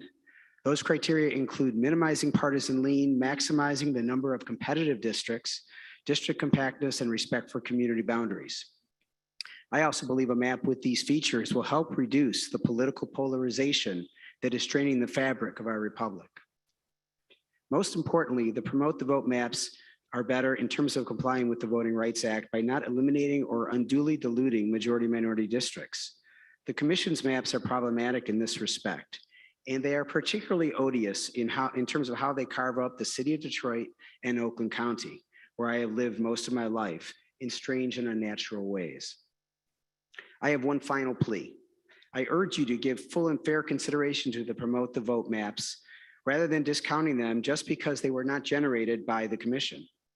Your job is to select a map that does the best job of promoting all of the goals that Michigan voters and the Michigan Constitution have charged you with implementing. In fact, you not only have the power to choose a non-commissioned map if it best satisfies those goals, arguably, you have the duty to do so. Thank you very much for your time.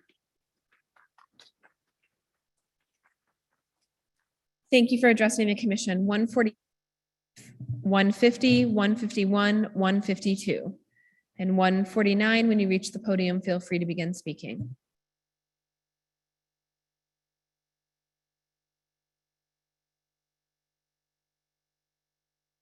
Good evening, commissioners. My name is Rezaul Chowdhury. I live in Hamtramck, and I work for a nonprofit organization, Global Detroit. I've been in several hearings and advocated for Bangladeshi community in Hamtramck and Banglatown to keep them together. I'm glad that Commission kept this whole community together in District 2. But unfortunately, there is a slight, like a small triangle from Conant to Mound, and only 3 streets, Prescott, Kashmir, and Herald. Only these 3 streets, half a mile as a triangle, is excluded from map 2 to map 10, which is not understandable. What is the reason? But if you can amend it and put this small triangle in District 2, it will be very nice and make the whole community happy. I appreciate your hard work and I wish you success. Thank you. Thank you for addressing the commission. 150. Good evening, Commission. My name is Abu Huraira Dewan. I live in Hamtramck. And actually, thank you for doing your hard work. I just tell you to one small request. There is a District 2 and District 10. There's only little small part. You can see, you guys have this map, I think. There's a yellow piece, only 2 or 3 blocks. If you make these 2 or 3 blocks with the District 2, it will be so nice and keep the whole Bangla town together. Thank you very much. Thank you for addressing the commission. 151. Good evening. My name is Homer Yawley. I'm a citizen of Detroit, born, raised, educated in Detroit Public Schools. A couple weeks ago when we had that thing with the chairman there, a video conference, and I heard a number of people pressuring the committee to listen to their local reps, their state senators and state House representatives. And the reason we voted for y'all is to get away from that. So I hope that you're not paying them any attention. But they were very passionate when they was talking to you. about listening to their reps. And that's gerrymandering, and that's why we elected y'all.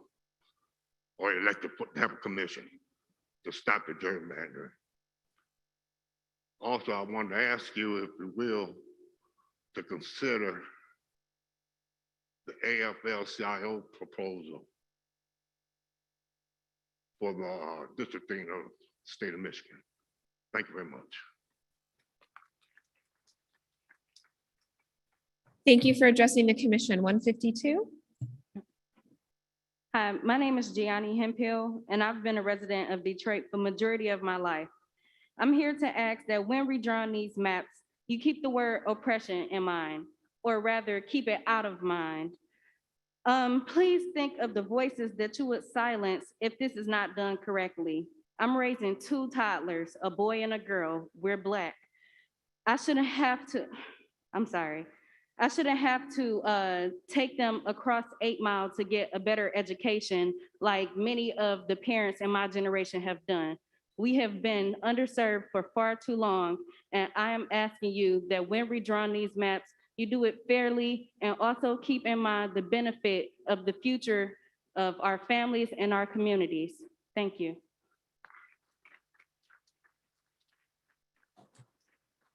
Thank you for addressing the commission. We're going to take 4 more, and then I think we're going to take a 10-minute break so everybody can get up and stretch their legs for a few minutes. So 153, 154, 155, and 156. And 153, when you approach the microphone, please go ahead and speak.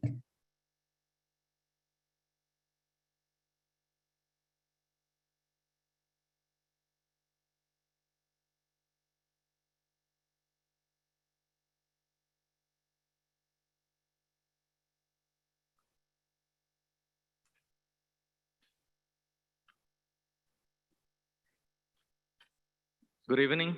I'm Asam Kamal Rahman. I'm resident of Hamtramck and member of APIA Vote Michigan.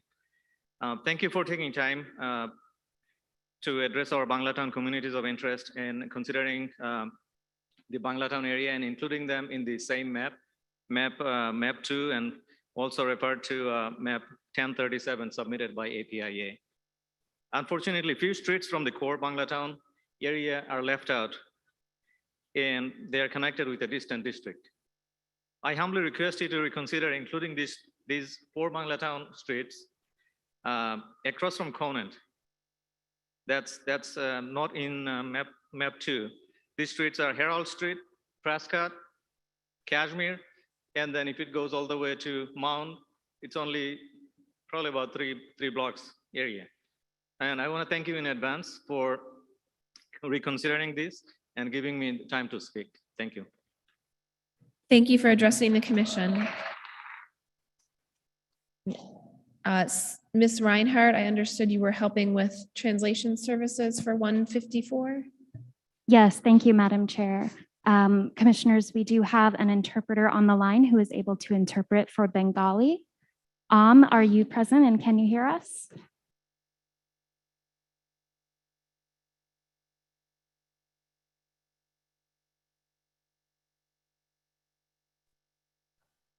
Yes, Give I'm us just- present. Great. Hello. So we have Mohammed here who would like to provide public comment to the commission. Can you relay the following to Mohammed? He will be given 3 minutes instead of 90 seconds so that his public comment will be given in English to the commission. Mohammad সাহেব, আপনাকে 3 minute দেওয়া হবে, যেহেতু আপনার কথাগুলা ইংলিশে আমি ওনাদের কমিশনকে বলবো, এবং আপনি এটা শুনে আবার আপনি তখন বাকিটা বাংলায় বলবেন, আমি আপনার কথা ইংলিশে ওনাদেরকে বলবো। ওকে? And please let Mohammed know he's ready to address the commission, or he's free to address the commission whenever he's ready to begin. আপনি যখনই রেডি আছেন আপনি বলা শুরু করতে পারেন। আসসালামু আলাইকুম, আমার নাম মোহাম্মদ রফিকুল ইসলাম। আমি অনেক দিন ধরে এপিআই সাথে ভলেন্টিয়ারে কাজ করতেছি। আমার নম্বর 154। আমি আশা করবো সবাই গেছে আমার এইটাই কাম্য, হ্যান্টামিক সিটি এবং বাংলা টাউন আমরা সব কমিউনিটির মানুষের লইয়া লম্বা টুতে বাস করতে পারি যেরকম এইরকম ওইটা আমরা চাইতেছি। সব আমরা হ্যান্ডটামিকবাসীর এইটা দাবি উপরে লেভেলে যারা আছেন আশা করি আমাদের এই জনগণের দাবিটা আশা পূরণ করিবেন। সালামু আলাইকুম। My name is Mohammed. I'm working with API for a long time and my number is 154. It is my hope and I want to tell you to the commission that we are living with different communities together for a long time. So we want the same way. We want everybody to live together in the same place in Hamtramck. So I wish that commission will keep that intact so that we can live together. ধন্যবাদ। Thank you. Number 155, and this will also require translation services. Tahura, can you hear us? Yes, my name is Hi, Tah- Tahura Chaudhry. I'm Bengali interpreter. Thank you, Tahura. Could you please let Mohammed know that we will also give him 3 minutes to address the commission? আপনাকে 3 minute দেওয়া হবে আপনার কথা রাখার জন্য। And let Mohammed know that he's ready to begin whenever. Mister Muhammad আপনি এখন বলতে পারেন। আসসালামু আলাইকুম। আমার নাম্বার 155। আমি একজন বাংলাদেশি আমেরিকান। আমি আজকে এখানে এসেছি এই জন্য কমিশনারদেরকে বলার জন্য এই যে হলুদ অংশটা বাংলা টাউন থেকে বাদ পড়েছে এই অংশটাকে একত্রিত করে দেওয়ার জন্য অনুরোধ জানাচ্ছি। ধন্যবাদ। I'm sorry, I forgot his name. His name is Mohammed. Okay, my name is Mohammed. I've been here long time. I'm living in Hamtramck, and my number is 155, and I came here to address my area. Like yellow, I want the yellow part include my all map. That's all I want. Thank you. Thank you for addressing the commission. 156. Hi, my name is Amanda Jakowski, and I am a resident of Hamtramck. And I'm here to request that the additional blocks that are in that yellow triangle that everyone's been talking about be moved from District 10 to District 2. I think this is important because it will simultaneously keep the Bangladeshi vote together, but it will also not further dilute the Black voices in District 10. And so I really do appreciate the responsiveness of the commission in continuing to reevaluate these maps. And I really would appreciate if you would just look back to the map P1037 submitted by Rebecca Islam and just look at it again and make sure that we're getting everyone where they should be, because that yellow sliver is it's out of place and it should be kind of obvious, and I appreciate your work. Thank you. Thank you for addressing the commission. So at this point, without objection, we'll take a 10-minute recess so everybody can get up and stretch their legs. It is currently 7:01. I do also want to indicate to the individuals who are waiting online to provide remote public comment. We are at number 157. We have 217 people who are signed up for in-person comment.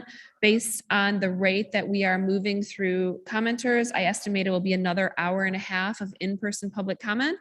So the in-person public comment should go to approximately 8:30. That way, the people who are waiting online know that around 8:30, they should be on deck to provide their comments. And So Madam we will Chair, recess. apologies for the interruption. I believe the final number for in-person public comment signups is 219. 219. Okay, so still about 2.5 hours away, or 1.5 hours away before we move to the remote people. All right, we will come back here at 7:10. Thank you very much, everybody.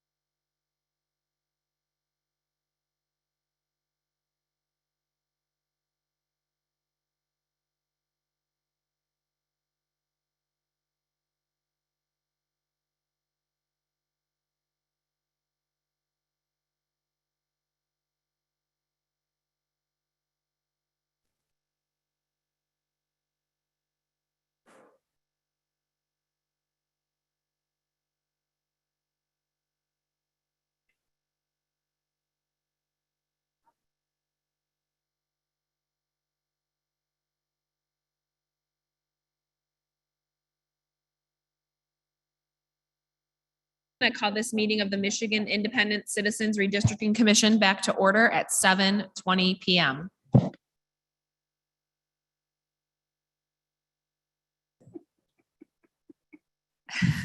Will the secretary please call the roll? Absolutely, Madam Chair. Commissioners, please stay present when I call your name.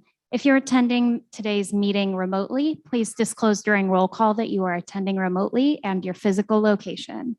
I will call on commissioners in alphabetical order, starting with Doug Clark.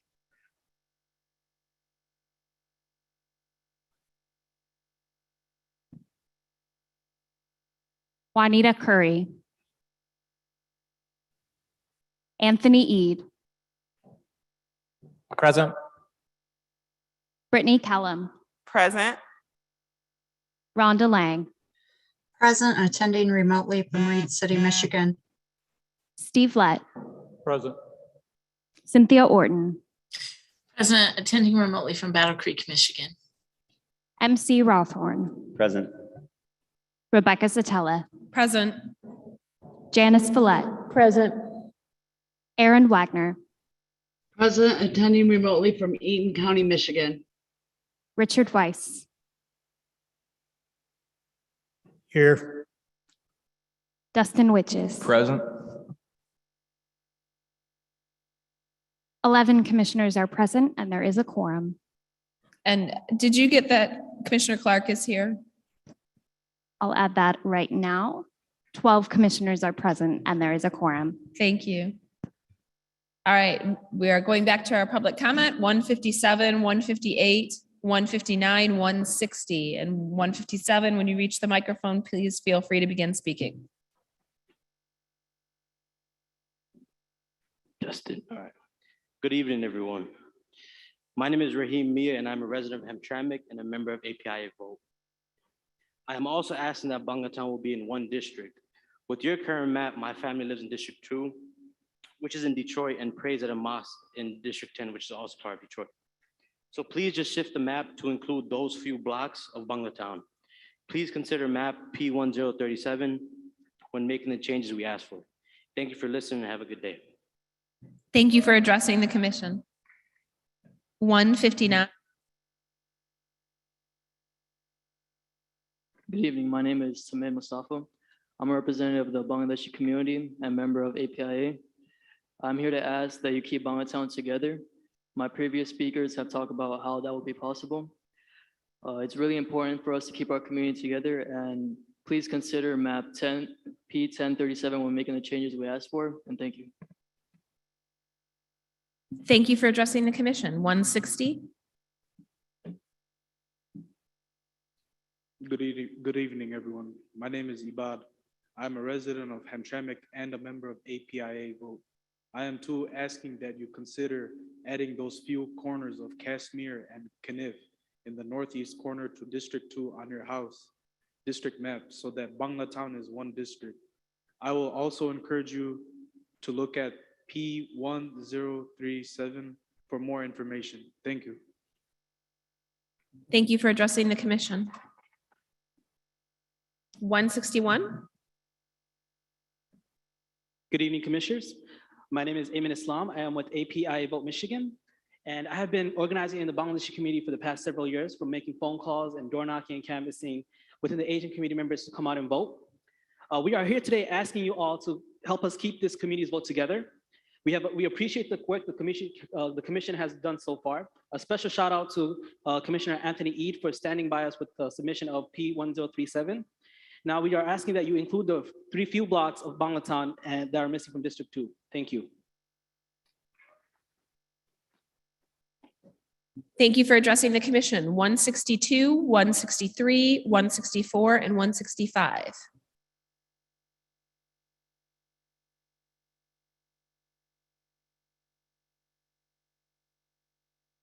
Hello, Commissioner. My name is Yasif. I'm a resident of Detroit and member of the Bangladeshi community, here to support the map that was submitted by APIA Vote. We're asking you to keep Bangatown together. You know, we appreciate that you guys have already revised your first map to keep us in 2 districts. So with your efforts of adding 4 more blocks, all of Bangatown will be in 1 district. Again, I will also say, please take a look at P1037, and thank you for the time to speak today. Thank you for addressing the commission. 163. Hello, my name is Tanvir. I'm a resident of Hamtramck, also here representing the Bangladeshi community and APIA vote. I'm also here to ask that you keep Bangla Town together. There has been a map submitted and shared with you all for your reference. We are just asking for a few more blocks to be added to District 2 so that our community can be in one district. Please look at map P1037 for content. Thank you.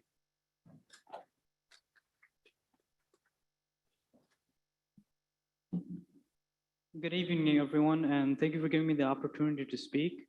My name is Mohammed Amin, and I'm here to represent APIA Vote Michigan. And I want to reinforce what my previous speakers have said. And I want Bangla Town included in one district. And I want you to refer to P1037. Thank you. Hello, commissioners and community members. My name is Untitled Chapter, and I have been with APIA since 2018, working to organize community members to go out to vote. I do have a canvas in Hamtramck and Detroit areas to get people out to vote from our community. Our goal is to make it easy for our members to have a collective voice. The proposed house district map where Bangla Town is missing few streets is not a collective voice that I believe for our Bangladeshi American communities. So please consider adding those few streets to the District 2. Thank you so much. Thank you for addressing the commission. 166, 167, 168, and 169. Hi, I'm 165. My name is Katie, and I am an enthusiastic supporter of Proposal 2. And I just want to thank you for the work that you've done up to this point. And I'd also like to let you know that I don't think your job is quite done. So Michigan citizens are counting on this commission to create maps that fairly represent them in the legislature. The current drafts that this commission has offered do not accurately reflect partisan fairness, which is a requirement of the Constitution. You can respect communities of interest while abiding by partisan fairness. If you have to unpack cities and make funny shapes to do that on the maps, then you should. As the maps currently stand, communities of interest are being packed into fewer and fewer districts. Their power in the state legislature is being undermined and diluted. I urge you to look at the AFL-CIO Fair Maps project for how to get partisan fairness while complying with all the other criteria too.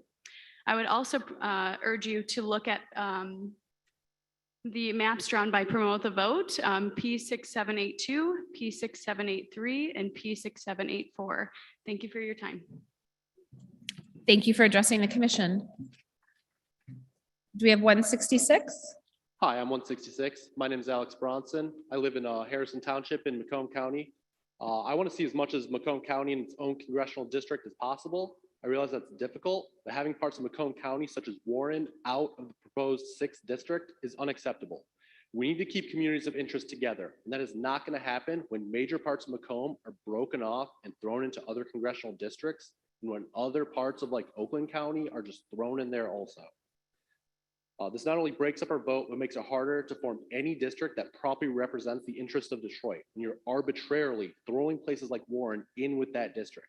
We need districts that are fairly represent the people that live in them, not districts that further divide and oppress us. Thank you. Thank you for addressing the commission. 167. Good evening. I am Alicia Bell, Chair of the Wayne County Commission. During the 1960s, African Americans took a major step forward with the passage of the groundbreaking civil rights and voting rights legislation. Today, nearly 60 years later, it seems as we are stuck in reverse as opposed to driving forward. The Voting Rights Act and African Americans are under attack on several fronts.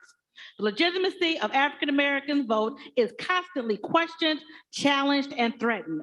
Roadblocks like voter suppression laws and reduction in the number of polling places throughout this country are tactics that continue today. This is systematic erosion of our vote. The latest offensive against us is now in the redistricting process for local, state, and federal offices. Districts that were once minority controlled by African Americans are being sliced and diced for new maps that diminish our majority. I joined in the call of the Michigan Citizen Redistricting Commission to draw maps that are fair, just, and not ones that have been gerrymandered to benefit a certain party or candidate. We must not let the progress that we've made be eroded. The citizens of Detroit, Wayne County, and Michigan demand and deserve fair maps now. Thank you. Thank you for addressing the commission. 168. Hi, Commissioners. Thank you so much for your time and your energy that you guys have put into this process. My name is Cindy Gamboa. I live, work, play, and pray in Southwest Detroit. I'm also part of Detroit Hispanic Development Corporation, where we work every year to mobilize residents to get involved civically, including logging countless hours of making sure that the Latino community gets out to vote. And I'm frustrated because here we are again. In the year 2000, redistricting split our community of interest, and we haven't had Latino representation ever since. You have taken the Latino Southwest Detroit community of interest into consideration for the Senate and congressional districts, and for that, I thank you. But we need to take the same level of attention, consideration for the rest of Detroit. I'm very disappointed that an analysis of the Latino voting population was not done. And since it wasn't done, the Latino voters were not taken into account across the state. I need to emphasize how this will severely disenfranchise communities of colors like mine. Right now, in our gerrymandered districts, we have 17 total voting rights districts. And in yours, we have none. The House map splits Southwest Detroit Latino community and downriver communities in half. It's possible to achieve voting districts for Latinos and Black voters if you choose to. Please continue to do the work. Thank you. Thank you for addressing the commission. I believe number 169 requires Spanish translation services. So Ms. Reinhardt, if you could assist with that. Thank you, Madam Chair. Anna, can you hear us? Yeah, can you hear me? Yes, we can. Thank you. Anna will serve as our interpreter today. Anna, can you tell Claudia that she will have 3 minutes to address the commission today? Buenas noches, señora Claudia. Esta noche va a tener 3 minutos para hablar con la comisión. Le agradezco si habla despacio y en frases cortas para yo poder traducirlo correctamente. And Anna, it sounds like you may just be a bit too close to your microphone. It's sounding a little garbled. Is that better? That is a little better, thank you. Could you also ask Claudia if she would kindly make her statement a few sentences at a time so that you're able to relate? Oh, great. Perfect. All right, you can tell Claudia she's ready to begin as soon as she's ready. Bueno, señora Claudia, cuando empiece, en cualquier momento. Ok. Hola, muy buenas tardes. Mi nombre es Claudia Zavala y soy un promotor de la democracia con DHDC. He sido residente del suroeste de Detroit por 22 años. Quiero darles las gracias por todos sus esfuerzos y su trabajo que han hecho. Les agradecemos mucho que estén manteniendo nuestra comunidad e interés unida en el mapa del Congreso y del Senado. Un momento, señora Claudia. My name is Claudia Zavala. I'm part of the promotion DHDT. I've been a resident of Detroit for 22 years. I live in the southeast section of the Latin community, and I want to thank you for your efforts for the maps, the Congress maps. ¿Me dice el mapa del Congreso y cuál otro? Señora Claudia, el mapa del Congreso. Congreso y del Senado. And the Senate. Siga, señora Claudia. Estos dos mapas nos mantienen unidos a la comunidad latina y a la gente de color.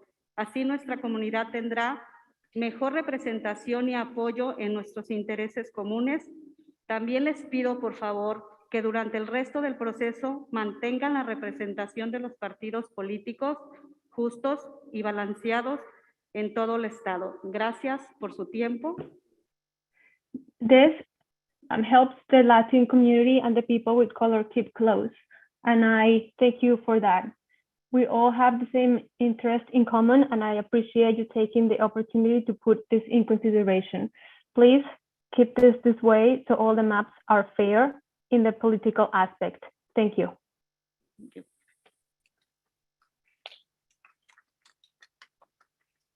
Thank you for addressing the commission. 170, 171, 172, and 173.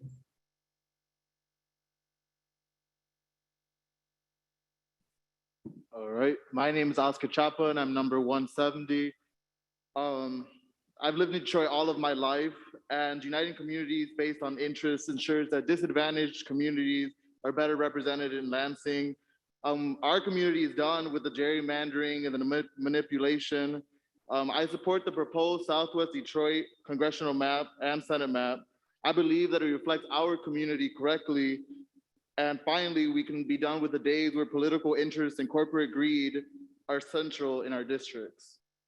Hola, mi nombre es Oscar Chapa y yo vivo en el sureste de Detroit. Unir nuestras comunidades de interés ayuda a que las comunidades desventajadas sean mejor representadas en Lansing.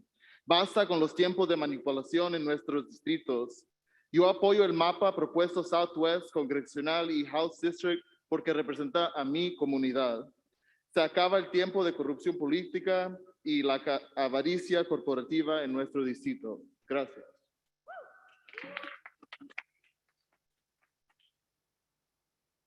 Hello, I'm number 171. My name is Dominique Becerra. I've lived in Southwest Detroit for 24 years. I'm here today on behalf of my Southwest Detroit Latinx community. I think it's extremely important that our current map proposal for the congressional and state and Senate map stays as a permanent map, because our community is unique and that we are an immigrant, a bilingual, a religious, and an under-resourced community. We have needs that some of our neighboring towns or cities do not have.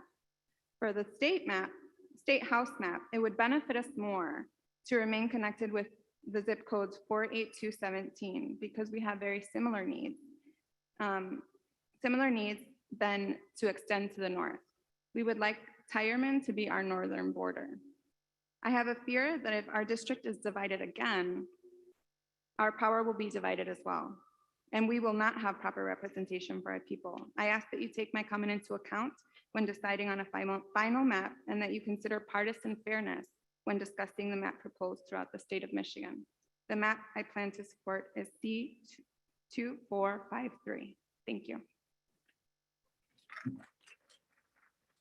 Thank you for addressing the commission.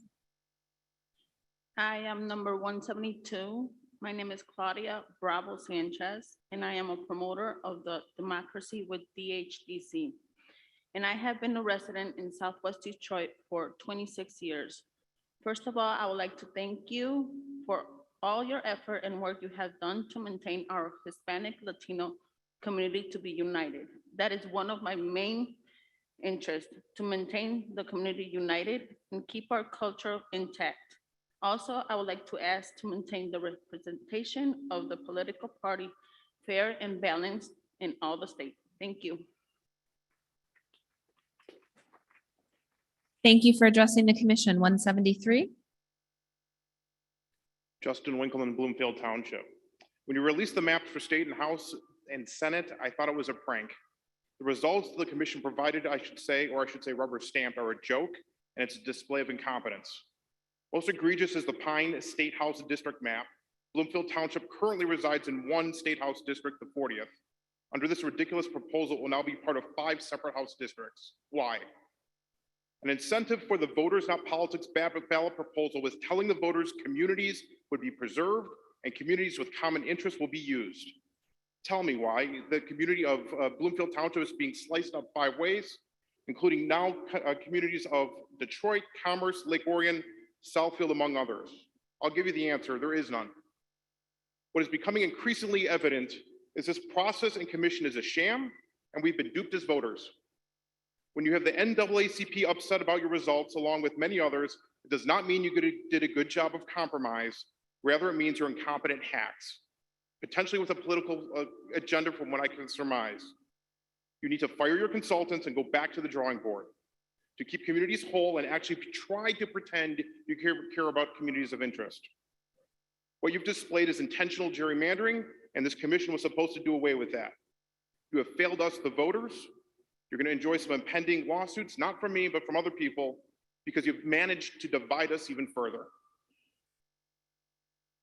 Thank you for addressing the commission. Our next four speakers, 174, 175, 176, and 177 have requested language translation services. So Ms. Reinhardt, can you facilitate that? Interpretaciones.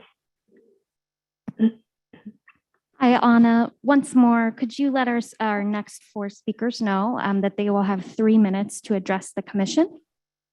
Bueno, buenas noches. Mi nombre es Ana. Los tres próximas personas que van a hablar en esta noche van a tener 3 minutos para dirigirse con la comisión. Por favor, frases cortas, con eso yo las puedo interpretar lo mejor posible. You may begin whenever you're ready. Pueden comenzar cuando esté lista. Hola, mi nombre es Lourdes Valdivia. Soy un promotor de democracia en DHDC y he sido residente del suroeste de Detroit por 22 años. Hello, my name is Lourdes Valdivia. I'm a promoter of DHDT and I've been living in Detroit for 23 years. Primero que todo, quiero darles las gracias por todos sus esfuerzos y su trabajo que han hecho. Les agradecemos mucho que estén manteniendo nuestra comunidad de interés unida.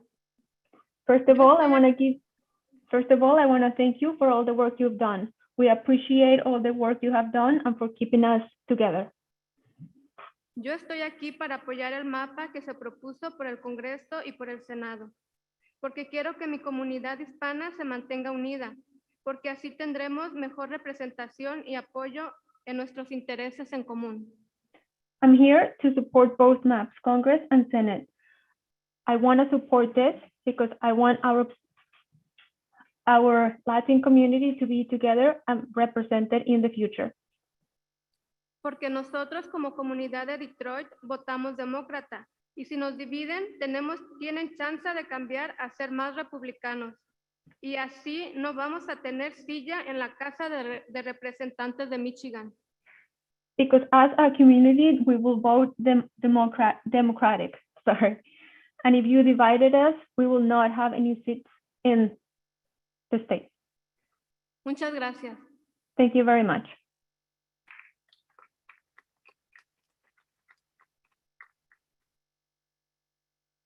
$175.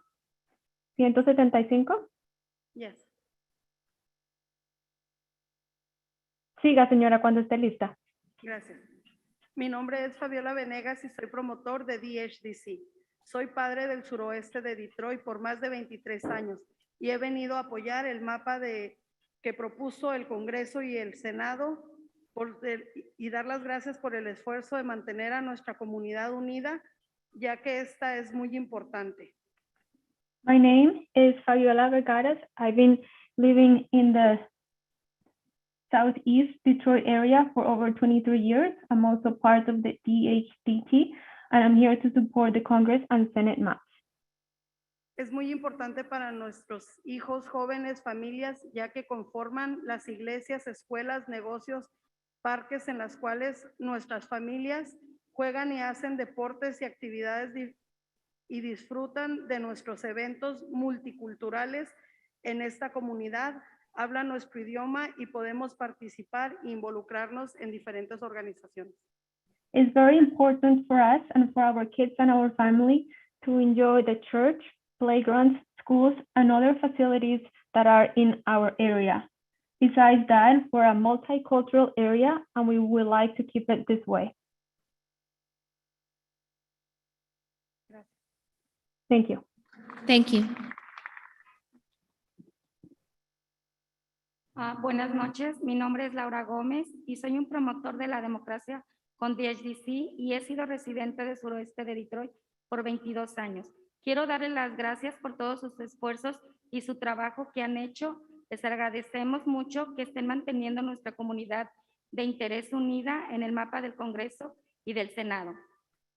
Hello, my name is Laura Gomez. I'm also part of the group. I live in the southwest of Detroit for 22 years, and I want to thank you all for all the work that you have put by keeping our community of interest together in the Congress and Senate maps. Estos dos mapas nos mantienen unidos a la comunidad latina y a la gente de color. Así nuestra comunidad tendrá mejor representación y apoyo en nuestros intereses comunes. También les pido que durante el resto de este proceso mantenga la representación de los partidos políticos justos y balanceados en todo el estado.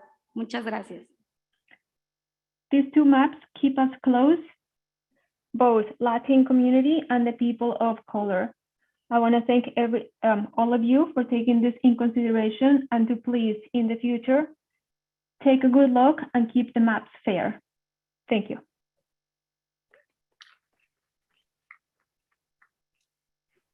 Hola, mi nombre es Marilu Guzmán y soy un promotor de la democracia con DHDC y he sido residente de Southwest Detroit por 25 años. Primero que todo, quiero darles las gracias por todos sus esfuerzos y su trabajo que han hecho. Les agradecemos mucho que estén manteniendo nuestra comunidad de interés unida. Good evening. My name is Marilu Guzman. I'm also part of DHDC. I've been living in Southwest Detroit for over 25 years. First of all, I want to thank you for all the hard work you have put into drawing these maps and keeping our community together. Yo he venido con el propósito de apoyar el mapa del Congreso y Senado, nuestra comunidad latina. Debemos estar unidos para así tener representación en nuestros intereses comunes. I'm here to support the maps that you have drawn for the Congress and Senate for our Latin community. We need to keep together so that our voices can be heard and our community of interest can stay together. Muchas gracias. Thank you very much. Thank you for addressing the commission. 178, 179, 180. I'm and sorry. 180.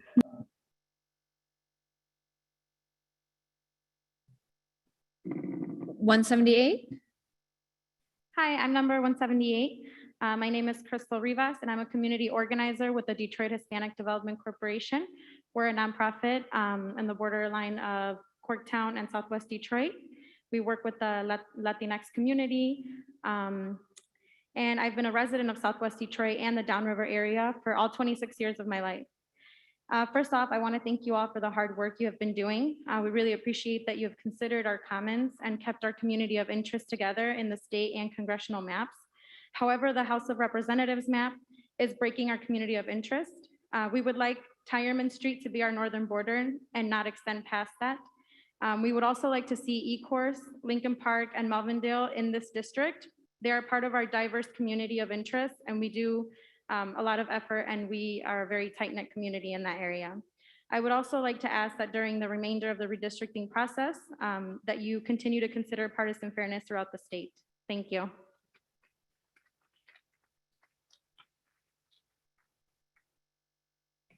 $179.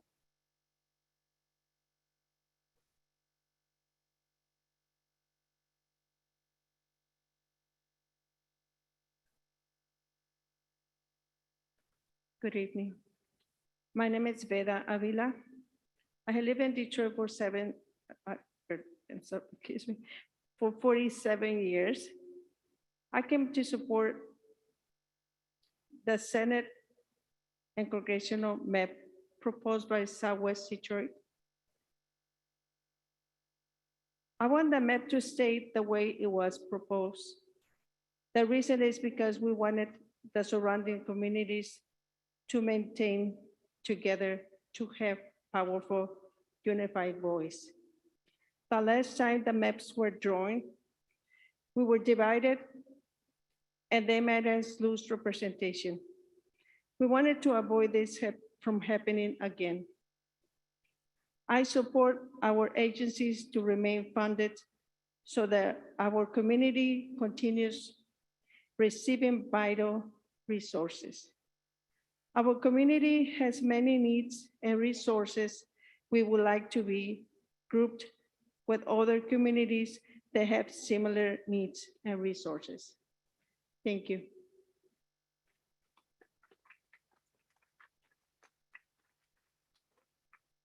180.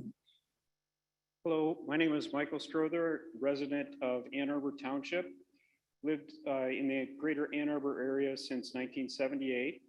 And I'm here to talk about sort of the unique relationship that exists between Ypsilanti and Ann Arbor. Having been settled back in the 1800s, the two towns have basically grown up together. If you're familiar with being in Ann Arbor, as I am, you know that people basically live and work in that area. There's a main artery that flows through the town, Washtenaw, Huron. Sidewalks, infrastructure, now bike transportation, all of this is linked together. Major hospital system that everyone's familiar with, and that's shared by both communities. The airport, Willow Run Airport, it's used for freight, for business. It's claimed basically by both communities using that facility as being a historic thing. And when this whole effort started, the statement was that communities of interest would not be divided up. If you look at the house maps, they do in fact divide up the area. Ypsilanti is off to the side, City of Ann Arbor split. That would be very frustrating, I feel, basically going to vote and not having the ability to be represented in this effort. So I'm asking you to consider it as an entire area. Thank you for addressing the commission. 181, 182, 183, and 184.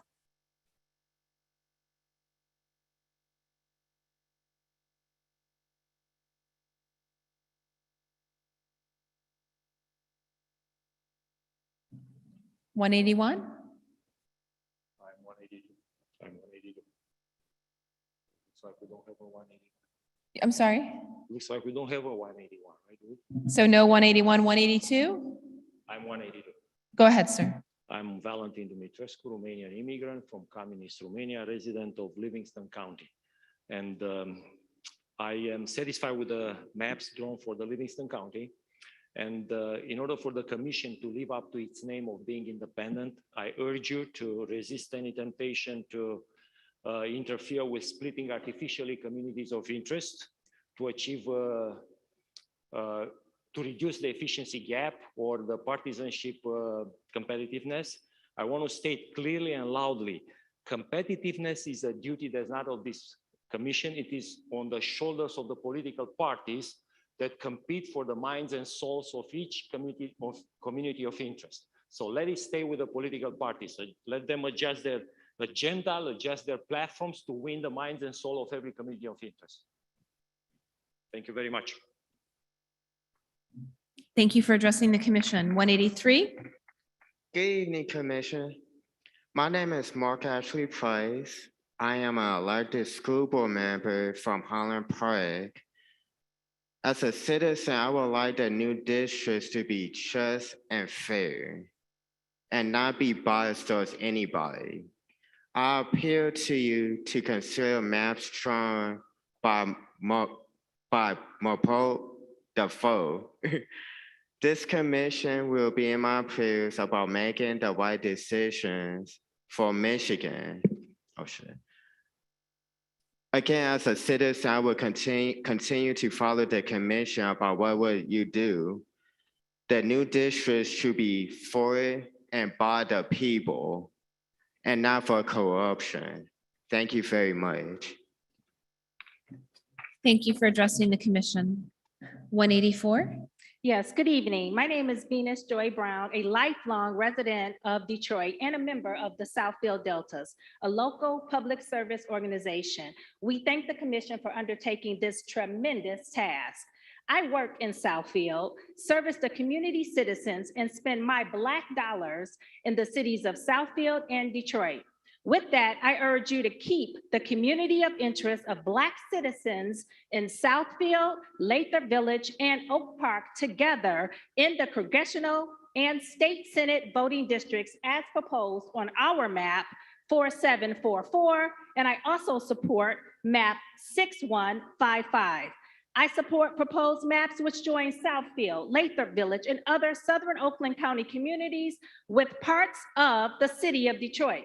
Although Detroit is in Wayne County, we share a border, which means we share the community of interest, and the criteria are more important under the redistricting rules than maintaining county lines. This is my community, not a paper. It's a livelihood. It means resources, dollars, important cultural, historical, economic, educational, social structures, and family ties as a community. We, the minority population in Oakland County, cannot be diluted by drawing a line. Black representation and our common interest needs to be protected. Answer this question. When has drawing a line solved the problem? When has drawing a line been the answer? Lines divide, circles connect. It's important to keep this community of interest intact. Thank you for your time.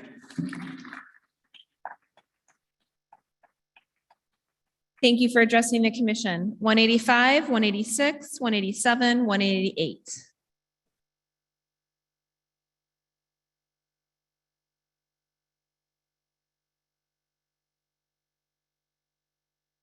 Go ahead, sir.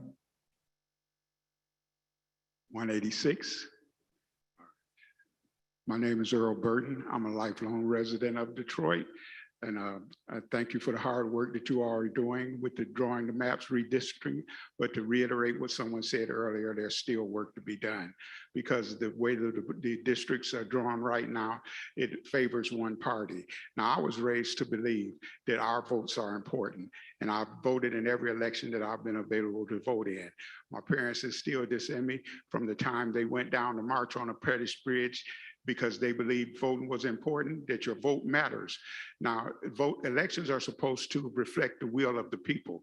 That would be impossible to reflect the will of the people when one party gets fewer votes and has more seats. That just doesn't make sense to me. So I would appeal to you to please consider the maps that were drawn by Promote the Vote, and their portal ID numbers are P6782, P6783, and P6784. Thank you for your time.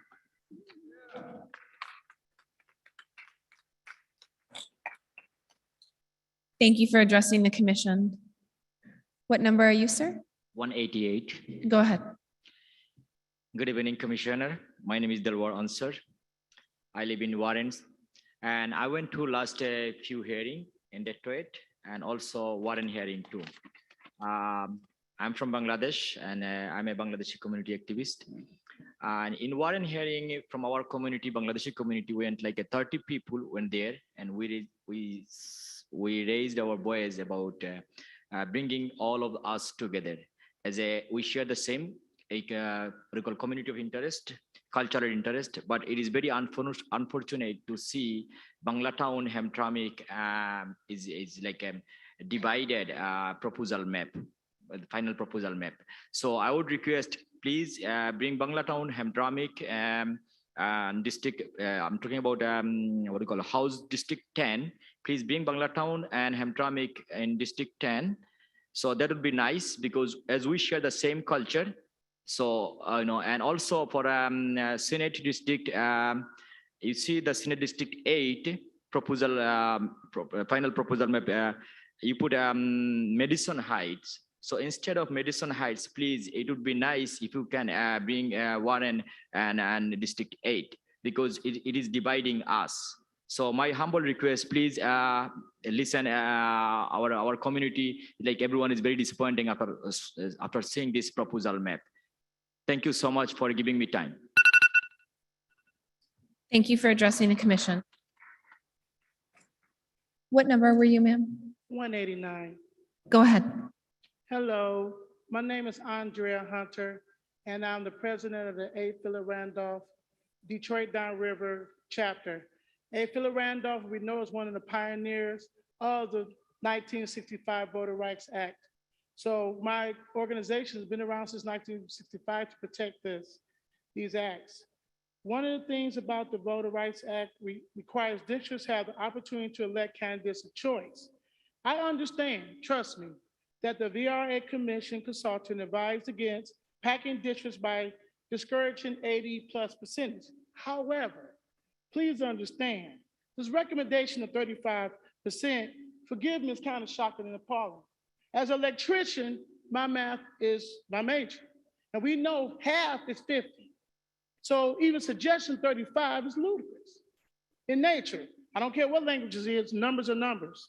So I recommend at least 65%. In particular, state maps where minority-heavy cities like Flint, Detroit, and Metro Detroit. I'm also the president of United Steelworkers Local 1299 that's located in downriver city of River Rouge in Ecorse. It's planned. We also would like to see those congressional maps that represent the down city cities inclusion stretch where you have 8 Mile. Instead of going into the Oakland counties, I like-minded cities, and we need to have it go more so into the downriver cities. I would also like to, I would like to stress the importance of the VRA minority majority districts actually having majority numerical numbers of minorities. This will suffice the Constitution for partisan fairness. Thank you. Thank you for addressing the commission. Just want to call again for 185 and 187 before we move on. 185 and 187. Okay, 190, 191, 192, and 193.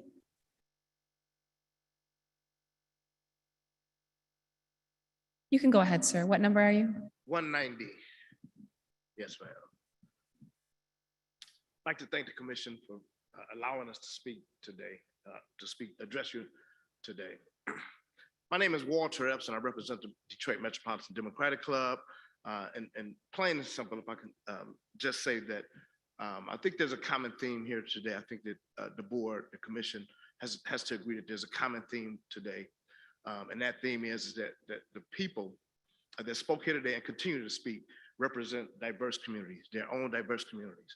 And what we're looking for is just fair maps, fair districting maps that allow people to vote for individuals that actually represent their communities. And how we do that is we work together in getting that done. And we ask that you, as a commissioner, when making a decision to finalize a map, that you keep the people involved. Let us be a part of that. If it boils down to a vote, you know, we live in a democracy here. We ask that you allow people to stay involved and vote on what's important to us. Thank you again, Walter Epps. Thank you for addressing the commission. Hi, I'm 192. My name is Addison Mock, and I want to thank the commission for coming to Detroit to hear from Detroiters. I myself am native to the far east side of Detroit, in what is currently State Senate District 1 in the 1st House District. I'm here today to advocate for the inclusion of the Grosse Pointes alongside the far east side of Detroit in the newly drawn districts. Growing up on the border of Detroit and Grosse Pointe, I know how much these two communities rely on each other and are interconnected. While racially and economically different, many issues facing Detroiters are relevant to Grosse Pointers, such as the recent basement flooding. Amenities such as grocery stores, hospitals, churches, and a regional bus system are used by residents of both communities. And over the last few decades, these two cities have worked to bridge historic divides and become more interconnected. And that is in part thanks to the elected leadership that we share. The current district places Grosse Pointe alongside rural communities in Macomb County with whom they share little to no similarities and areas of interest. I ask that you revisit the maps to ensure that the Wayne County communities, including the east side of Detroit, the 5 Grosse Pointes, and Harper Woods remain in the same district, and that this district does not extend up to Marine City and Macomb County. Thank you.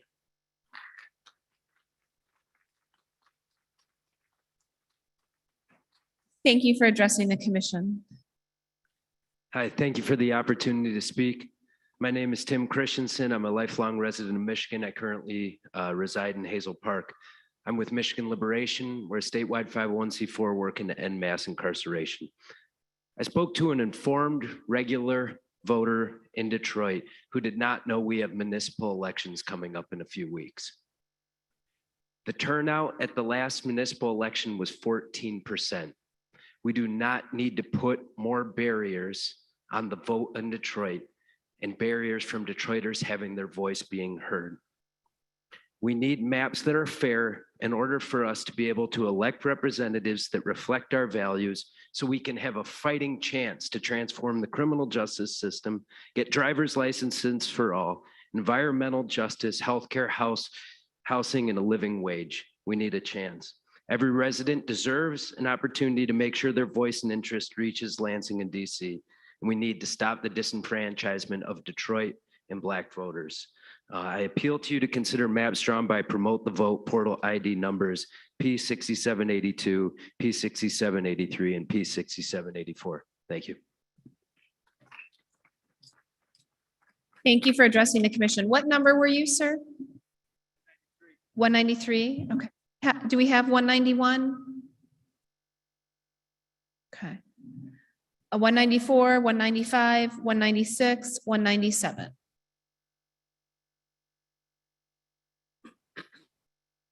Greetings to the commission. Thank you for coming down to Detroit. This is not our first time meeting. My name is Cheryl Webb, and I'm the write-in candidate mayor for the city of Detroit. The young man talked about boundaries. These boundaries are the same boundaries that's interfering with my campaign at this moment. Not only are we dealing with division in our city with lines, with the redistricting maps, we're also dealing with white chalk lines. People are being murdered in our city. There's always division in our city, which is causing divisions in our family. I'm one of those people that's affected by that division. I just asked the committee, listen to us. We are the people. I don't see the people that's here from Detroit, but I need everyone on this commission to represent the city of Detroit. And do not separate our cities. We are already separated. We are already divided. We need help. The platform for me running for mayor is strengthening unity in the community. And it is the YOU that is an ITY. Come on down to Detroit and live with us just for a couple of weeks. And what you will understand the passion that the citizens of the city of Detroit have. We're all we have, those of us that work together. We are all that we have. When we were back in April, we submitted maps. I submitted maps. My daughter submitted maps. I didn't see any of those maps. And I just ask that you guys relook at those maps that we can consider for our districts and revisit the mapping for us in the city of Detroit and other cities that are like our cities. Thank you. Thank you for addressing the commission.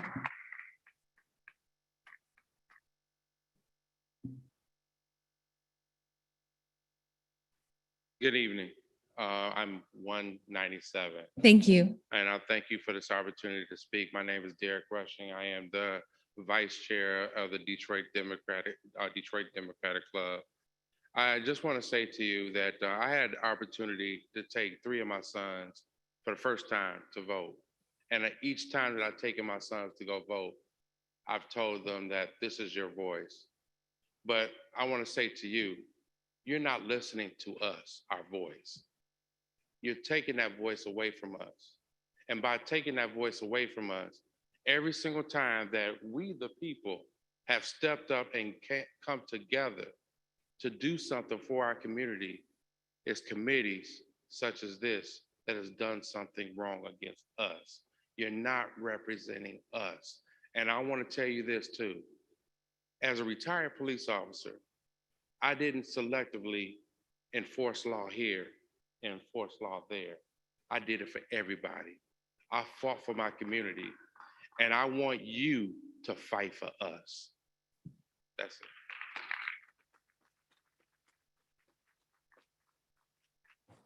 Thank you for addressing the commission. 198, 199, 200, and 201.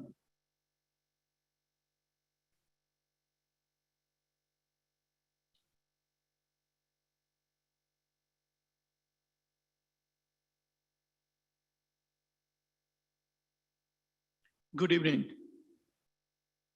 I'm Abu Ahmed Musa, resident of Hamtramck, and former councilman, city of Hamtramck. I'm here to say thank you to Redistricting and concerned about the Bangla town. I'm here to address some issues of Bangla town. Almost whole Bangla town, all the street except the 4th street he left behind in Bangla town. The 4 streets are Herald Street, Prescott Street, Kashmir Street, and up to Conant Mound. My biggest concern and humble request to you, please, if you attach those 4th Street in the maps, we have a small gap. So this is the takeaway from this 4th Street from the heart of Bangla town. If you add those 4th Street to the Bangla town, it will be the whole Bangla town is combined. And I put a redistricting hearing first, then my campaign. I'm running for city council and November 2nd, it will be my election. I leave the campaign behind, come to put my concern about this issue. Thank you very much to give me the opportunity and listen to me. Thank you. Have a nice day. Thank you for addressing the commission.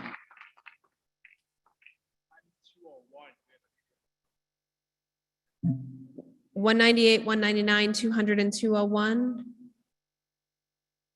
Go ahead, 201. Good evening, everyone. My name is JJ Jewell. I do assembly work at the Ford Sterling Heights axle plant.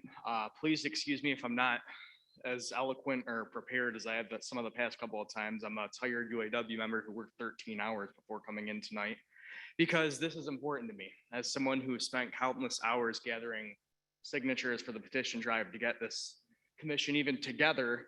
I believe that the new maps that we are going to be stuck with for the next decade are more important than any single race or seat that could be on the ballot between now and the time that the districts are even official or finalized. There's too much at stake to not address some of the things that are still at fault with the maps we're dealing with.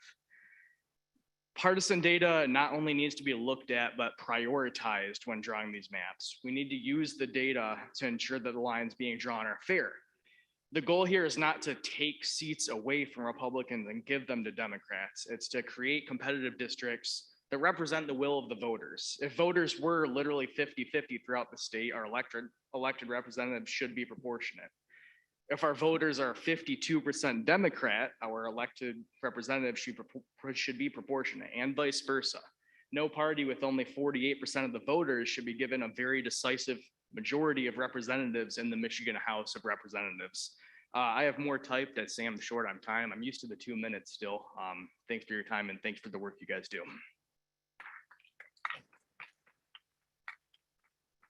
Thank you for addressing the commission. 202, 203, 204, and 205.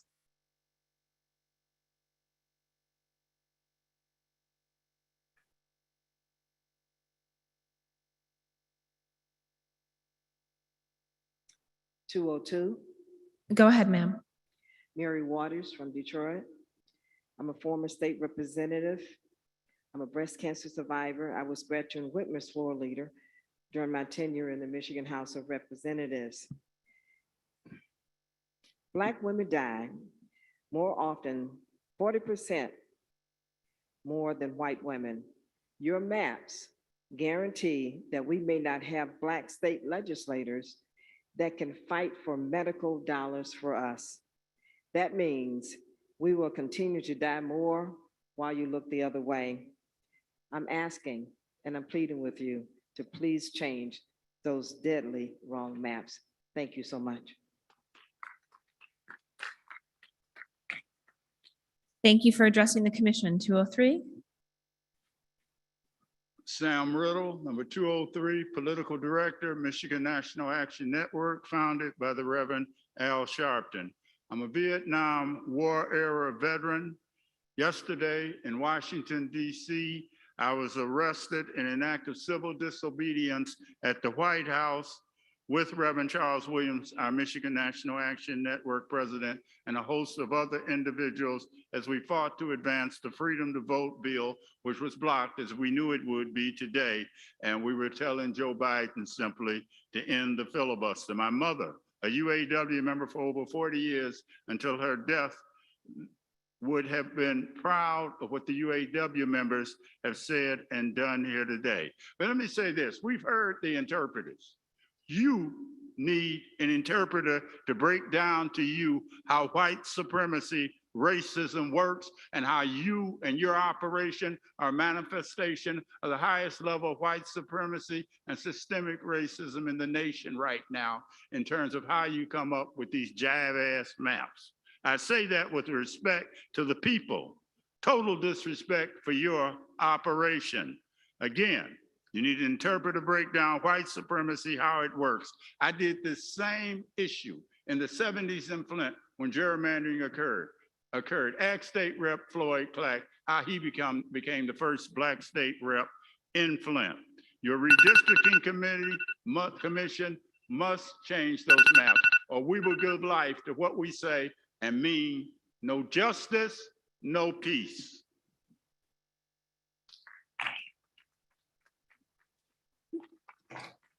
Thank you for addressing the commission. 204. Good evening, Commissioners. My name is Andrea Bradley Baskin. I'm born, raised, and educated Detroiter. I'm a local attorney.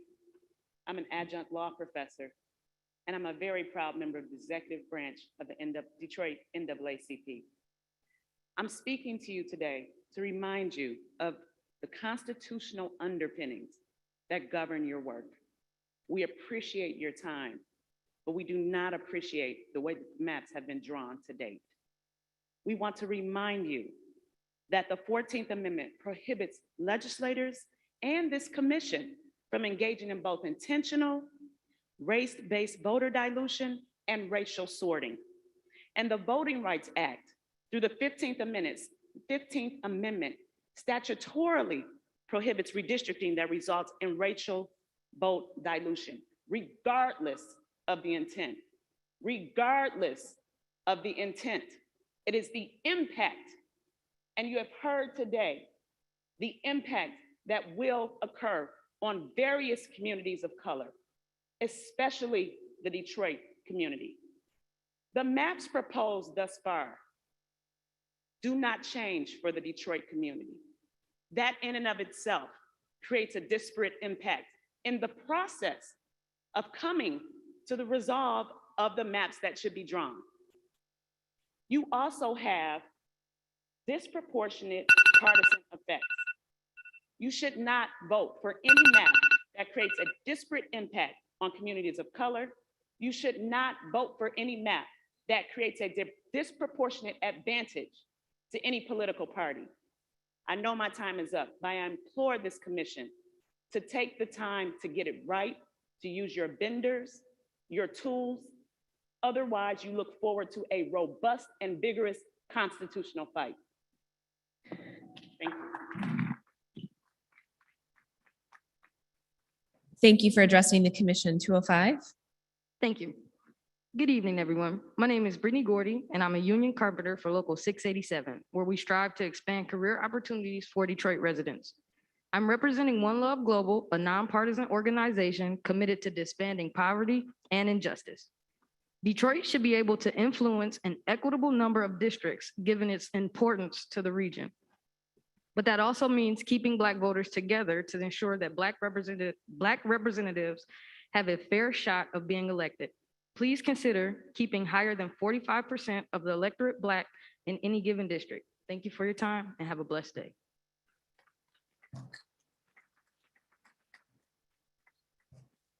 Thank you for addressing the commission. 206, 207, 208, and 209.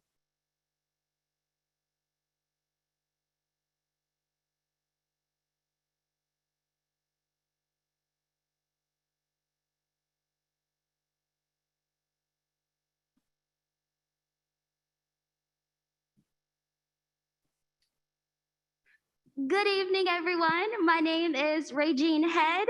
I would like to first thank all of you for being here today, but more importantly, thank you to the MIRC for providing this time.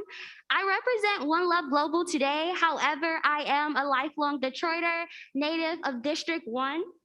Today, I bring with me the concerns of our Detroiters, more importantly, our youth, when it comes to redistricting.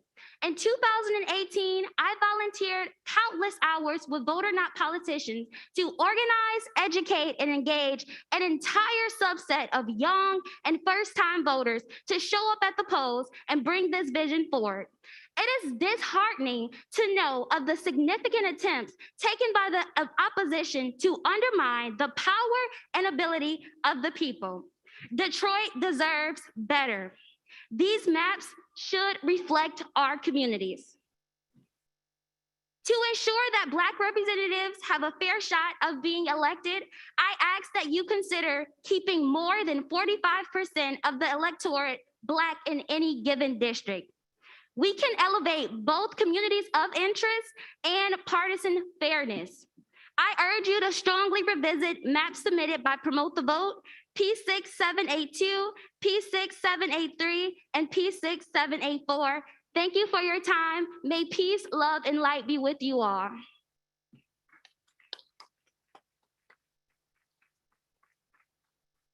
Thank you for addressing the commission. What number are you, sir? Go ahead. Good evening. My name is Steve. I'm a lifetime Michigander, and I am an Asian American voter. I respectfully ask that the new district lines provide representation that is reflective of its citizens and provide more opportunities for resources and access that come out of the legislative process and through their elected leaders.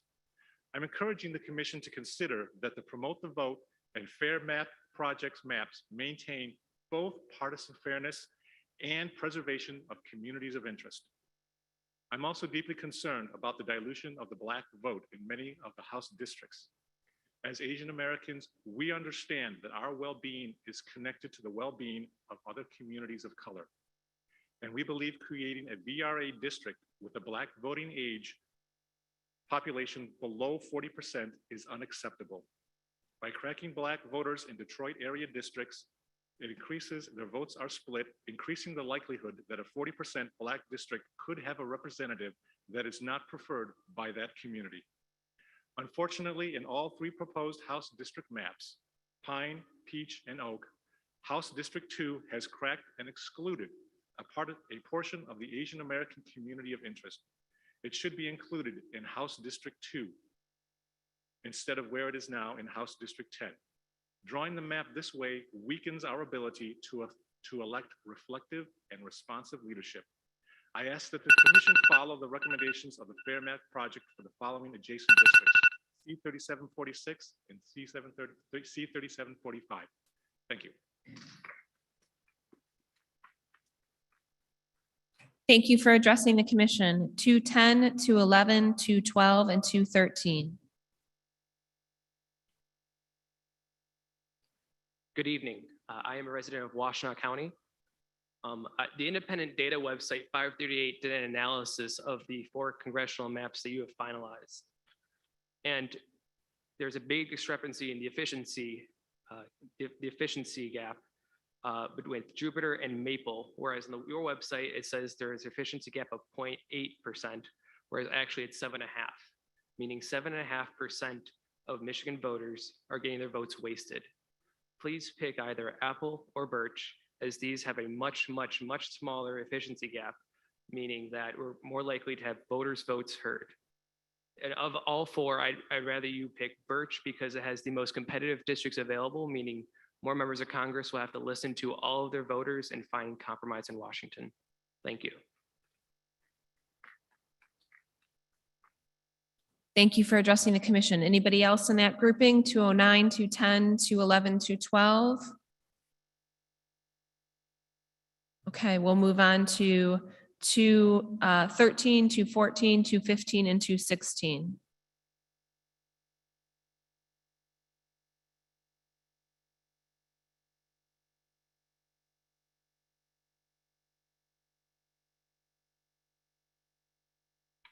I don't believe 213's here. My name is Ken LeCarry. I'm 214. My name is Ken LeCarry, a citizen of Michigan for over 54 years. I'm a current resident of Chesterfield Township. I believe in our democracy and he asked you to be fair in the redistricting of District 5 and asked that the State Senate number 5 be left alone.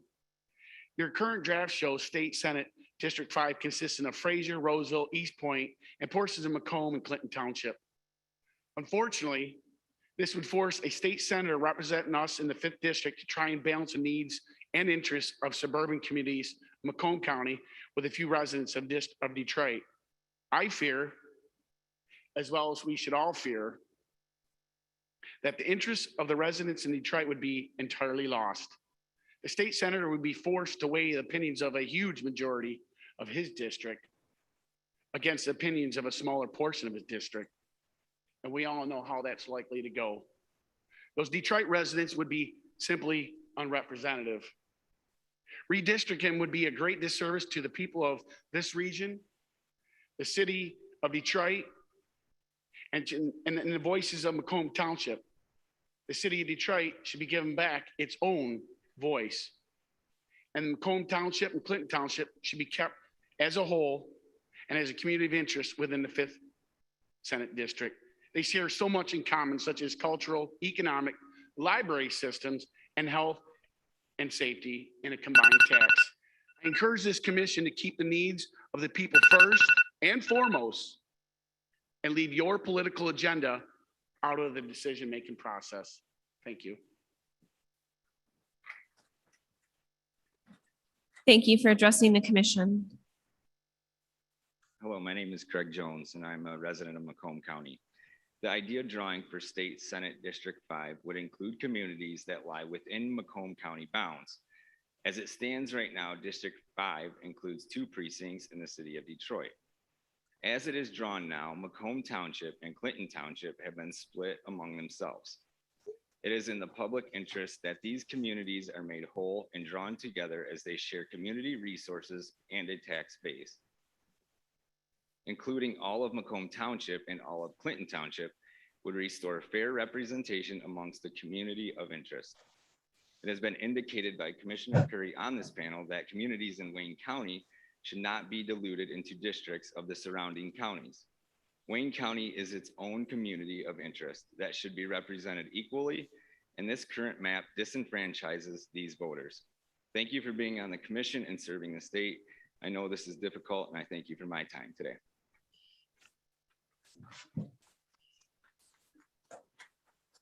Thank you for addressing the commission. 216. Thank you. Thank you, commissioners, for your challenging work and your stamina. Mary Jo Johnson, I'm a resident of Grosse Pointe since 1969, retired American history and government teacher, and member of the Nonpartisan League of Women Voters. I want to emphasize that Detroit Grosse Pointe bonds are evident in Grosse Pointe becoming increasingly more racially integrated and diversified, as evidenced by the NAACP chapter in Harper Woods, having many Grosse Pointe members, racial diversity in virtually all public and independent schools in Grosse Pointe. I and many Grosse Pointers consider Detroit our community. We are not the old exclusive all-white red line Grosse Pointe, but share loyalty to Detroit, commitment to its revival and its social well-being. We patronize Detroit restaurants and entertainment. We volunteer in numerous Detroit community organizations. The Detroit Historical Museum. I volunteer at the Epiphany Education Literacy Center, which offers free tutoring, support the Children's Center, along with many of my friends. Finally, the physical infrastructure of these communities was especially evident with the June 2021 flood. We are one community and need to stay together to promote our common good, a vital Detroit. Thank you. Thank you for addressing the commission. 217, 218, 219, and 220.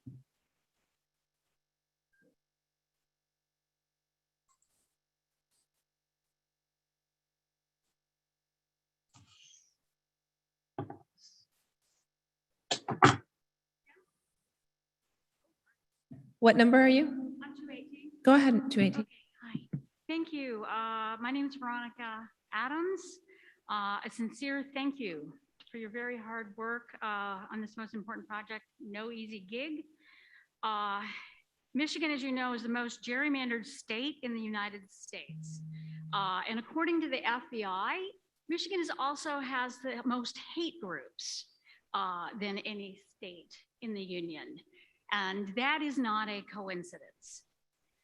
Town and county lines are the last on your list of priorities, but beware of the relationship that communities of interest have to town and county lines and the red herring that they represent. Now, I get that communities of color whose voices and votes have been gerrymandered into silence are concerned about the integrity of communities of interest. So they have a voice, but it's not the same everywhere in this state. I live in Detroit, but I'm from Holly. It's a very white town. But like most white towns, there was social engineering that was involved for them to become that way. Sundown towns existed and still quietly exist in some of these places, whites only after dark. And redlining has been another tool. So, and these communities would consider themselves to be communities of interest. They have cultural homogeneity. But one of their interests is to silence, make sure that the voices of people of color are not included. So, oh my gosh, time's already up. So. Dang, I had some good stuff. Thank you for addressing the commission. Go ahead, sir. And what number are you? 219. Thank you. Good evening. My name is Dorian Tyus, and I'm an attorney special in election law and an executive board member of the Detroit NAACP. I was very involved in the grassroots movement to pass Proposal 2, which established the Michigan Independent Citizens Redistricting Commission. In 2018, I spent my free time as a volunteer, not for any party or candidate, but as an advocate for the rights of all people in Michigan, educating citizens about an opportunity to change our elections in a way that would make politicians on both sides of the aisle more responsive to the public they are supposed to represent.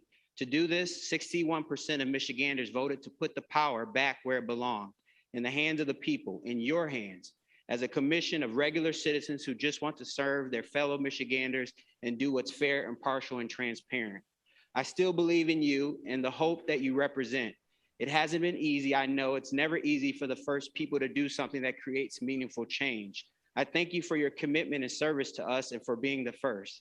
As heard during the public comment this evening, citizens want to see fair maps and new maps with new boundaries, not a redrawing of old gerrymandered districts. You should not vote to approve any map that has a disproportionate advantage to a political party.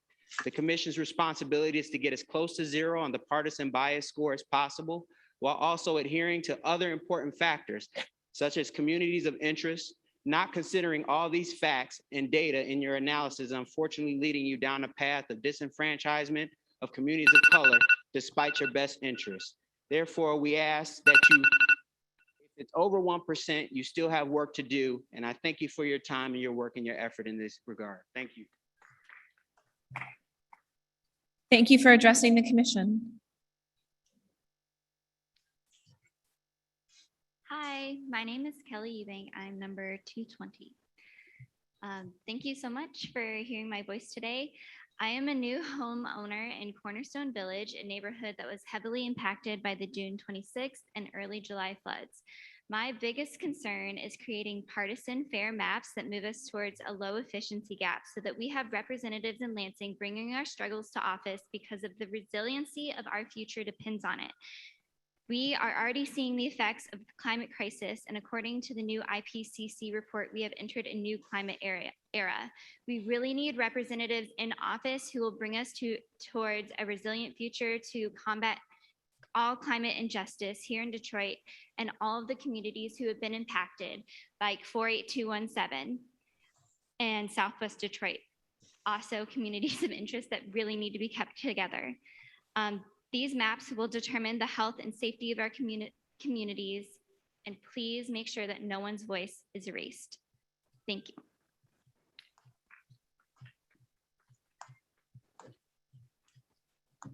Thank you for addressing the commission. That concludes our in-person public comment for the evening. Unless there is someone who missed their number being called, please speak up now or forever hold your peace. All right, at this point, we're going to move to our remote public commentary. Individuals who have signed up and indicated they would like to provide live remote public commentary to the commission will now be allowed to do so. I will call on your name and our staff will unmute you. If you are on a computer, you will be prompted by the Zoom app to unmute your microphone and speak. If you are on a phone, a voice will say that the host would like you to speak and prompt you to press *6 to unmute. I will call on you by your last name. Also, please note that if you experience technical or audio issues, or if we do not hear from you for 3 to 5 seconds, we will move on to the next person in line and then return to you after they are done speaking. If your audio still does not work, you can email us at redistricting@michigan.gov, and we will help you troubleshoot so that you can participate during the next public comment period at a later hearing or meeting. You will have 90 seconds to address the commission. Please conclude your remarks when you hear the 90-second timer going off.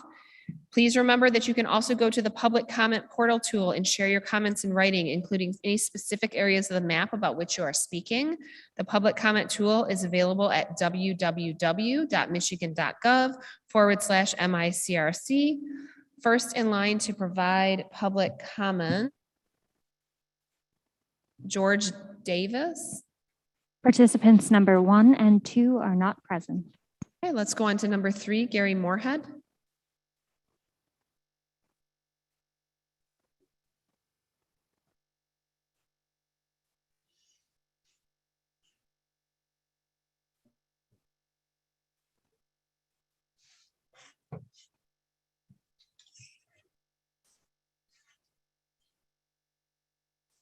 Commission, can you hear me?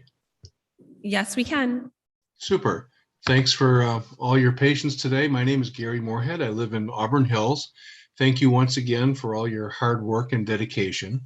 I want to say that I live in a voting rights act district and expect to under the new maps too. My current state house representative is a Black woman who could not be a better representative for me, even though I'm not Black. Wayne and Oakland counties are certified racially polarized. When that's how people vote, a district will reliably elect Black representatives without being majority Black. When the commission looks at the turnout data, as it will, if it adjusts the percentages up from 40 or so, the districts will get a little wider and a little shorter around Detroit, and also a little fewer. They will still fan out from Detroit into the suburbs like Gratiot, Woodward, etc. But there will be fewer Black representatives in the legislature and probably fewer Democrats overall. Politicians are worried that multiple Black candidates in primaries will split the primary vote, and they've caused the public to be worried about that.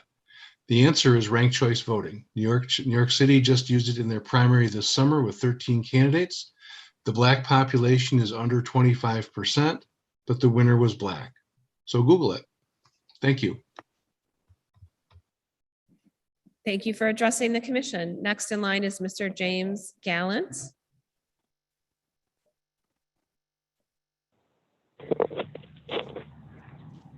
Hello, this is James Gallant, Marquette County Suicide Prevention Coalition. These are my opinions. Please consider doing your due diligence concerning the separation of powers in our state and your constitutionally required oversight as a commission housed in the legislative branch. I believe this commission's proceedings have been hijacked by the executive branch of state government and for the benefit of the Democratic Party and to the detriment of the Republican Party. In 2018, there were 2 reports from the Michigan House Fiscal Agency from Jenny McGurney. And the first one on October 16th stated, if approved, Prop 2 would primarily amend Article 4 by changing the composition of the commission charged with redistricting.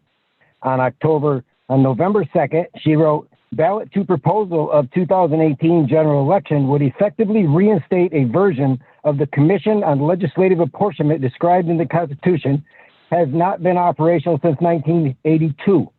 Proposition 2 would revise the makeup of the state's Apportionment Commission from 8 to 13 members, 8 representing the 2 parties and 5 identifying as unaffiliated. She cited the Michigan Supreme Court decision and the Voters Not Politicians counter complaint. Then, after the general election in 2018, under MCL 168486, required the Secretary of State to transmit the certified language to the Director of Management and Budget. I would ask. Thank you for addressing the commission. Next in line is Lori.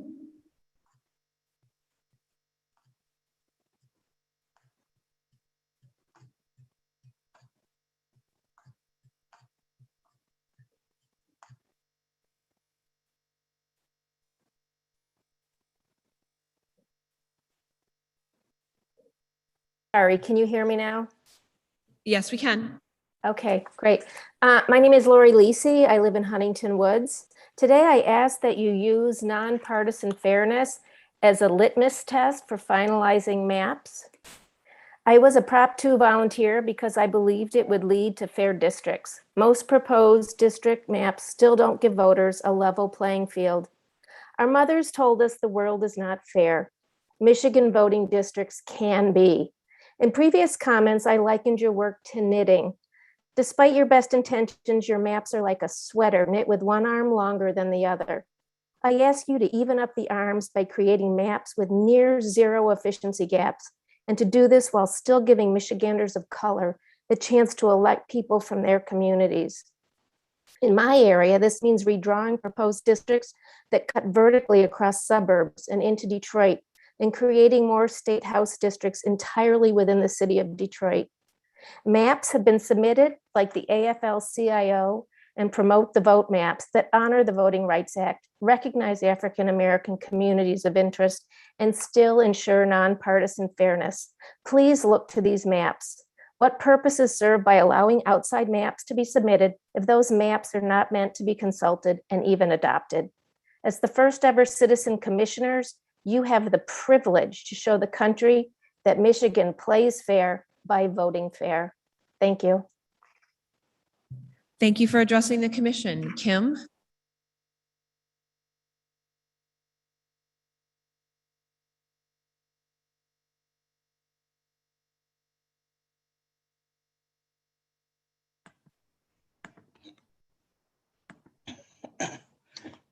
Thank you. The initial draft of the maps that was put forward by the Michigan Independent Redistricting Commission, many had argued that the maps that were drawn will disenfranchise the Detroit residents by splitting them up between the several different districts, and it will make it harder for the people of Detroit to elect the leaders that they want. And this will also dilute our voting power here in Detroit. We will possibly not have the chance to elect the leaders that actually understand the people of Detroit, understand the makeup, understand the needs of the citizens here. And so that is my concern with these maps. I am definitely concerned about diluting our voting power here. As we know, in several elections, it's always came down to Wayne County. It's always came down to what they did in Detroit. And to dilute our voting power, this will decimate us. Thank you. Thank you for addressing the commission. Ethan Petzold.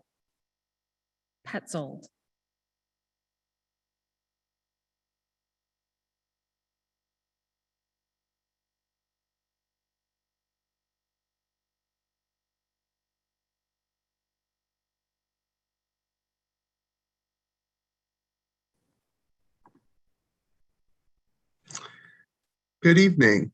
My name is Ethan Petzold, a lifelong Michigander and a resident of Canton.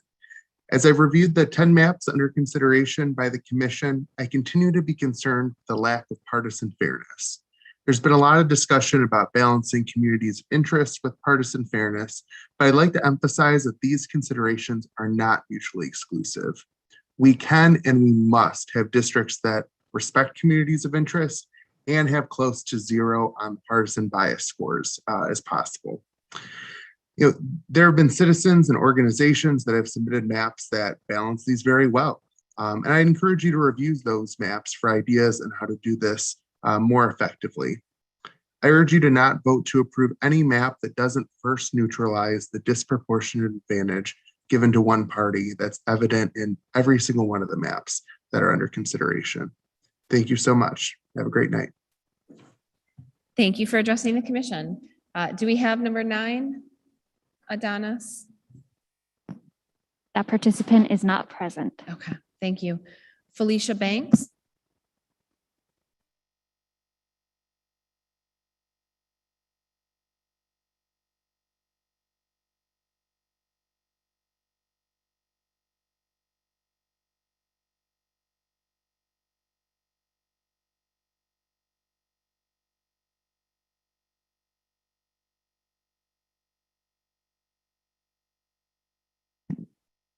Felicia, if you can unmute yourself, you're free to address the commission.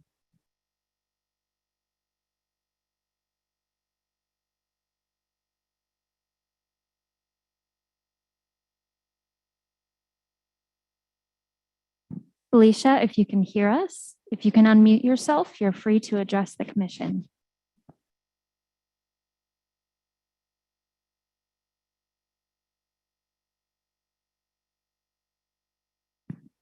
It looks like Felicia may be experiencing technical difficulties, and number 10, 11, 12, 13, and 14 are not currently present.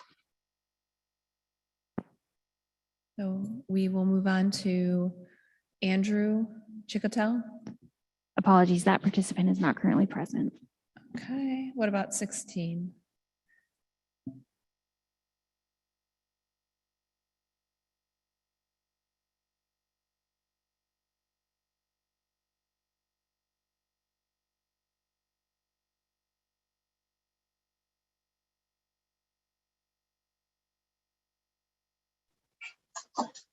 Hi, everyone. My name's Ani. I am a Chesterfield Township resident. We can hear you. Go ahead.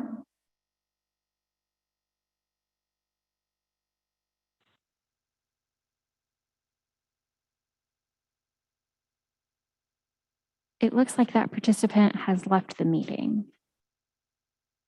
Okay, just let me know if he comes back in and we can Absolutely. go back to him. Nasser Baysoun.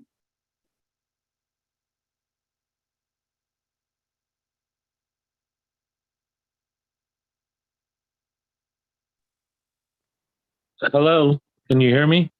Yes, we can.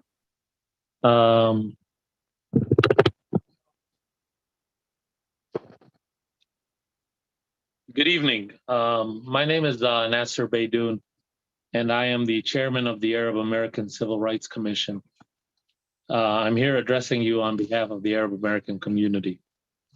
One of the Michigan Independent Citizens Redistricting Commission's highest priorities is to create districts which respect communities of interest.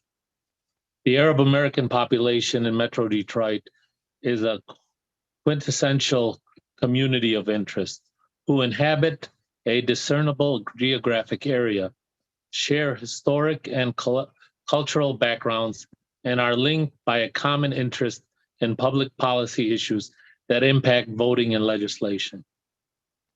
The Voting Rights Act addresses discriminatory election rules to ensure that legislators reflect the racial and ethnic diversity of the local population.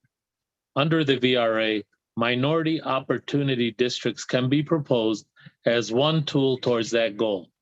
And creating such an Arab American district in the Dearborn area is critical to giving a voice to my community. Arab Americans are a key community of interest.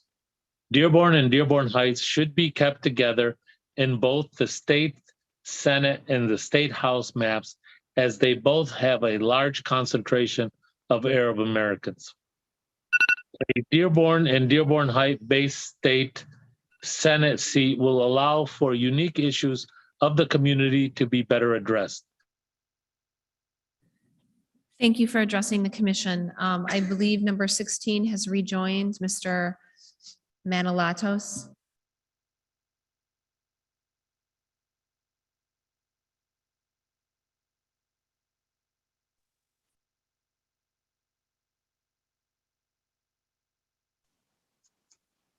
Hi, can you all hear me? Yes, we can. Excellent. So my name is Anastasi Manilatos. I am a Chesterfield Township resident, and I'd like to talk to you about Macomb today. So for me, what I wanted to emphasize for all of you is in Macomb, there's a huge difference between North Macomb and then South Central Macomb. I would consider North Macomb anything north of M59. Those areas of interest have much different interests, demographics, and needs versus those south of M59. For example, Mount Clemens, Clinton Township, and others. South Central Macomb and those areas like it should stay out of Northern Macomb districts. Northern Macomb should stay out of South Central Macomb. I'd like to also emphasize to you, and I emphasized this the last time I spoke before you all in Warren, Michigan, at that meeting in the earlier summer, that there needs to be more partisan fairness. Michigan voted this in 2018, and people want fair maps. They made more votes committed towards Proposition 2 than legalizing marijuana in the state of Michigan. I think that says something. Please respect the will of the people. They are the legitimate source of authority in this country and this state. Please respect the partisan fairness as well as Voting Rights Act. Thank you. Thank you for addressing the commission. So Suzuki.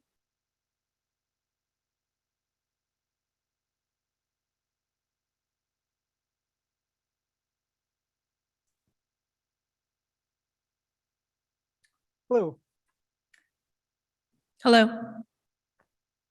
Thank you for your time. My name is So Suzuki, and I'm a resident of East English Village on the east side of Detroit. My neighbors and I have submitted maps and made comments to this commission previously.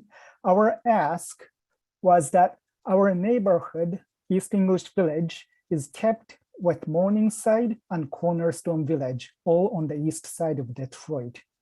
Unfortunately, the State House maps did not reflect our interest. Also, one of the state Senate district had split our neighborhood into two. Again, I ask that the commission keep the three neighborhoods on the east side of Detroit together. I would also like to address that we are a part of the city of Detroit, one of the largest minority majority cities in the nation.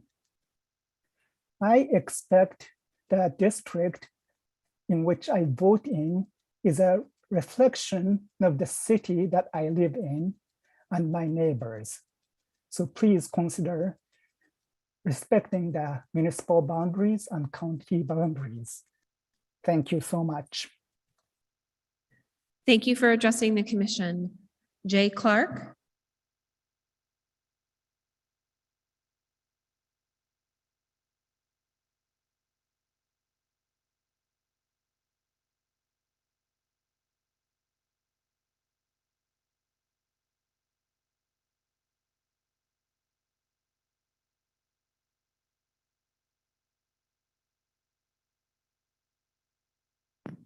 Jay Clark, if you can unmute yourself, you're free to address the commission. Oh, sorry. Can you hear me now? Yes, we can. Hello, my name is Jennifer Clark and I live in Rochester. Oops. I live in Rochester Hills. I was going to speak specifically about each area of the spruce map that I disagreed with, but then I realized that the entire map of districts is nearly completely incorrect due to Chief Justice Roberts clearly forcing partisan metrics over community solidarity. Communities of interest are really just big, unique families. A community has boundaries for a reason, just like a family has a last name. That's why our collective last names aren't Johnson or Smith. We belong together where we have equal representation. The Redistricting Commission is acting like Child Protective Services coming up to split up your families when no one called them in the first place. The commission is being unapologetically non-VRA compliant and pulling your child away from you and swapping your child for a child that lives 20 miles away. Someone once said that one lie is enough to question 1,000 truths. Well, voters, not politicians, promised us that our communities would not be split up in numerous media interviews, and yet here we are. So I'm going to go on a limb and say we were lied to.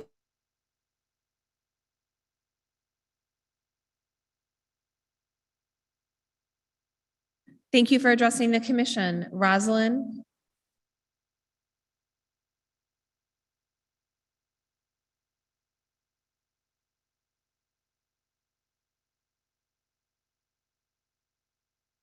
Unmute.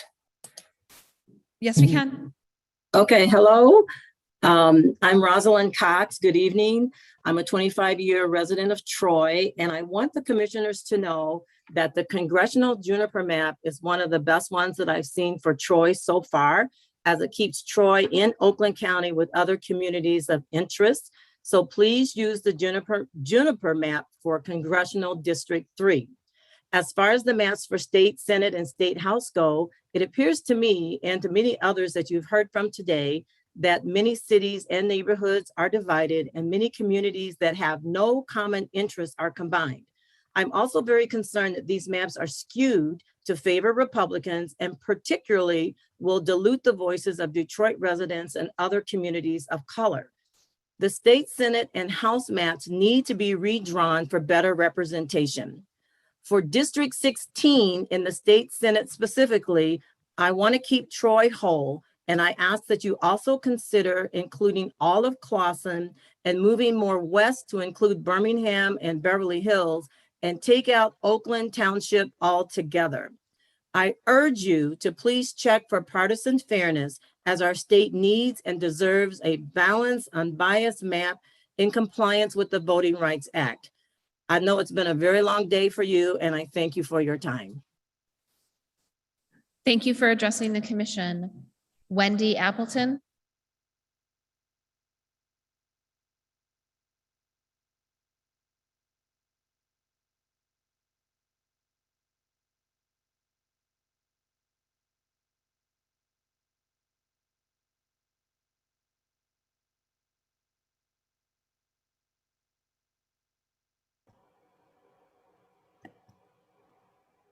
Hello, I'm Wendy Appleton and I live in Huntington Woods, Michigan. And I am talking to you today. Thank you very much for the hard work you're doing. But I feel that the maps that you have put out for review are not fair. I believe that the party that wins the most votes statewide should win the most representation and the most seats. Your maps don't do that. The expert on fairness working with you, Dr. Handley has determined that Michigan is a Democratic leaning state, but your maps, all the maps you have created are Republican leaning, which doesn't make sense if fairness is a priority. Until you fix your maps, they unfairly benefit Republicans, and your job isn't done. Fair maps must be drawn that don't benefit either party. Maps that lean towards one side, either side, are not fair. I would suggest that you guys look further than the maps that you've created. You could look at the maps that are from Promote the Vote. They have put a priority on fairness as a criteria. So that's it. Thank you. Thank you for addressing the commission. Faye Beydoun?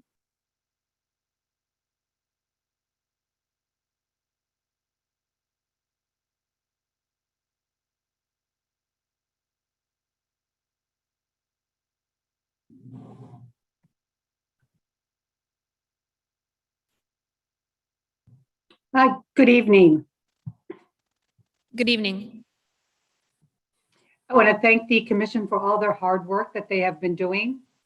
One of the Michigan Independent Citizens Redistricting Commission's highest priorities is to create districts with respect to the communities of interest of which they live in. The Arab American population in Metro Detroit is primarily in the Dearborn and Dearborn Heights areas, but yet also in the surrounding Detroit and some of the surrounding areas. We inhabit a geographical area. We share historic and cultural backgrounds and are linked by common interest in public policy issues that impact voting and legislation. The Voting Rights Act addresses discriminatory election rules to ensure that legislature reflects the racial and ethnic diversity of the local population. Under the VRA, minority opportunity districts can be proposed as one tool toward that goal, and creating such an Arab American district in Dearborn and Dearborn Heights area is crucial to giving a voice to our community. Arab Americans are a key community of interest with a large concentration. The commission needs to keep the Dearborn and Dearborn Heights Senate seat and the state house maps as they currently exist. This will allow for a fair chance for the Arab American community to elect an Arab to office. The proposed state house plan divides Dearborn and places the highest concentration of Arab American voters into a district with Detroit, dividing our community of. Thank you for addressing the commission. Do we have number 25, Doreen Murray? Next in line is number 24, Sue Haddon. Sue Haddon, thank you.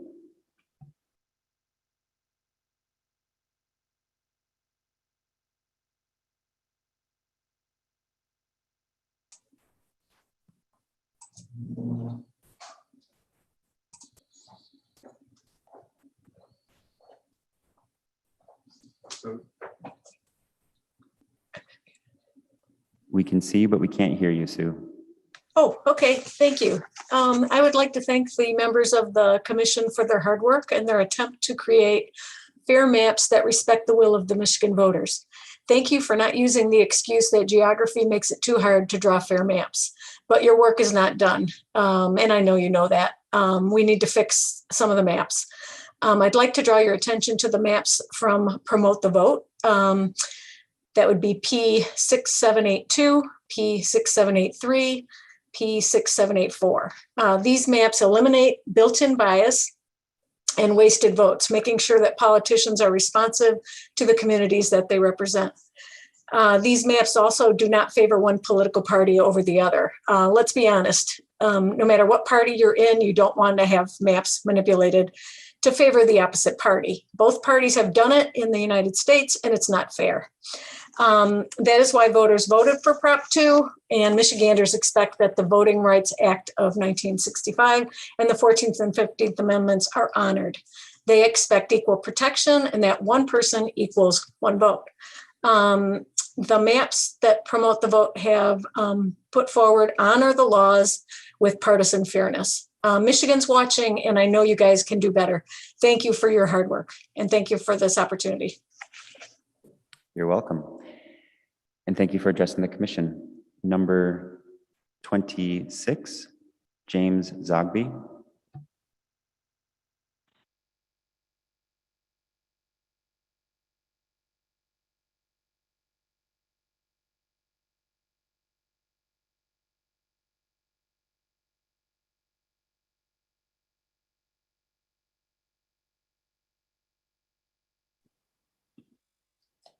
Hi, sorry, I had a difficulty there. There surely is a place in heaven for all of you. I thank you for what you're doing.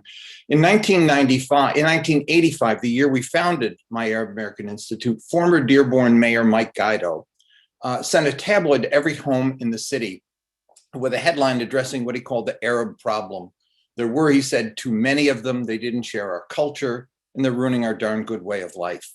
Today, we see Arab Americans revitalizing the city, creating hope for its future.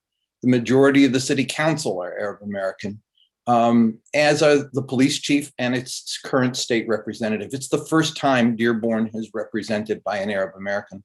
Dividing the community at this time into 3 separate House districts not only ignores the community as a community of interest, it's insulting and hurtful.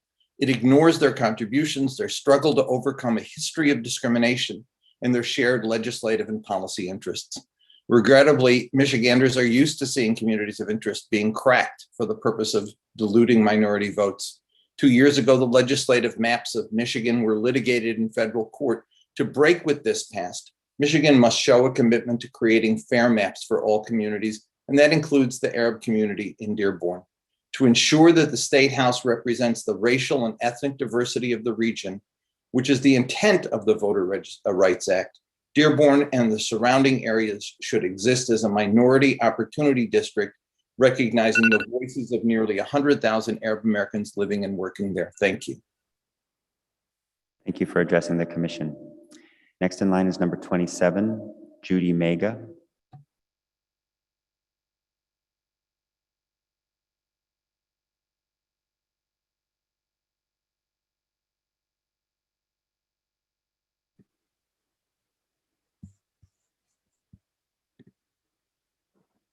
Hello. Hi, can you hear me?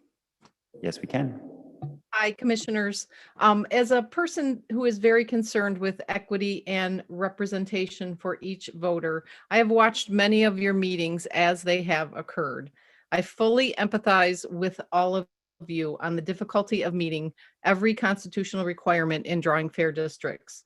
Avoiding the packing of Democratic voters in Detroit, Dearborn, and Ann Arbor, among others, was important, but more important was not slicing up those districts so much that they watered down the voting power of Black or minority voters within those areas, which unfortunately is exactly what happened. Having watched the work of all of you and seeing firsthand that you did not have access to a tool on your map drawing software that analyzed partisan fairness until early October, I'm not surprised to see that the maps have failed in that area, but sadly they have. I don't hold any of you personally responsible for that. A final map for the entire state that gives Republicans an advantage for more seats with less voters statewide is a gerrymandered map. It may be better than before, but it is still gerrymandered. As a brilliant commenter wrote on one of the maps, a little gerrymandered is like being a little pregnant. The Constitution requires zero bias, zero. I am not now, nor have I ever been affiliated in any way with the AFL-CIO, but their maps could be inspirational. Thank you. Thank you for addressing the commission. Brianna Cartwright.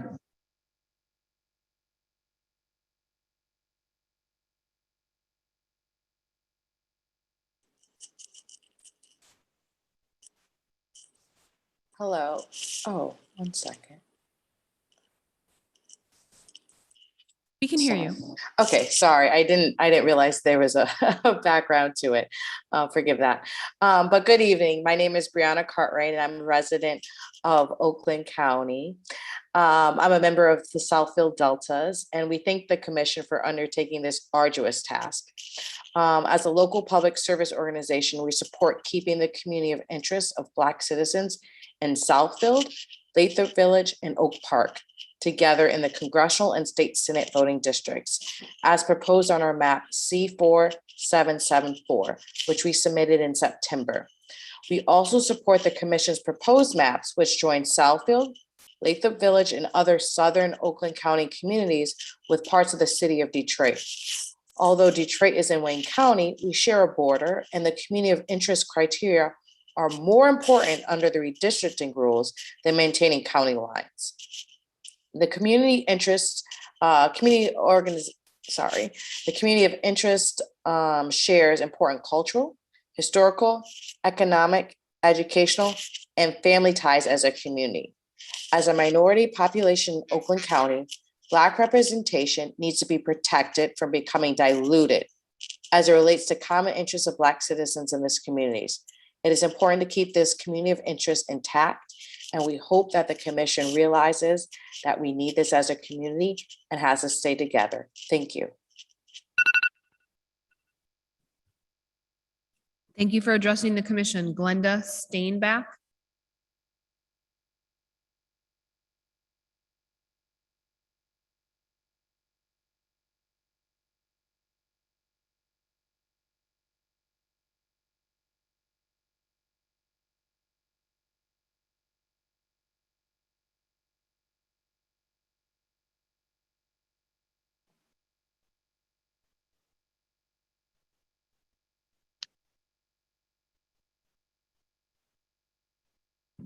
Glenda, you're unmuted and free to address the commission. Hello, I'm Glenda Stainback, a lifelong resident of the state of Michigan, born, raised, and educated in the city of Detroit, currently a resident of and precinct delegate for the city of Oak Park. Thank you for volunteering to serve on the commission. As our first independent commissioners, you have the distinct honor and privilege, as well as a responsibility to create congressional and state legislative maps that are fair for all Michigan voters. Michigan is a Democratic-leaning state. The proposed maps lean Republican and give them a disproportionate advantage. Your job isn't done until this is fixed. I ask that you use nonpartisan fairness as a litmus test for creating and approving the final maps. We need fair maps that have an efficiency gap of as close to 0 as possible. Look at the AFL-CIO Fair Maps project for ideas on how to get partisan fairness. We must have maps that reflect the interests of all our citizens. We need more majority-minority districts. Do not disenfranchise the voters of Detroit or other African-American communities by breaking up their votes, thereby diluting their voices. We must all be equally and fairly represented. Maps have been submitted that honor the Voting Rights Act, recognize African-American communities of interest, and still ensure nonpartisan fairness. I urge you to use those maps as examples for improving the commission's proposed maps. Please give Michigan voters fair maps. Thank you. Thank you for addressing the commission. Marcus Walton.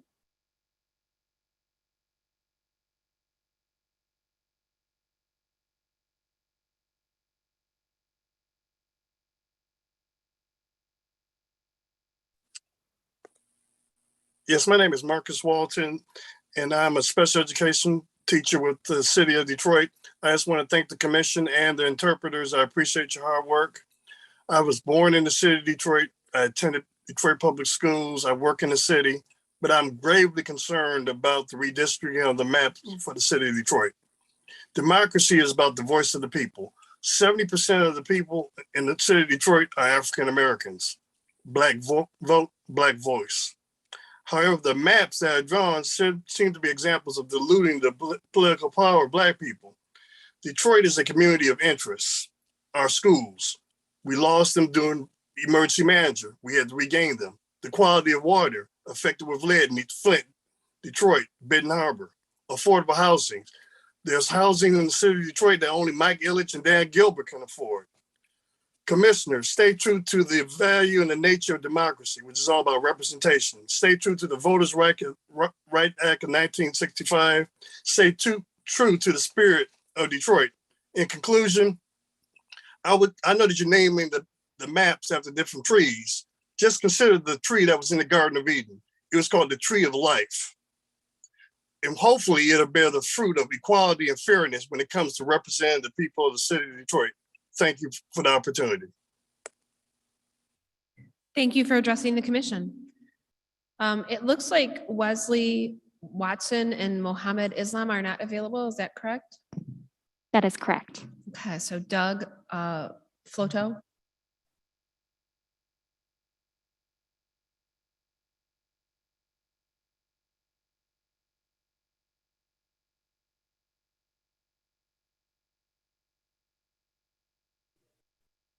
Hi, I'm Doug Floto. I'm from Commerce Township. I would like to thank you for undertaking this very difficult task.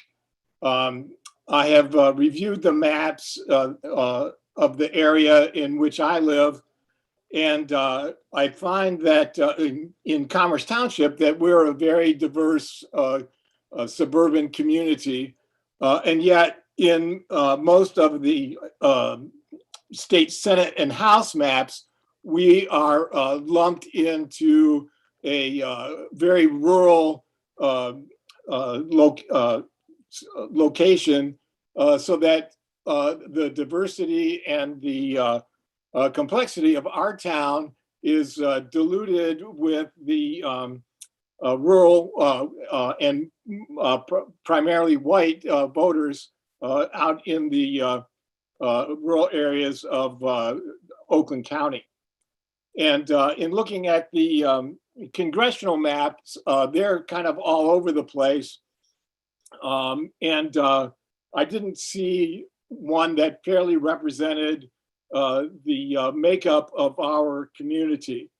I would ask that you review the maps for partisan fairness and use that metric to redraw the maps in such a way that they're fair for all residents of Commerce.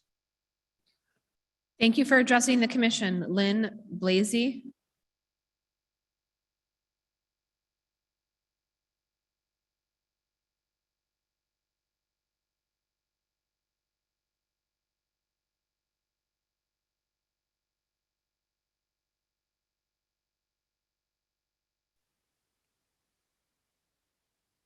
Hello, can you hear me? Yes, we can. I'm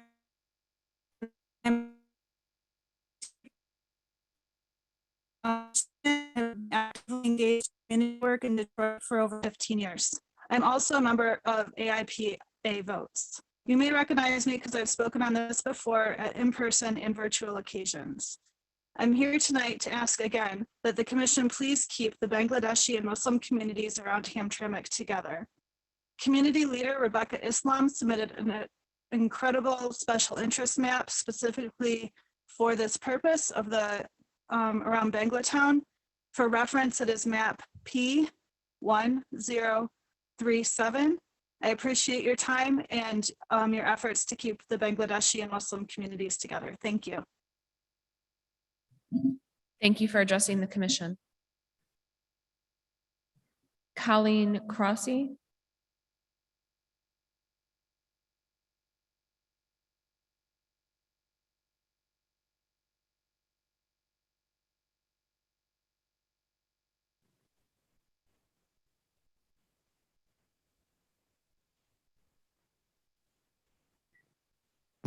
Colleen, you're unmuted and free to address the commission.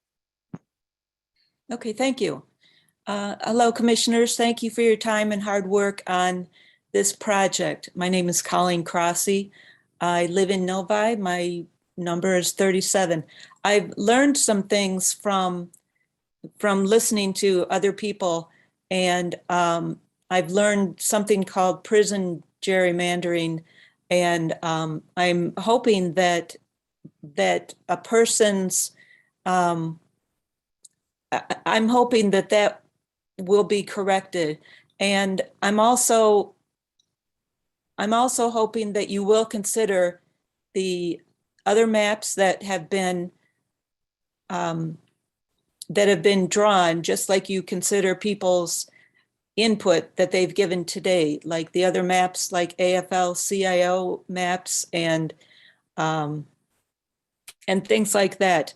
One of the things that I'm hoping is that in Novi, if you would keep like the city of Novi closer to the city of Farmington. We used to be part of Farmington, and we have more in common with them than we do people on the west side.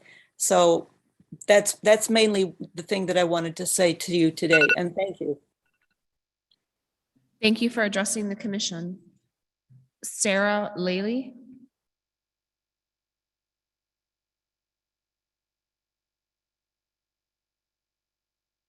Your number? We can hear you. Hey there, thank you. Sorry about that. I was trying to get my video, my life together over here. So I want to say thank you, first of all, to the commission as well as the interpreters, and all of the hard work that you have put into this process. Thank you for giving people the opportunity to provide feedback. I am a registered nurse and also a community advocate and a partner of APIA Vote. I'm asking you, please, for map P1037 submitted by Rebecca Islam to move the 4 blocks of the Bengali community into the area to keep Banglatown together.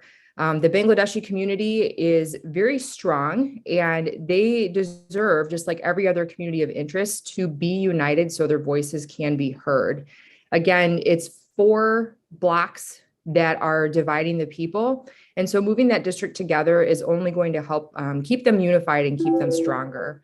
And so I'm super grateful for your time. Thank you for listening. And just like in another arm, you know, like to echo what other people have said, just really doing our absolute best to have equity in this process and fairness for everyone from, you know, racial, economic, and also political standpoints, because we're all really trusting you to do what's fair for all of us. And so please keep in mind that, you know, us is a very big word. And so taking what everyone's having to say to heart when you're making these drawings. Thank you. Thank you for addressing the commission. Flora?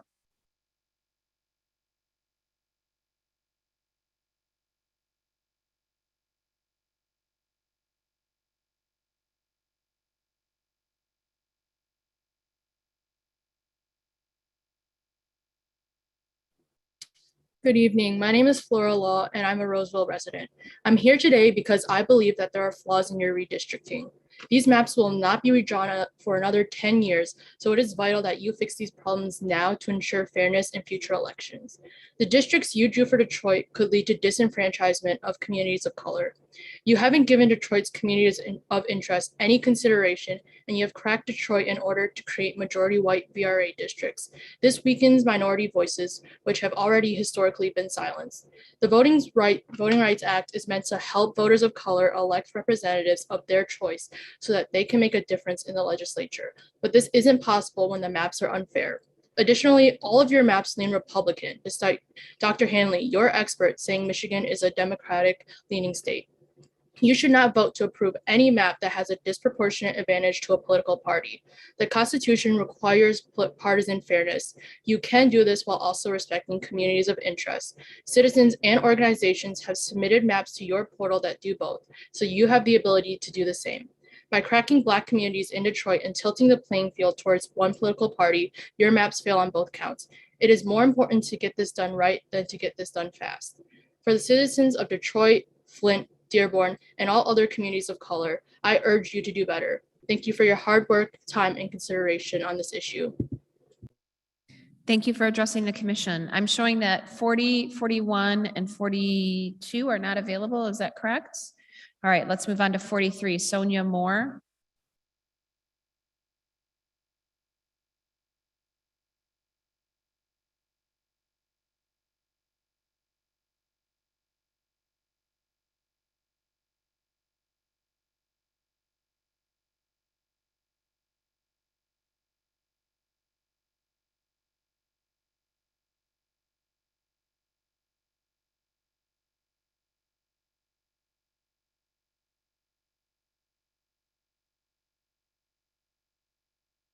It looks like that participant, oh, never mind. Just one moment.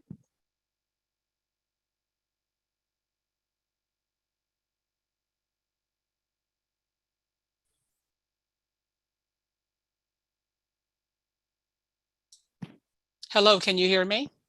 Yes, we can.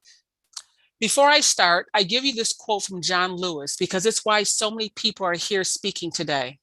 When you see something that is not right, not fair, not just, you have to speak up. You have to say something. My name is Sonia Moore, a proud resident of the state of Michigan, 14th Congressional Precinct delegate, a member of the Detroit Alumni Chapter of Delta. The job of this commission is very important. So what you do will impact Michiganders for the next 10 years. So it's important you get the maps drawn correctly, not fast. The maps presented will negate the minority vote and violate the Voting Rights Act.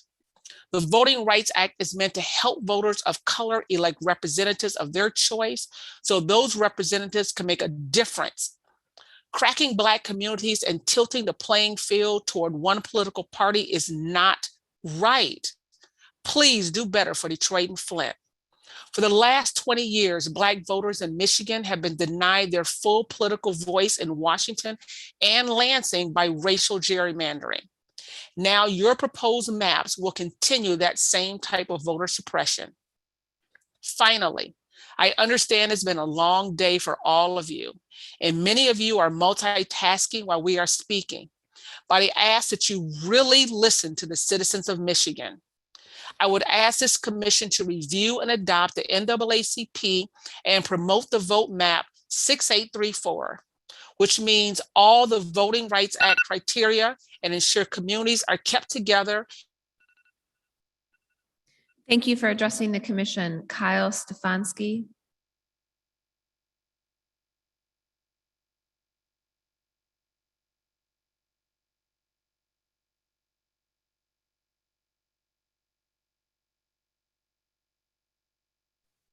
Yes, hello. So my name is Kyle Stefanski. I'm a lifelong Michigander who was born and raised in Warren. I just want to say, oh, sorry, can you hear me? Yes, we can. Oh, yes. So yes, my name is Kyle Stefanski. I'm a lifelong Michigander who was born and raised in Warren. I just want to say that I really appreciate all the hard work the Redistricting Commission is doing to redraw our district maps. I know the work can be very sophisticated and tiresome, especially tonight. However, it's very important that it gets done. We need maps that reflect partisan fairness because our current district maps are severely lacking that. I would like to give some comment on how the city of Warren should be redrawn in regards to the state Senate. Warren should not be divided into multiple state Senate districts like it is currently proposed. People living in Warren should be able to have their voices heard since it's the third largest city in Michigan. Warren is also home to important employers such as General Motors, the U.S. Army, and Stellantis. I believe that all of Warren should be in the same state Senate district. And please look at the AFL-CIO's Fair Maps project map for State Senate District 9 for more information. Thank you so much for your time tonight. Thank you for addressing the commission. Bonnie.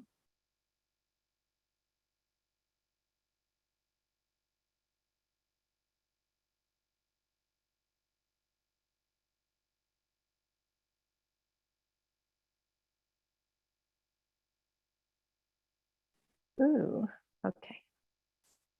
Hello, my name is Bonnie Van Kiersbilk. Can you hear me? Yes, we can. Okay, there we go. And I live in Royal Oak. I'm here today to ask for fair maps, and you'd be happy to find out that I have been shortening my speech as I go along. I worked on the campaign for Proposal 2. I know why people signed the petitions, and I know what the message was. People want proportional representation. Please draw maps that are fair by using historical voting patterns. Your maps are not fair currently. I think you must be aware of that by now. There are other maps that have been drawn that are more fair. I would like to suggest in particular that you look at the Promote the Vote maps, P6782, P6783, P6784, to see maps that are fair and satisfy all other criteria, including the RA districts and the prison gerrymandering. These maps are supported by the NAACP, the League of Women Voters, the ACLU, Access, APIA Vote, and the Detroit Hispanic Development League, because they are fair and balanced. Thank you very much. Have a great night. Thank you for addressing the commission. Audrey Anderson.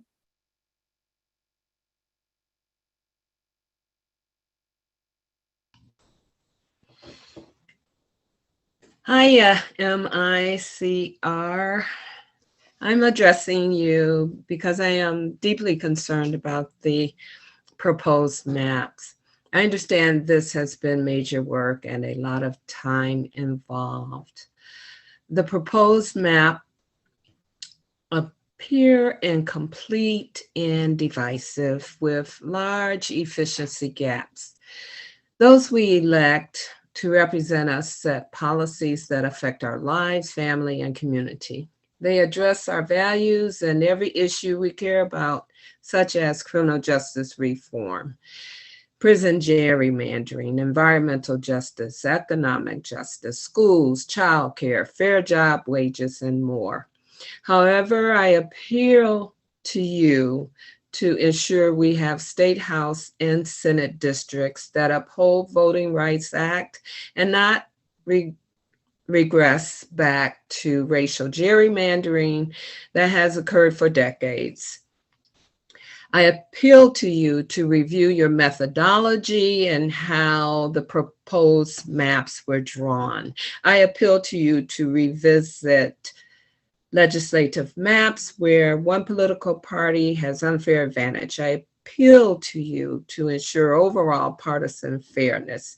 We want equitable voting power and leaders that know us and represent our communities. I appeal to you to consider. Thank you for addressing the commission. Maya Anthony.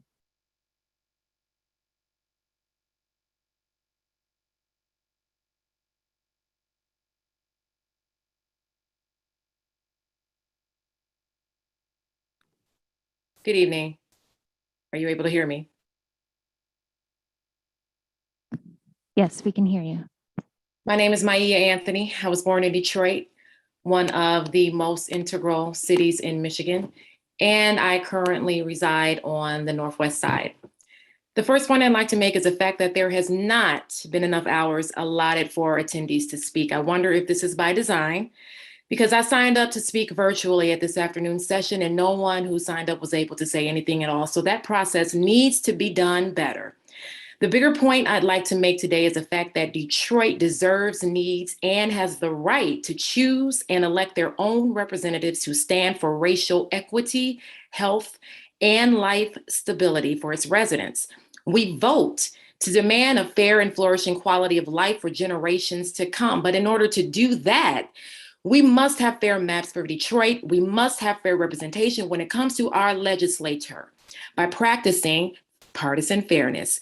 We need you all to look into the true definition of the Voting Rights Act, because what you all are doing couldn't be further from equally protecting African Americans. And having a lawyer consult you all does not mean they truthfully or accurately know the way politics and elections work here in Detroit.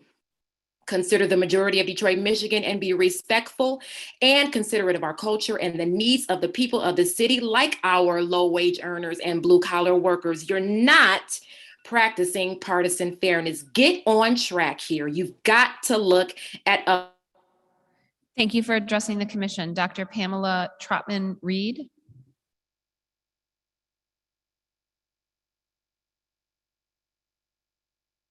That participant has left the meeting. Okay, Rima, oh boy, Maraway.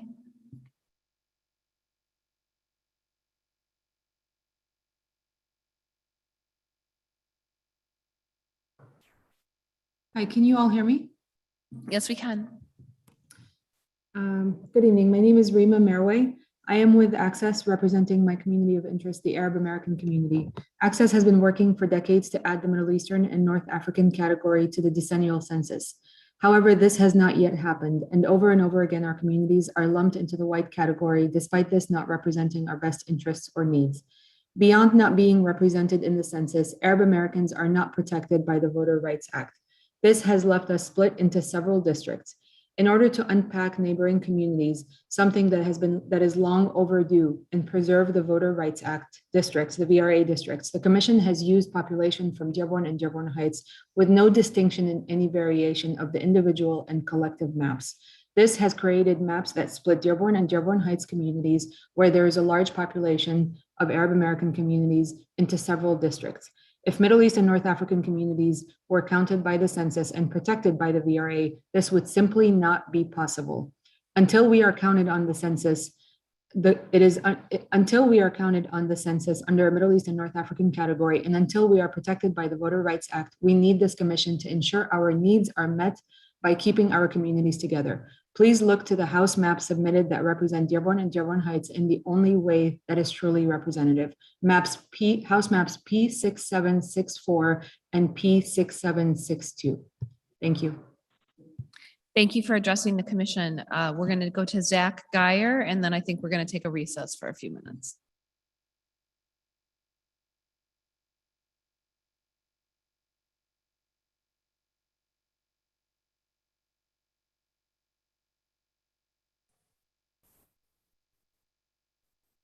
Hello, okay, can you hear me? Yes, we can hear you. Okay. Hello, commissioners. My name is Zach Geyer, and I have lived in Ann Arbor my entire life, and I would like to advocate for partisan fairness on behalf of all young Michiganders like myself. As you know, partisan fairness is one of the requirements set forth in the Constitution, and almost all of your maps favor Republicans significantly. You must lower the efficiency gap and bring it as close to zero as possible. Michigan's partisanship should be reflected in its legislature, and your district should be drawn to achieve this. For most of your state's House maps, Ann Arbor residents are unfairly packed into 2 House seats, wasting many of their votes. The Pine map and Commissioner Zatella's map split Ann Arbor 3 ways, and I support these maps. Additionally, all of your collaborative state Senate maps and pack urban voters in Ann Arbor and Ypsilanti together.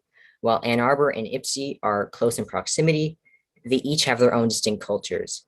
And so I urge the commission to split these 2 cities. All of these changes will help reduce the efficiency gap. Additionally, you must rethink your districts in Detroit, as no state Senate, state House, or congressional district is majority African American. Drawing skinny districts from Detroit to the suburbs does not accurately reflect the people of Detroit or the voices of African Americans. Thank you. Thank you for addressing the commission. Without objection, we will take a 10-minute recess.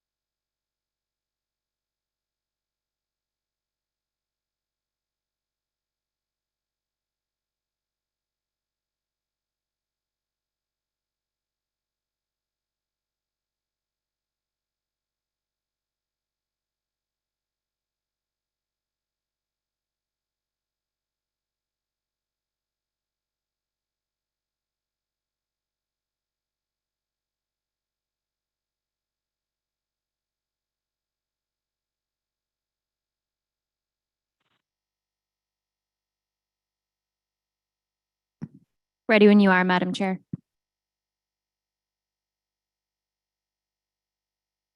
What was that, Sarah? It's As chair of the showtime, Madam commission. Chair. I'm sorry, Sarah, say it again. I said it's showtime, Madam Chair. Okay. As chair of the commission, I call this meeting of the Michigan Independent Citizens Redistricting Commission back to order at 9:50 p.m. Will the secretary please call the roll? Absolutely. Commissioners, please stay present when I call your name.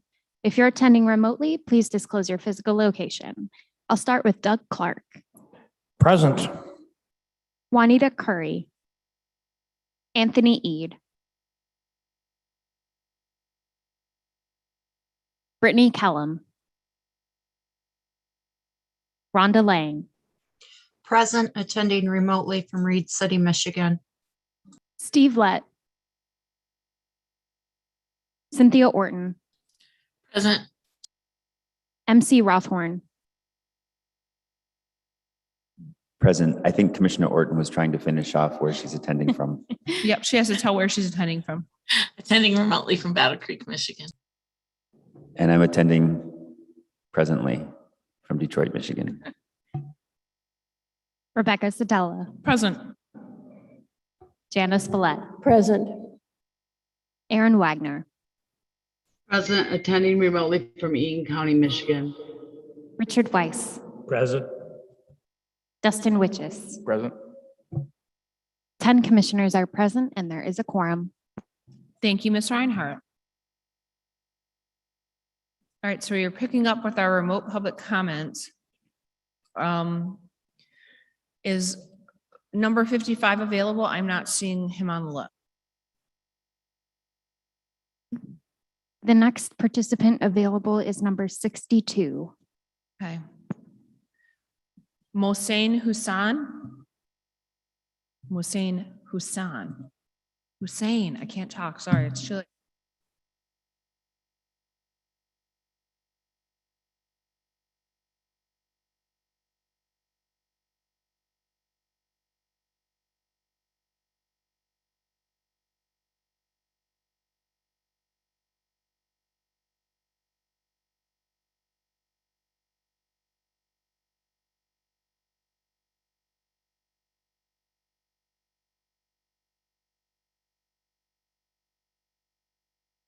Mo, you're unmuted and free to address the commission.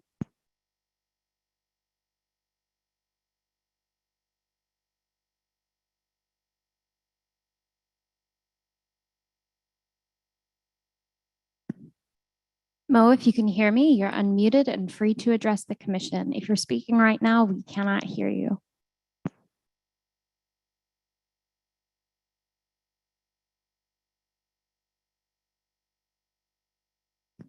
It looks like Mo is experiencing some technical difficulties. The next participant available is number 64. 64, Azra Al-Hawli.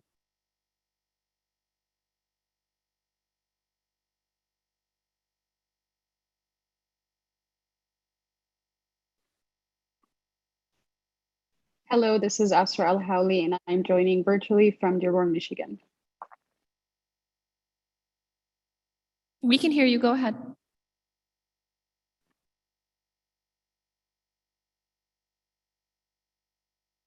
Sorry, did you get that? Yes, we can hear you, go ahead. Hi, my name is Asra Al-Hawli, and I'm joining virtually from Dearborn, Michigan. Did you want me to give my comment now? Yes, go ahead. Okay. Hi, my name is Asra Al-Hawli. I'm joining virtually from Dearborn, Michigan. I'm here today on behalf of Access to represent my community of interest. Growing up in Dearborn Heights, I watched the Arab American community grow tremendously. As a health advocate at the Access Community Health and Research Center, my community's needs around health, substance use, infectious disease, diabetes, and cancer are unique and need to be addressed. Currently, these are very specific health disparities that are not being confronted. Please consider House Maps P6764 and P6762 for Dearborn and Dearborn Heights. Thank you. Thank you for addressing the commission. Ms. Reinhardt, can you confirm that Bridget Fawaz Anaudi is not available because I'm seeing her on the list. She was number 63. I just don't want to skip her if she's waiting. Yes, it looks like number 63 is present.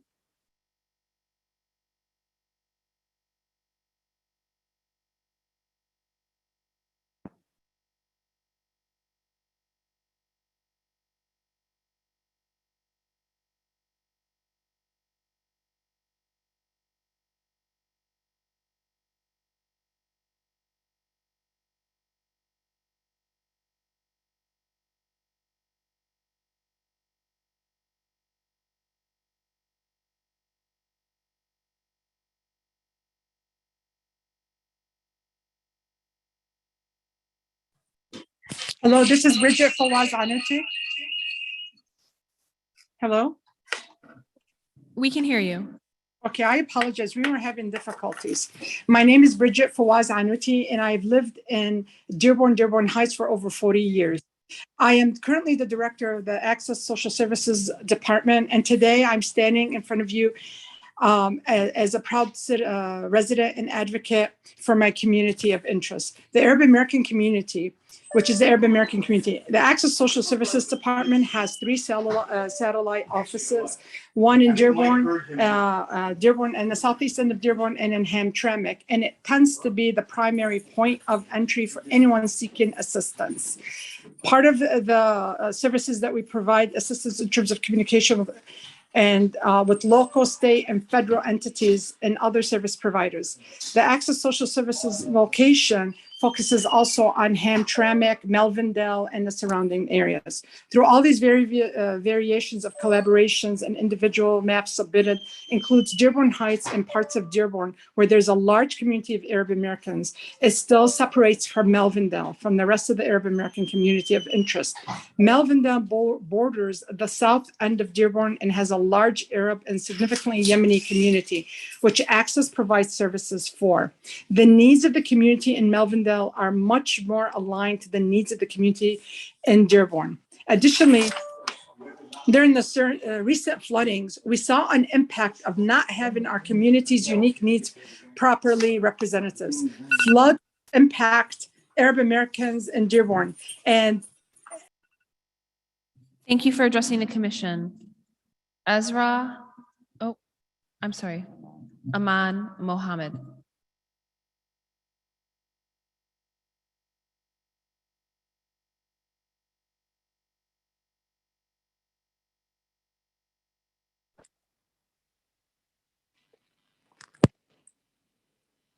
Good evening. My name is Iman Mohammed. I am a Yemeni American born and raised in Dearborn. I'm here representing Access and my community of interest. My community is not represented in the census because we are categorized as white. The issues that impact me and my community are not heard. We face a number of specific issues, such as barriers that reduce education opportunities. Our children need representation. Please keep my Dearborn together and consider maps P6764 and P6762. Thank you for your time. Thank you for addressing the commission. Lena?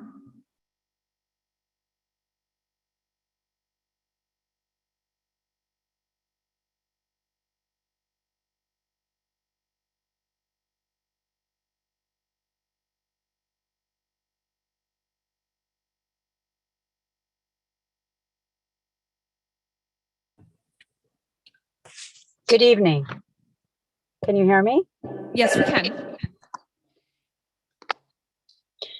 Hello, my name is Lena Harani Harajli. I'm here on behalf of Access, representing my community of interest.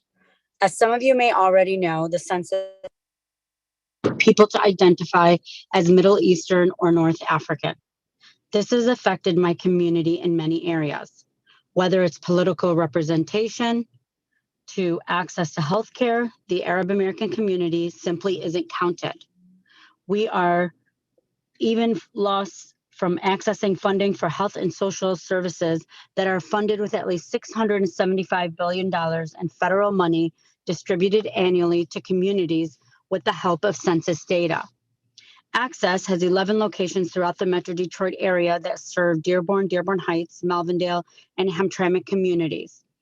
As a resident of this community and the chief operating officer of our organization, I urge the commission to take into account that Arab Americans originate from culturally, geographically, and religiously diverse countries, embodying a multitude of experiences and narratives that cannot be distilled to a single experience. While finalizing the maps for our community, as a resident for the last 40 years of Dearborn and Dearborn Heights, I'd like you to remember that between those lines, there's a community of interest that has yet to be represented and recognized.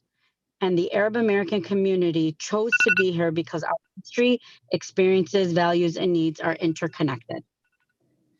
Thank you for addressing the commission. Ilham Alessing.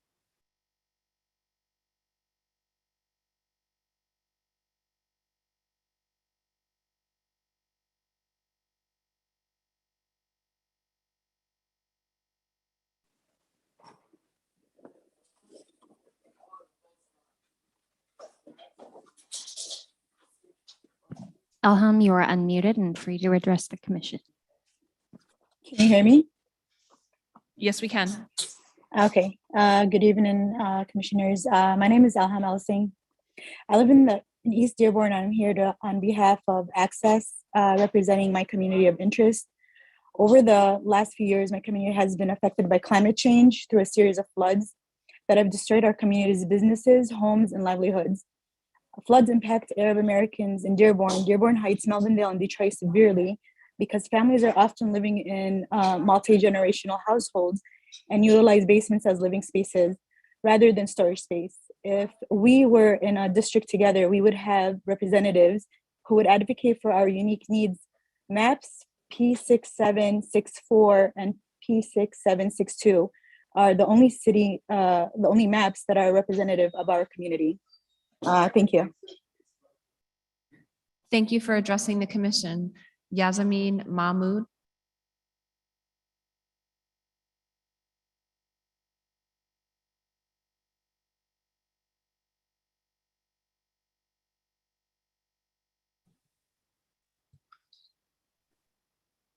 Hello, can you hear me? Yes, we can. Hello, my name is Yasmin Mahmoud. I'm an Iraqi immigrant. I'm here on behalf of Access, representing my community of interest. The vibrant Iraqi community that I'm part of is also working through trauma after years of war.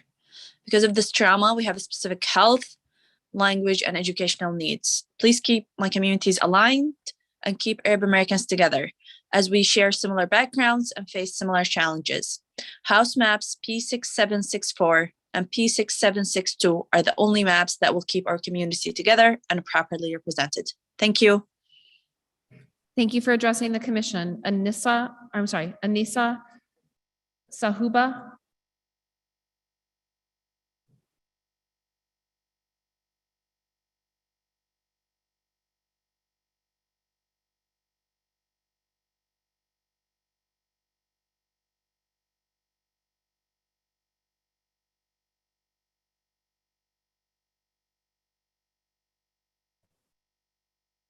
Good evening. Can you hear me? Yes, we can. Good evening. My name is Anissa Sahuba. I know it's been a really long evening, so we very much appreciate your time.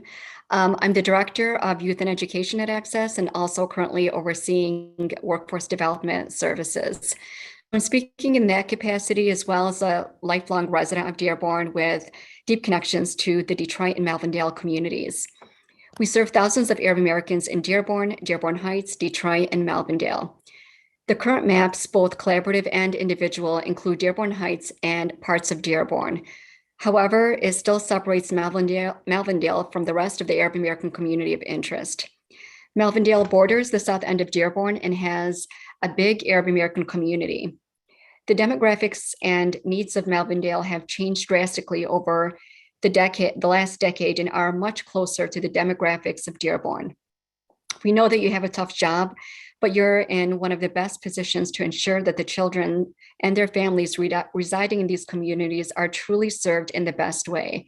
I do hope that you seriously consider House Maps P6764 and P6762, which keep both communities together. Thank you very much for your time. Thank you for addressing the commission. Mary Murphy.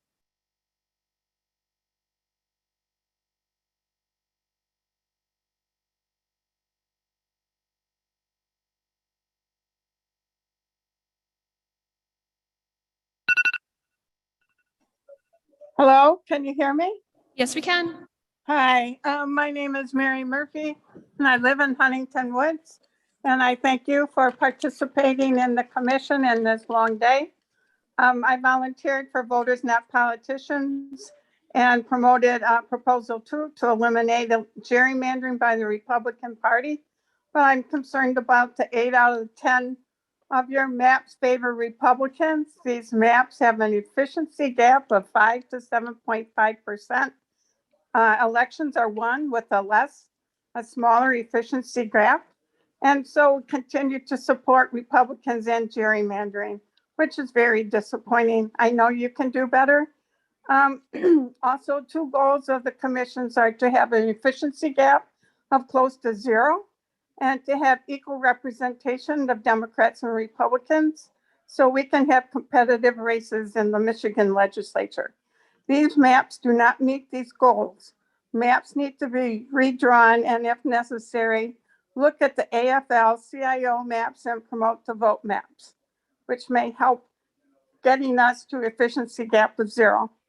Also, I'm concerned about the maps in Detroit that they do not meet the Voters' Rights Act. Detroit is a majority African-American city. Detroit needs to have African-American representatives and do not to have their maps diluted by white voters in the suburbs and the neighboring cities. White Caucasian voters have a voice. Give voices back to African-American voters in Detroit. Keep Detroit together, not divided and diluted. Thank you. Thank you for addressing the commission. Jacqueline Jones.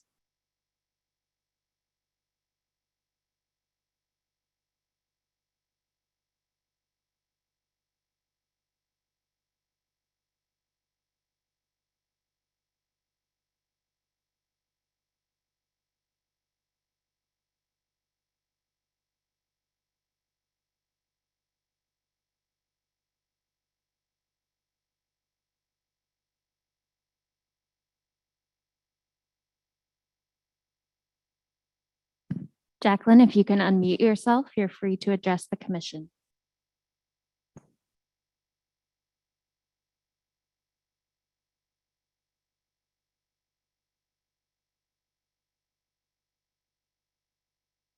Jacqueline, if you can hear us, if you're able to unmute yourself, you are free to address the commission.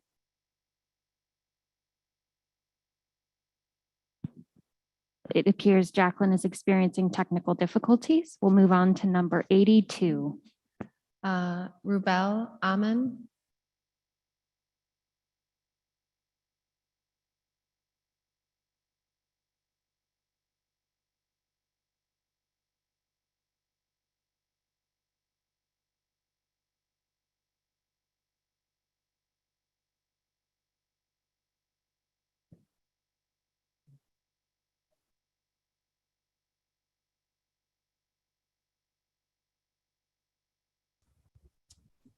Hello?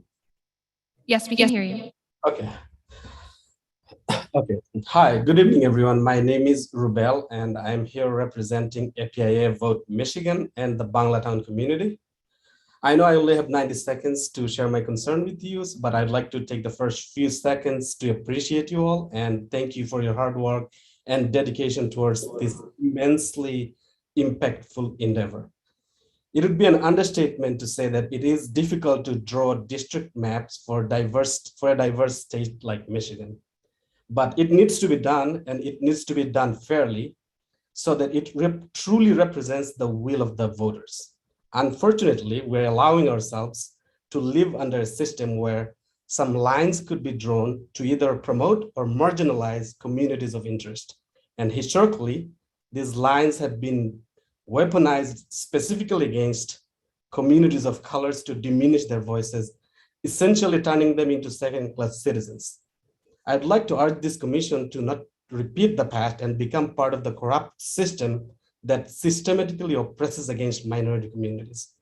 With that said, I'd like to request the commission to make a small modification to the House District Map number 2 to include the 4 Banglatown streets that are inexplicably currently in District 10. Please refer to the map number P1037 for details. Thank you.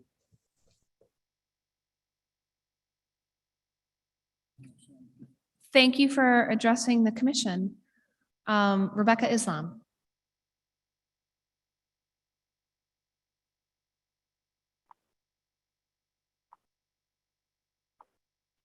Good evening, commissioners. Are you able to hear me?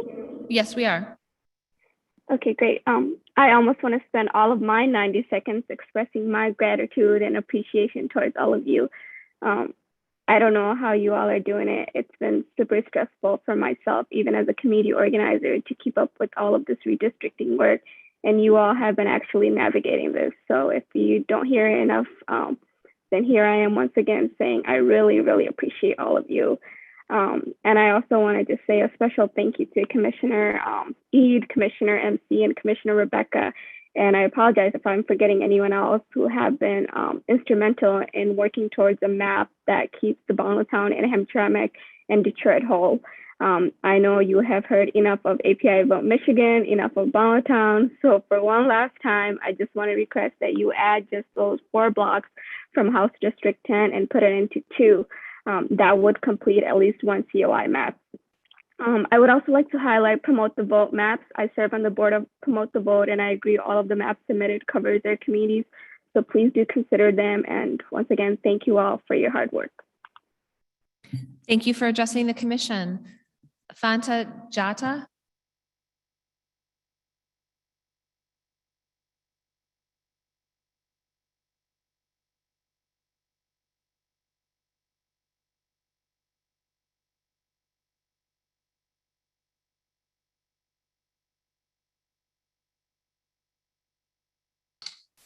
Hello. Yes, we can hear you. Hi. 1 second.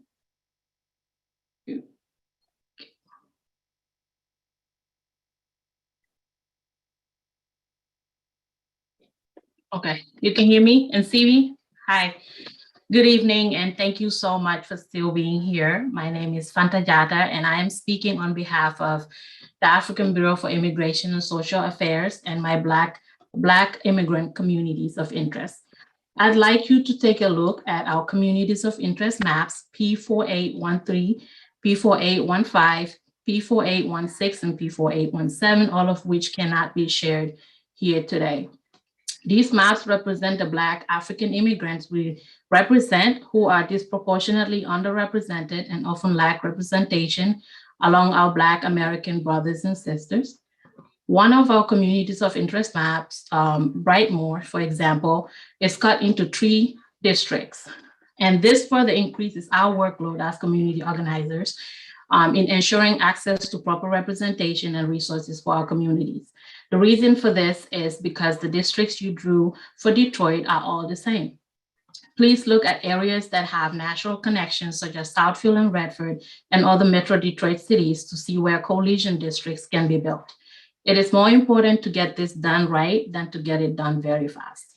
Please be more thoughtful on how you draw Detroit and other communities across the state. Your role in this is very crucial. Reflecting communities of interest does not require. Thank you for addressing the commission. Suman Kobir.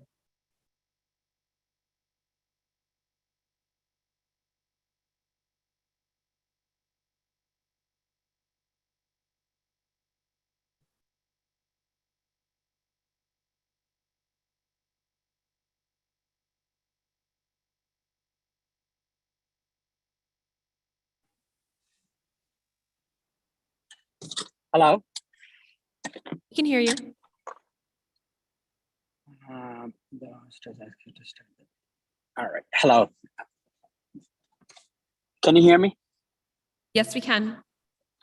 All right. Sorry about that. Good evening, commissioners. First of all, I'd like to thank you all for what you are doing. I've been watching all what you guys are listening to, and it's been a long day for you guys. In fact, it's been a long year for you guys. Thank you very much for doing that for us. My name is Shumon Kobir. I live in Warren, Michigan. I have been to Detroit hearing, and I have been to Warren hearing, where we are a big group of people talking about the same map. I'm gonna give you my map ID C6211. Please take a look, C6211. We were 50 people together from Bangladeshi American community from Hamtramck and Warren talking about the same map, same proposed map. We are really disappointed because the very first map actually reflected our map that we proposed, but we thought we are done. But actually, then later on, the other people commented and that map was diverted to a different direction. When we talk about community of interest, we are close to 100,000 people living from Hamtramck to all the way to Sterling Heights. We are from same country. Most of them are from same district from Bangladesh. We share the same community of interest. Please put us in one particular map. If I be, thank you very much. Thank you for addressing the commission. President Buffington.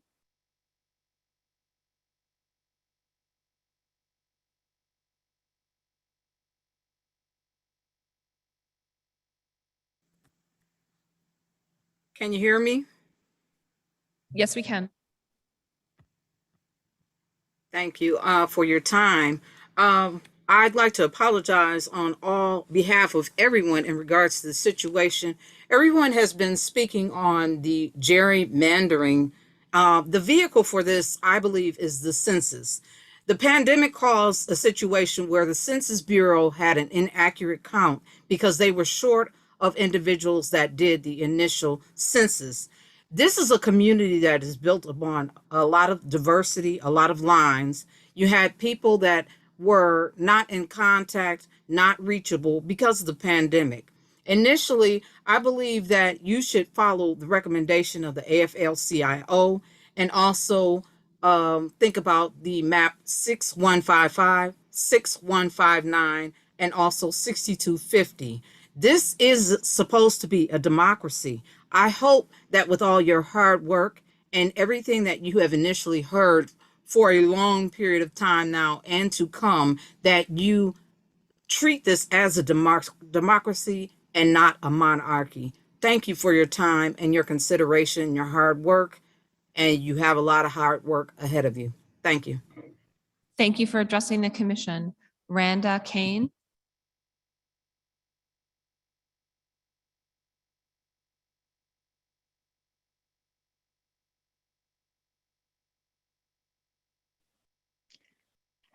Good evening.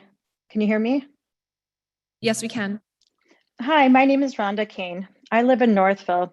I'm concerned about the lines proposed for my House District 110. I'm asking the commission to please keep Northville and Plymouth, currently D35, together. Our communities share resources such as fire departments. We have common concerns, especially when addressing the landfill nearby. It has taken us years to make any progress on this important environmental and health issue facing our community. Northville is not a large community. We only have 35,000 residents between the township and city and should not be split into two, and it should remain with Plymouth. Our communities have far more in common with Plymouth than Farmington Hills. I urge you to reconsider these maps and district lines. Thank you. Thank you for addressing the commission. Chad King.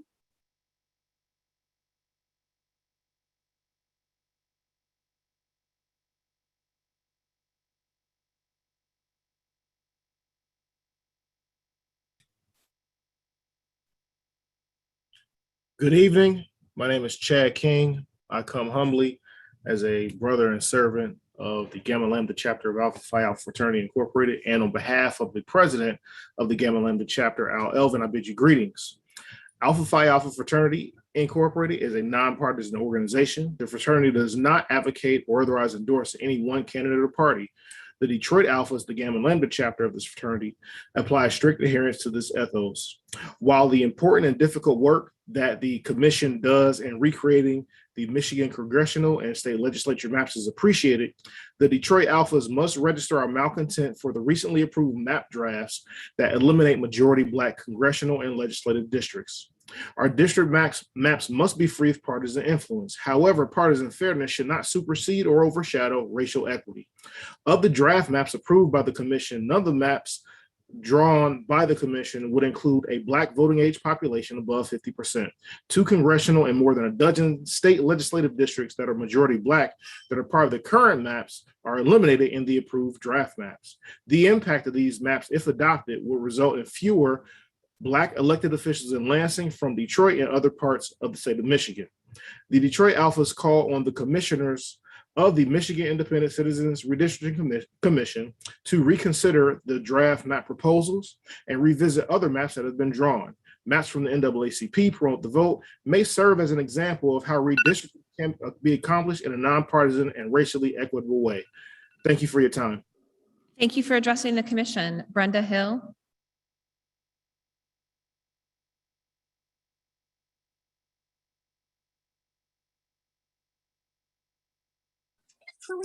Can you hear me?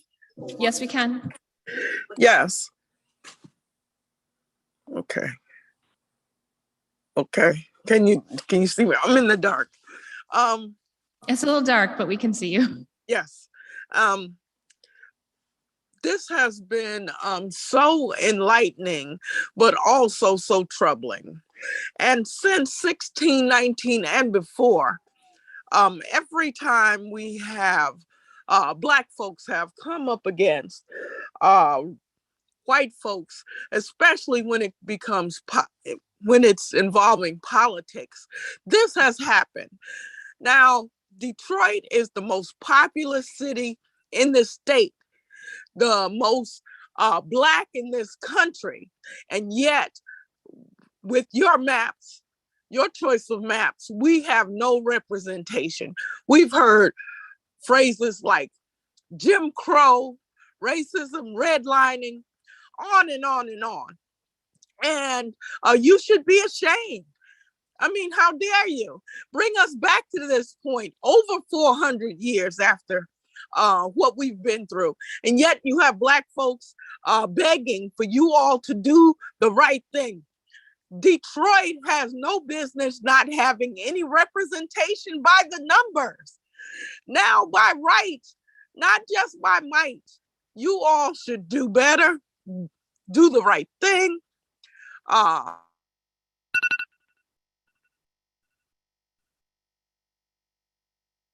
Thank you for addressing the commission.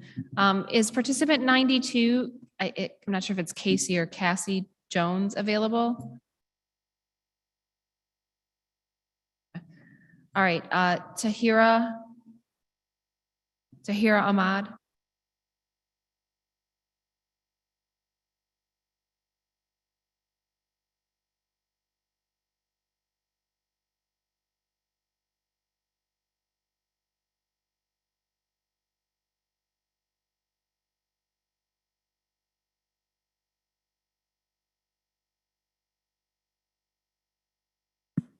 Tahira, if you can unmute yourself, you're free to address the commission.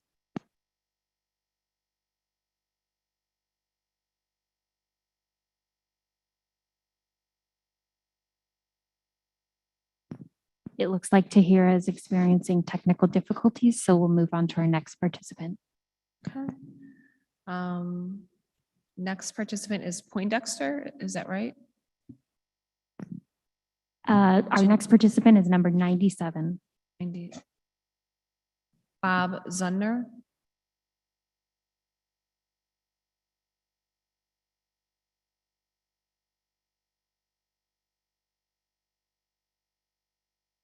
Oh, can you hear me?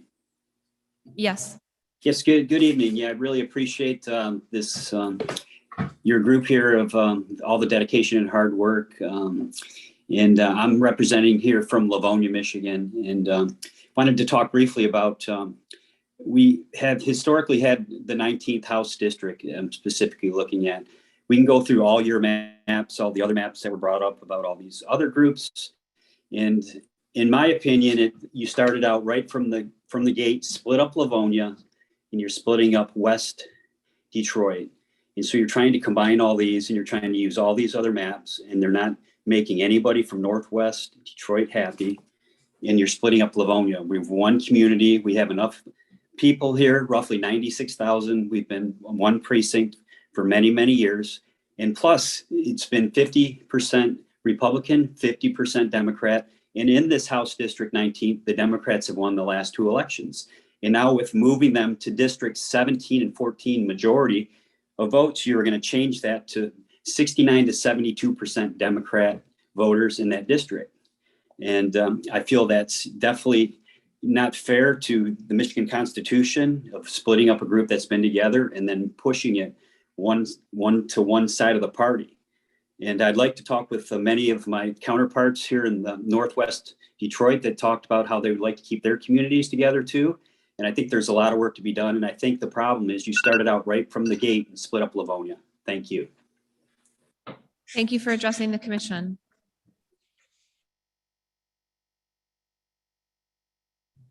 I don't see Kelly on here, so is it now Poindexter?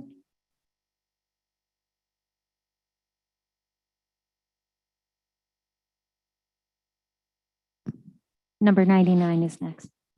Is absent, you said?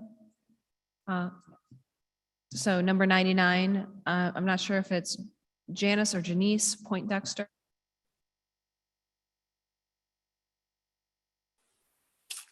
Hello? Yes, we can hear you. You can hear me. Okay, thank you so much. Cassie Jones is also on the line, and she said that you all skipped her. She was 93, I believe.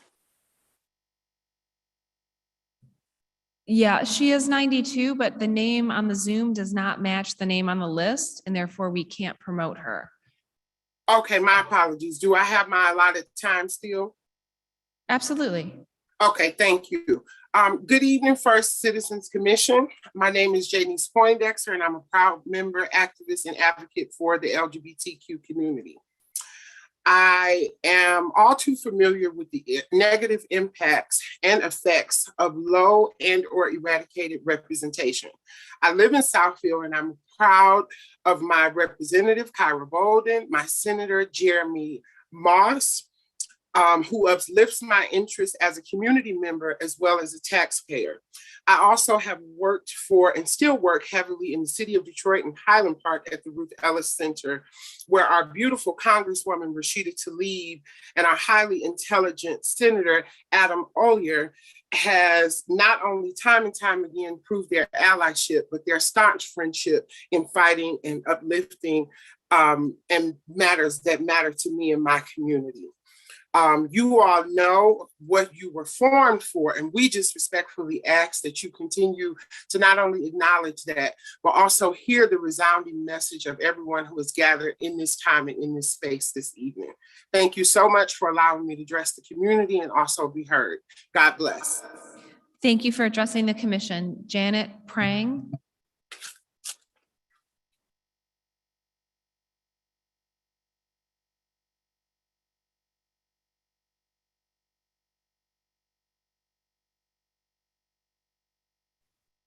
Hi, can you hear me? Yes, we can. Okay. My husband and I both volunteered hundreds of hours for voters, not politicians, to get Prop 2 on the ballot and passed. This political activism was a first for us, but we are passionate about promoting a politically level playing field. I've listened all day and have heard many people speak much more knowledgeably and eloquently about the maps than I can, but I want to add my voice to previous speakers advocating for the maps submitted by Promote the Vote and the AFL-CIO. They are good maps and you should consider them carefully. I also wanted to echo online comments I read about my area about moving my area of Southern Commerce Township, which borders Walled Lake and Wolverine Lake, into those communities and not with rural northern communities of Highland and White Lake. I've read many analysis of your maps, most agreeing that the congressional map may be acceptable. The Senate map needs a lot more work, and you should throw out the House maps completely and start over. I support the VRA guidelines for redistricting and want to emphasize that we demand maps with no partisan bias and less than a 1% efficiency gap. It's simple. The party that wins the most votes should also win the most seats. Anything less than that is unacceptable. I want to thank you for your time and efforts and encourage you not to settle. Get it right. The next decade of voting depends on it. Thank you. Thank you for addressing the commission. Steve Prang.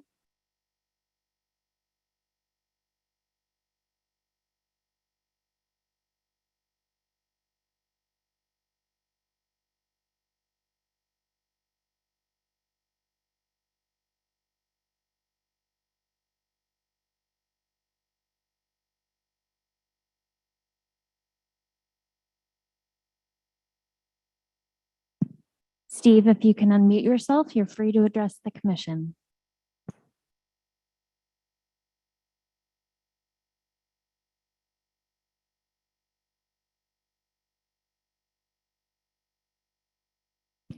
Steve, if you can hear me, if you're able to unmute yourself, you're free to address the commission.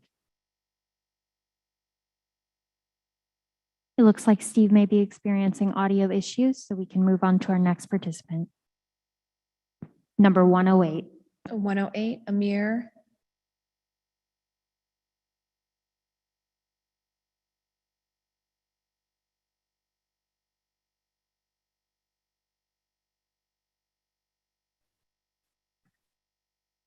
Hey, good evening, everybody. Can you hear me? Yes, we can. Okay, great. Hello, and thanks for your work. My name is Amr Zar. I'm a resident of Dearborn. I'm an artist, community organizer, attorney, and adjunct professor of law in Detroit, where I teach specifically on Arab Americans, race, and census-related issues of inclusion. As you know, we Arab Americans are incorrectly labeled as white on the census. We are rather, in fact, a community of color. Michigan is home to the largest concentration of Arab Americans in the nation, and Dearborn is our unofficial capital, home to the only Arab American National Museum, a number of Arab American political action groups, a chamber of commerce, and of course, Access.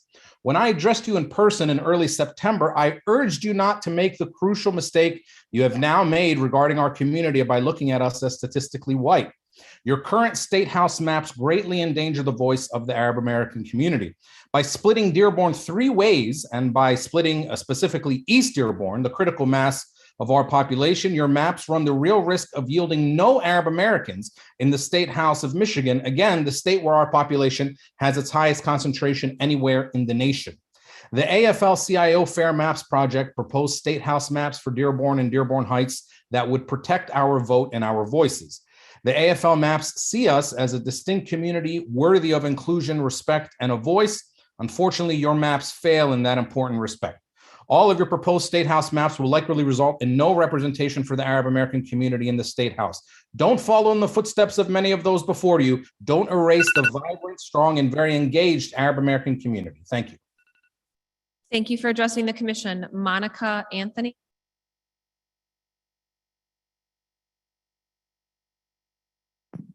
Madam Chair, Cassie Jones McBride just joined the meeting. Okay. She's number 92. Cassie Jones McBride.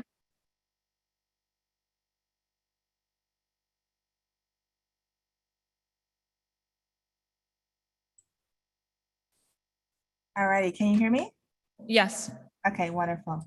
Good evening.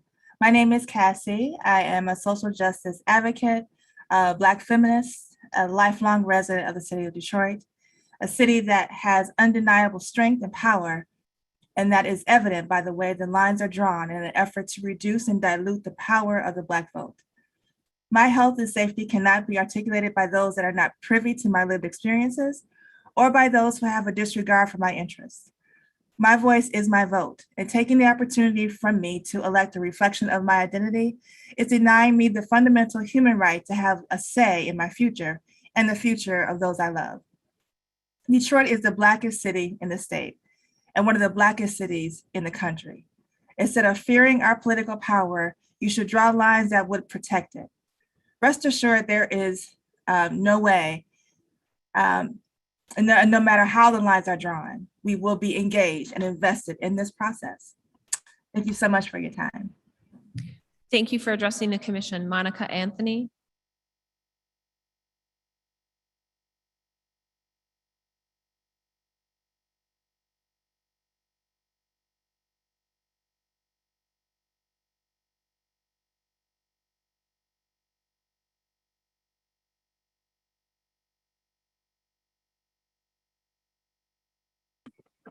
Oh my gosh.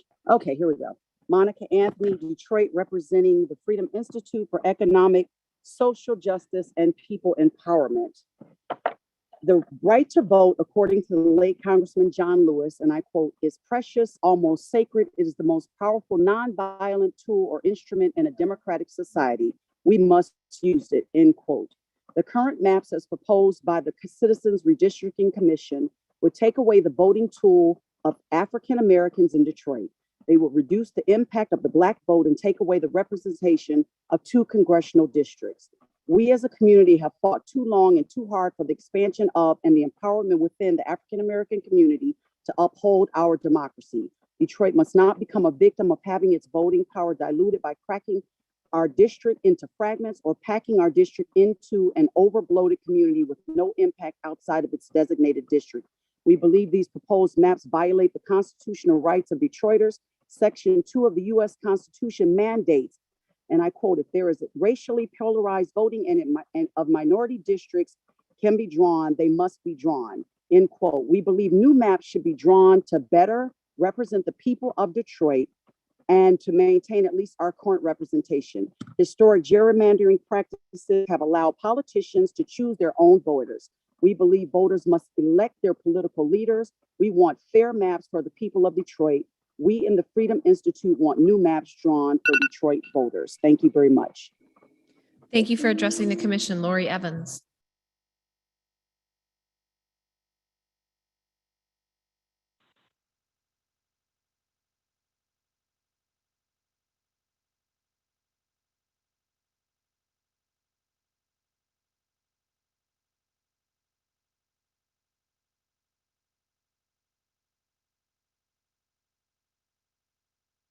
Can you hear me?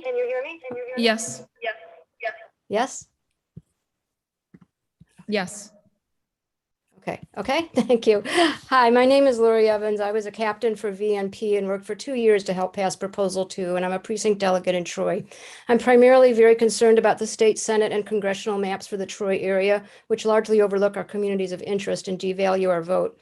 We've worked hard in Troy to build a strong voter base across parties to strengthen our community, and I believe that the maps such as Elm and Cherry for the state Senate and Apple and Maple for the Congress are completely wrong for our community. Elm and Cherry put Troy with Oakland Township, with whom we have very little in common. We are more aligned culturally and economically in terms of where we go for recreation, shopping, and service providers, and even our school communities with Clawson and communities to the south and west of Troy. The map proposed by Commissioner Lang is very close to being a fair state Senate map and keeping Troy with Oakland County and more of its communities of interest and respecting our growing AAPI community, though it should include Royal Oak and Madison Heights and not go all the way into Detroit. The congressional maps of Apple and Maple place Troy with Macomb County communities far to the east of us, such as Utica, Warren, Fraser, Roseville, St. Clair Shores, and East Point, with whom we have absolutely nothing in common and would not give us fair representation. These maps go too far in diluting the character and voice of Troy voters and pushing so far to the east. Juniper is the best of the congressional trees and is the only existing map that should be considered.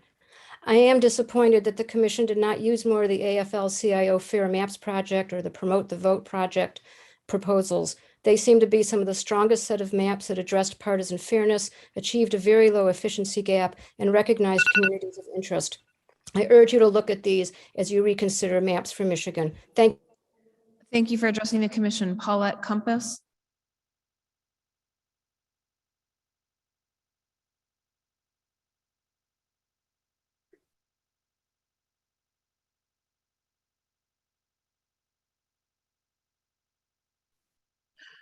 Good evening. My name is Paulette Compass. I am a member of SEIU Local 1. I'm a janitor.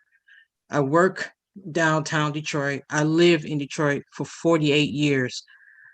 SEIU members, working leaders in the fight for 15 and a union, and our allies will not stand by as our communities are carved up and our voices are weakened. We will continue to speak out for fair districting to make our communities whole and deliver what our families need for decades to come. We deserve better. We need better. So do the work, and I thank you. Good night. Thank you for addressing the commission. Jeffrey Robinson.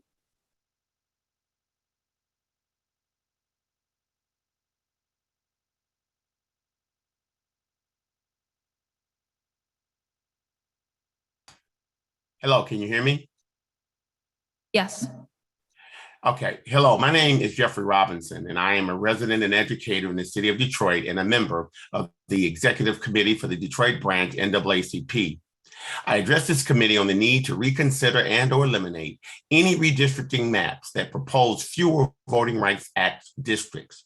These districts need to be increased to ensure that the voice of historically underrepresented minorities are afforded the benefit of having the needs of their communities addressed in local, state, and federal government.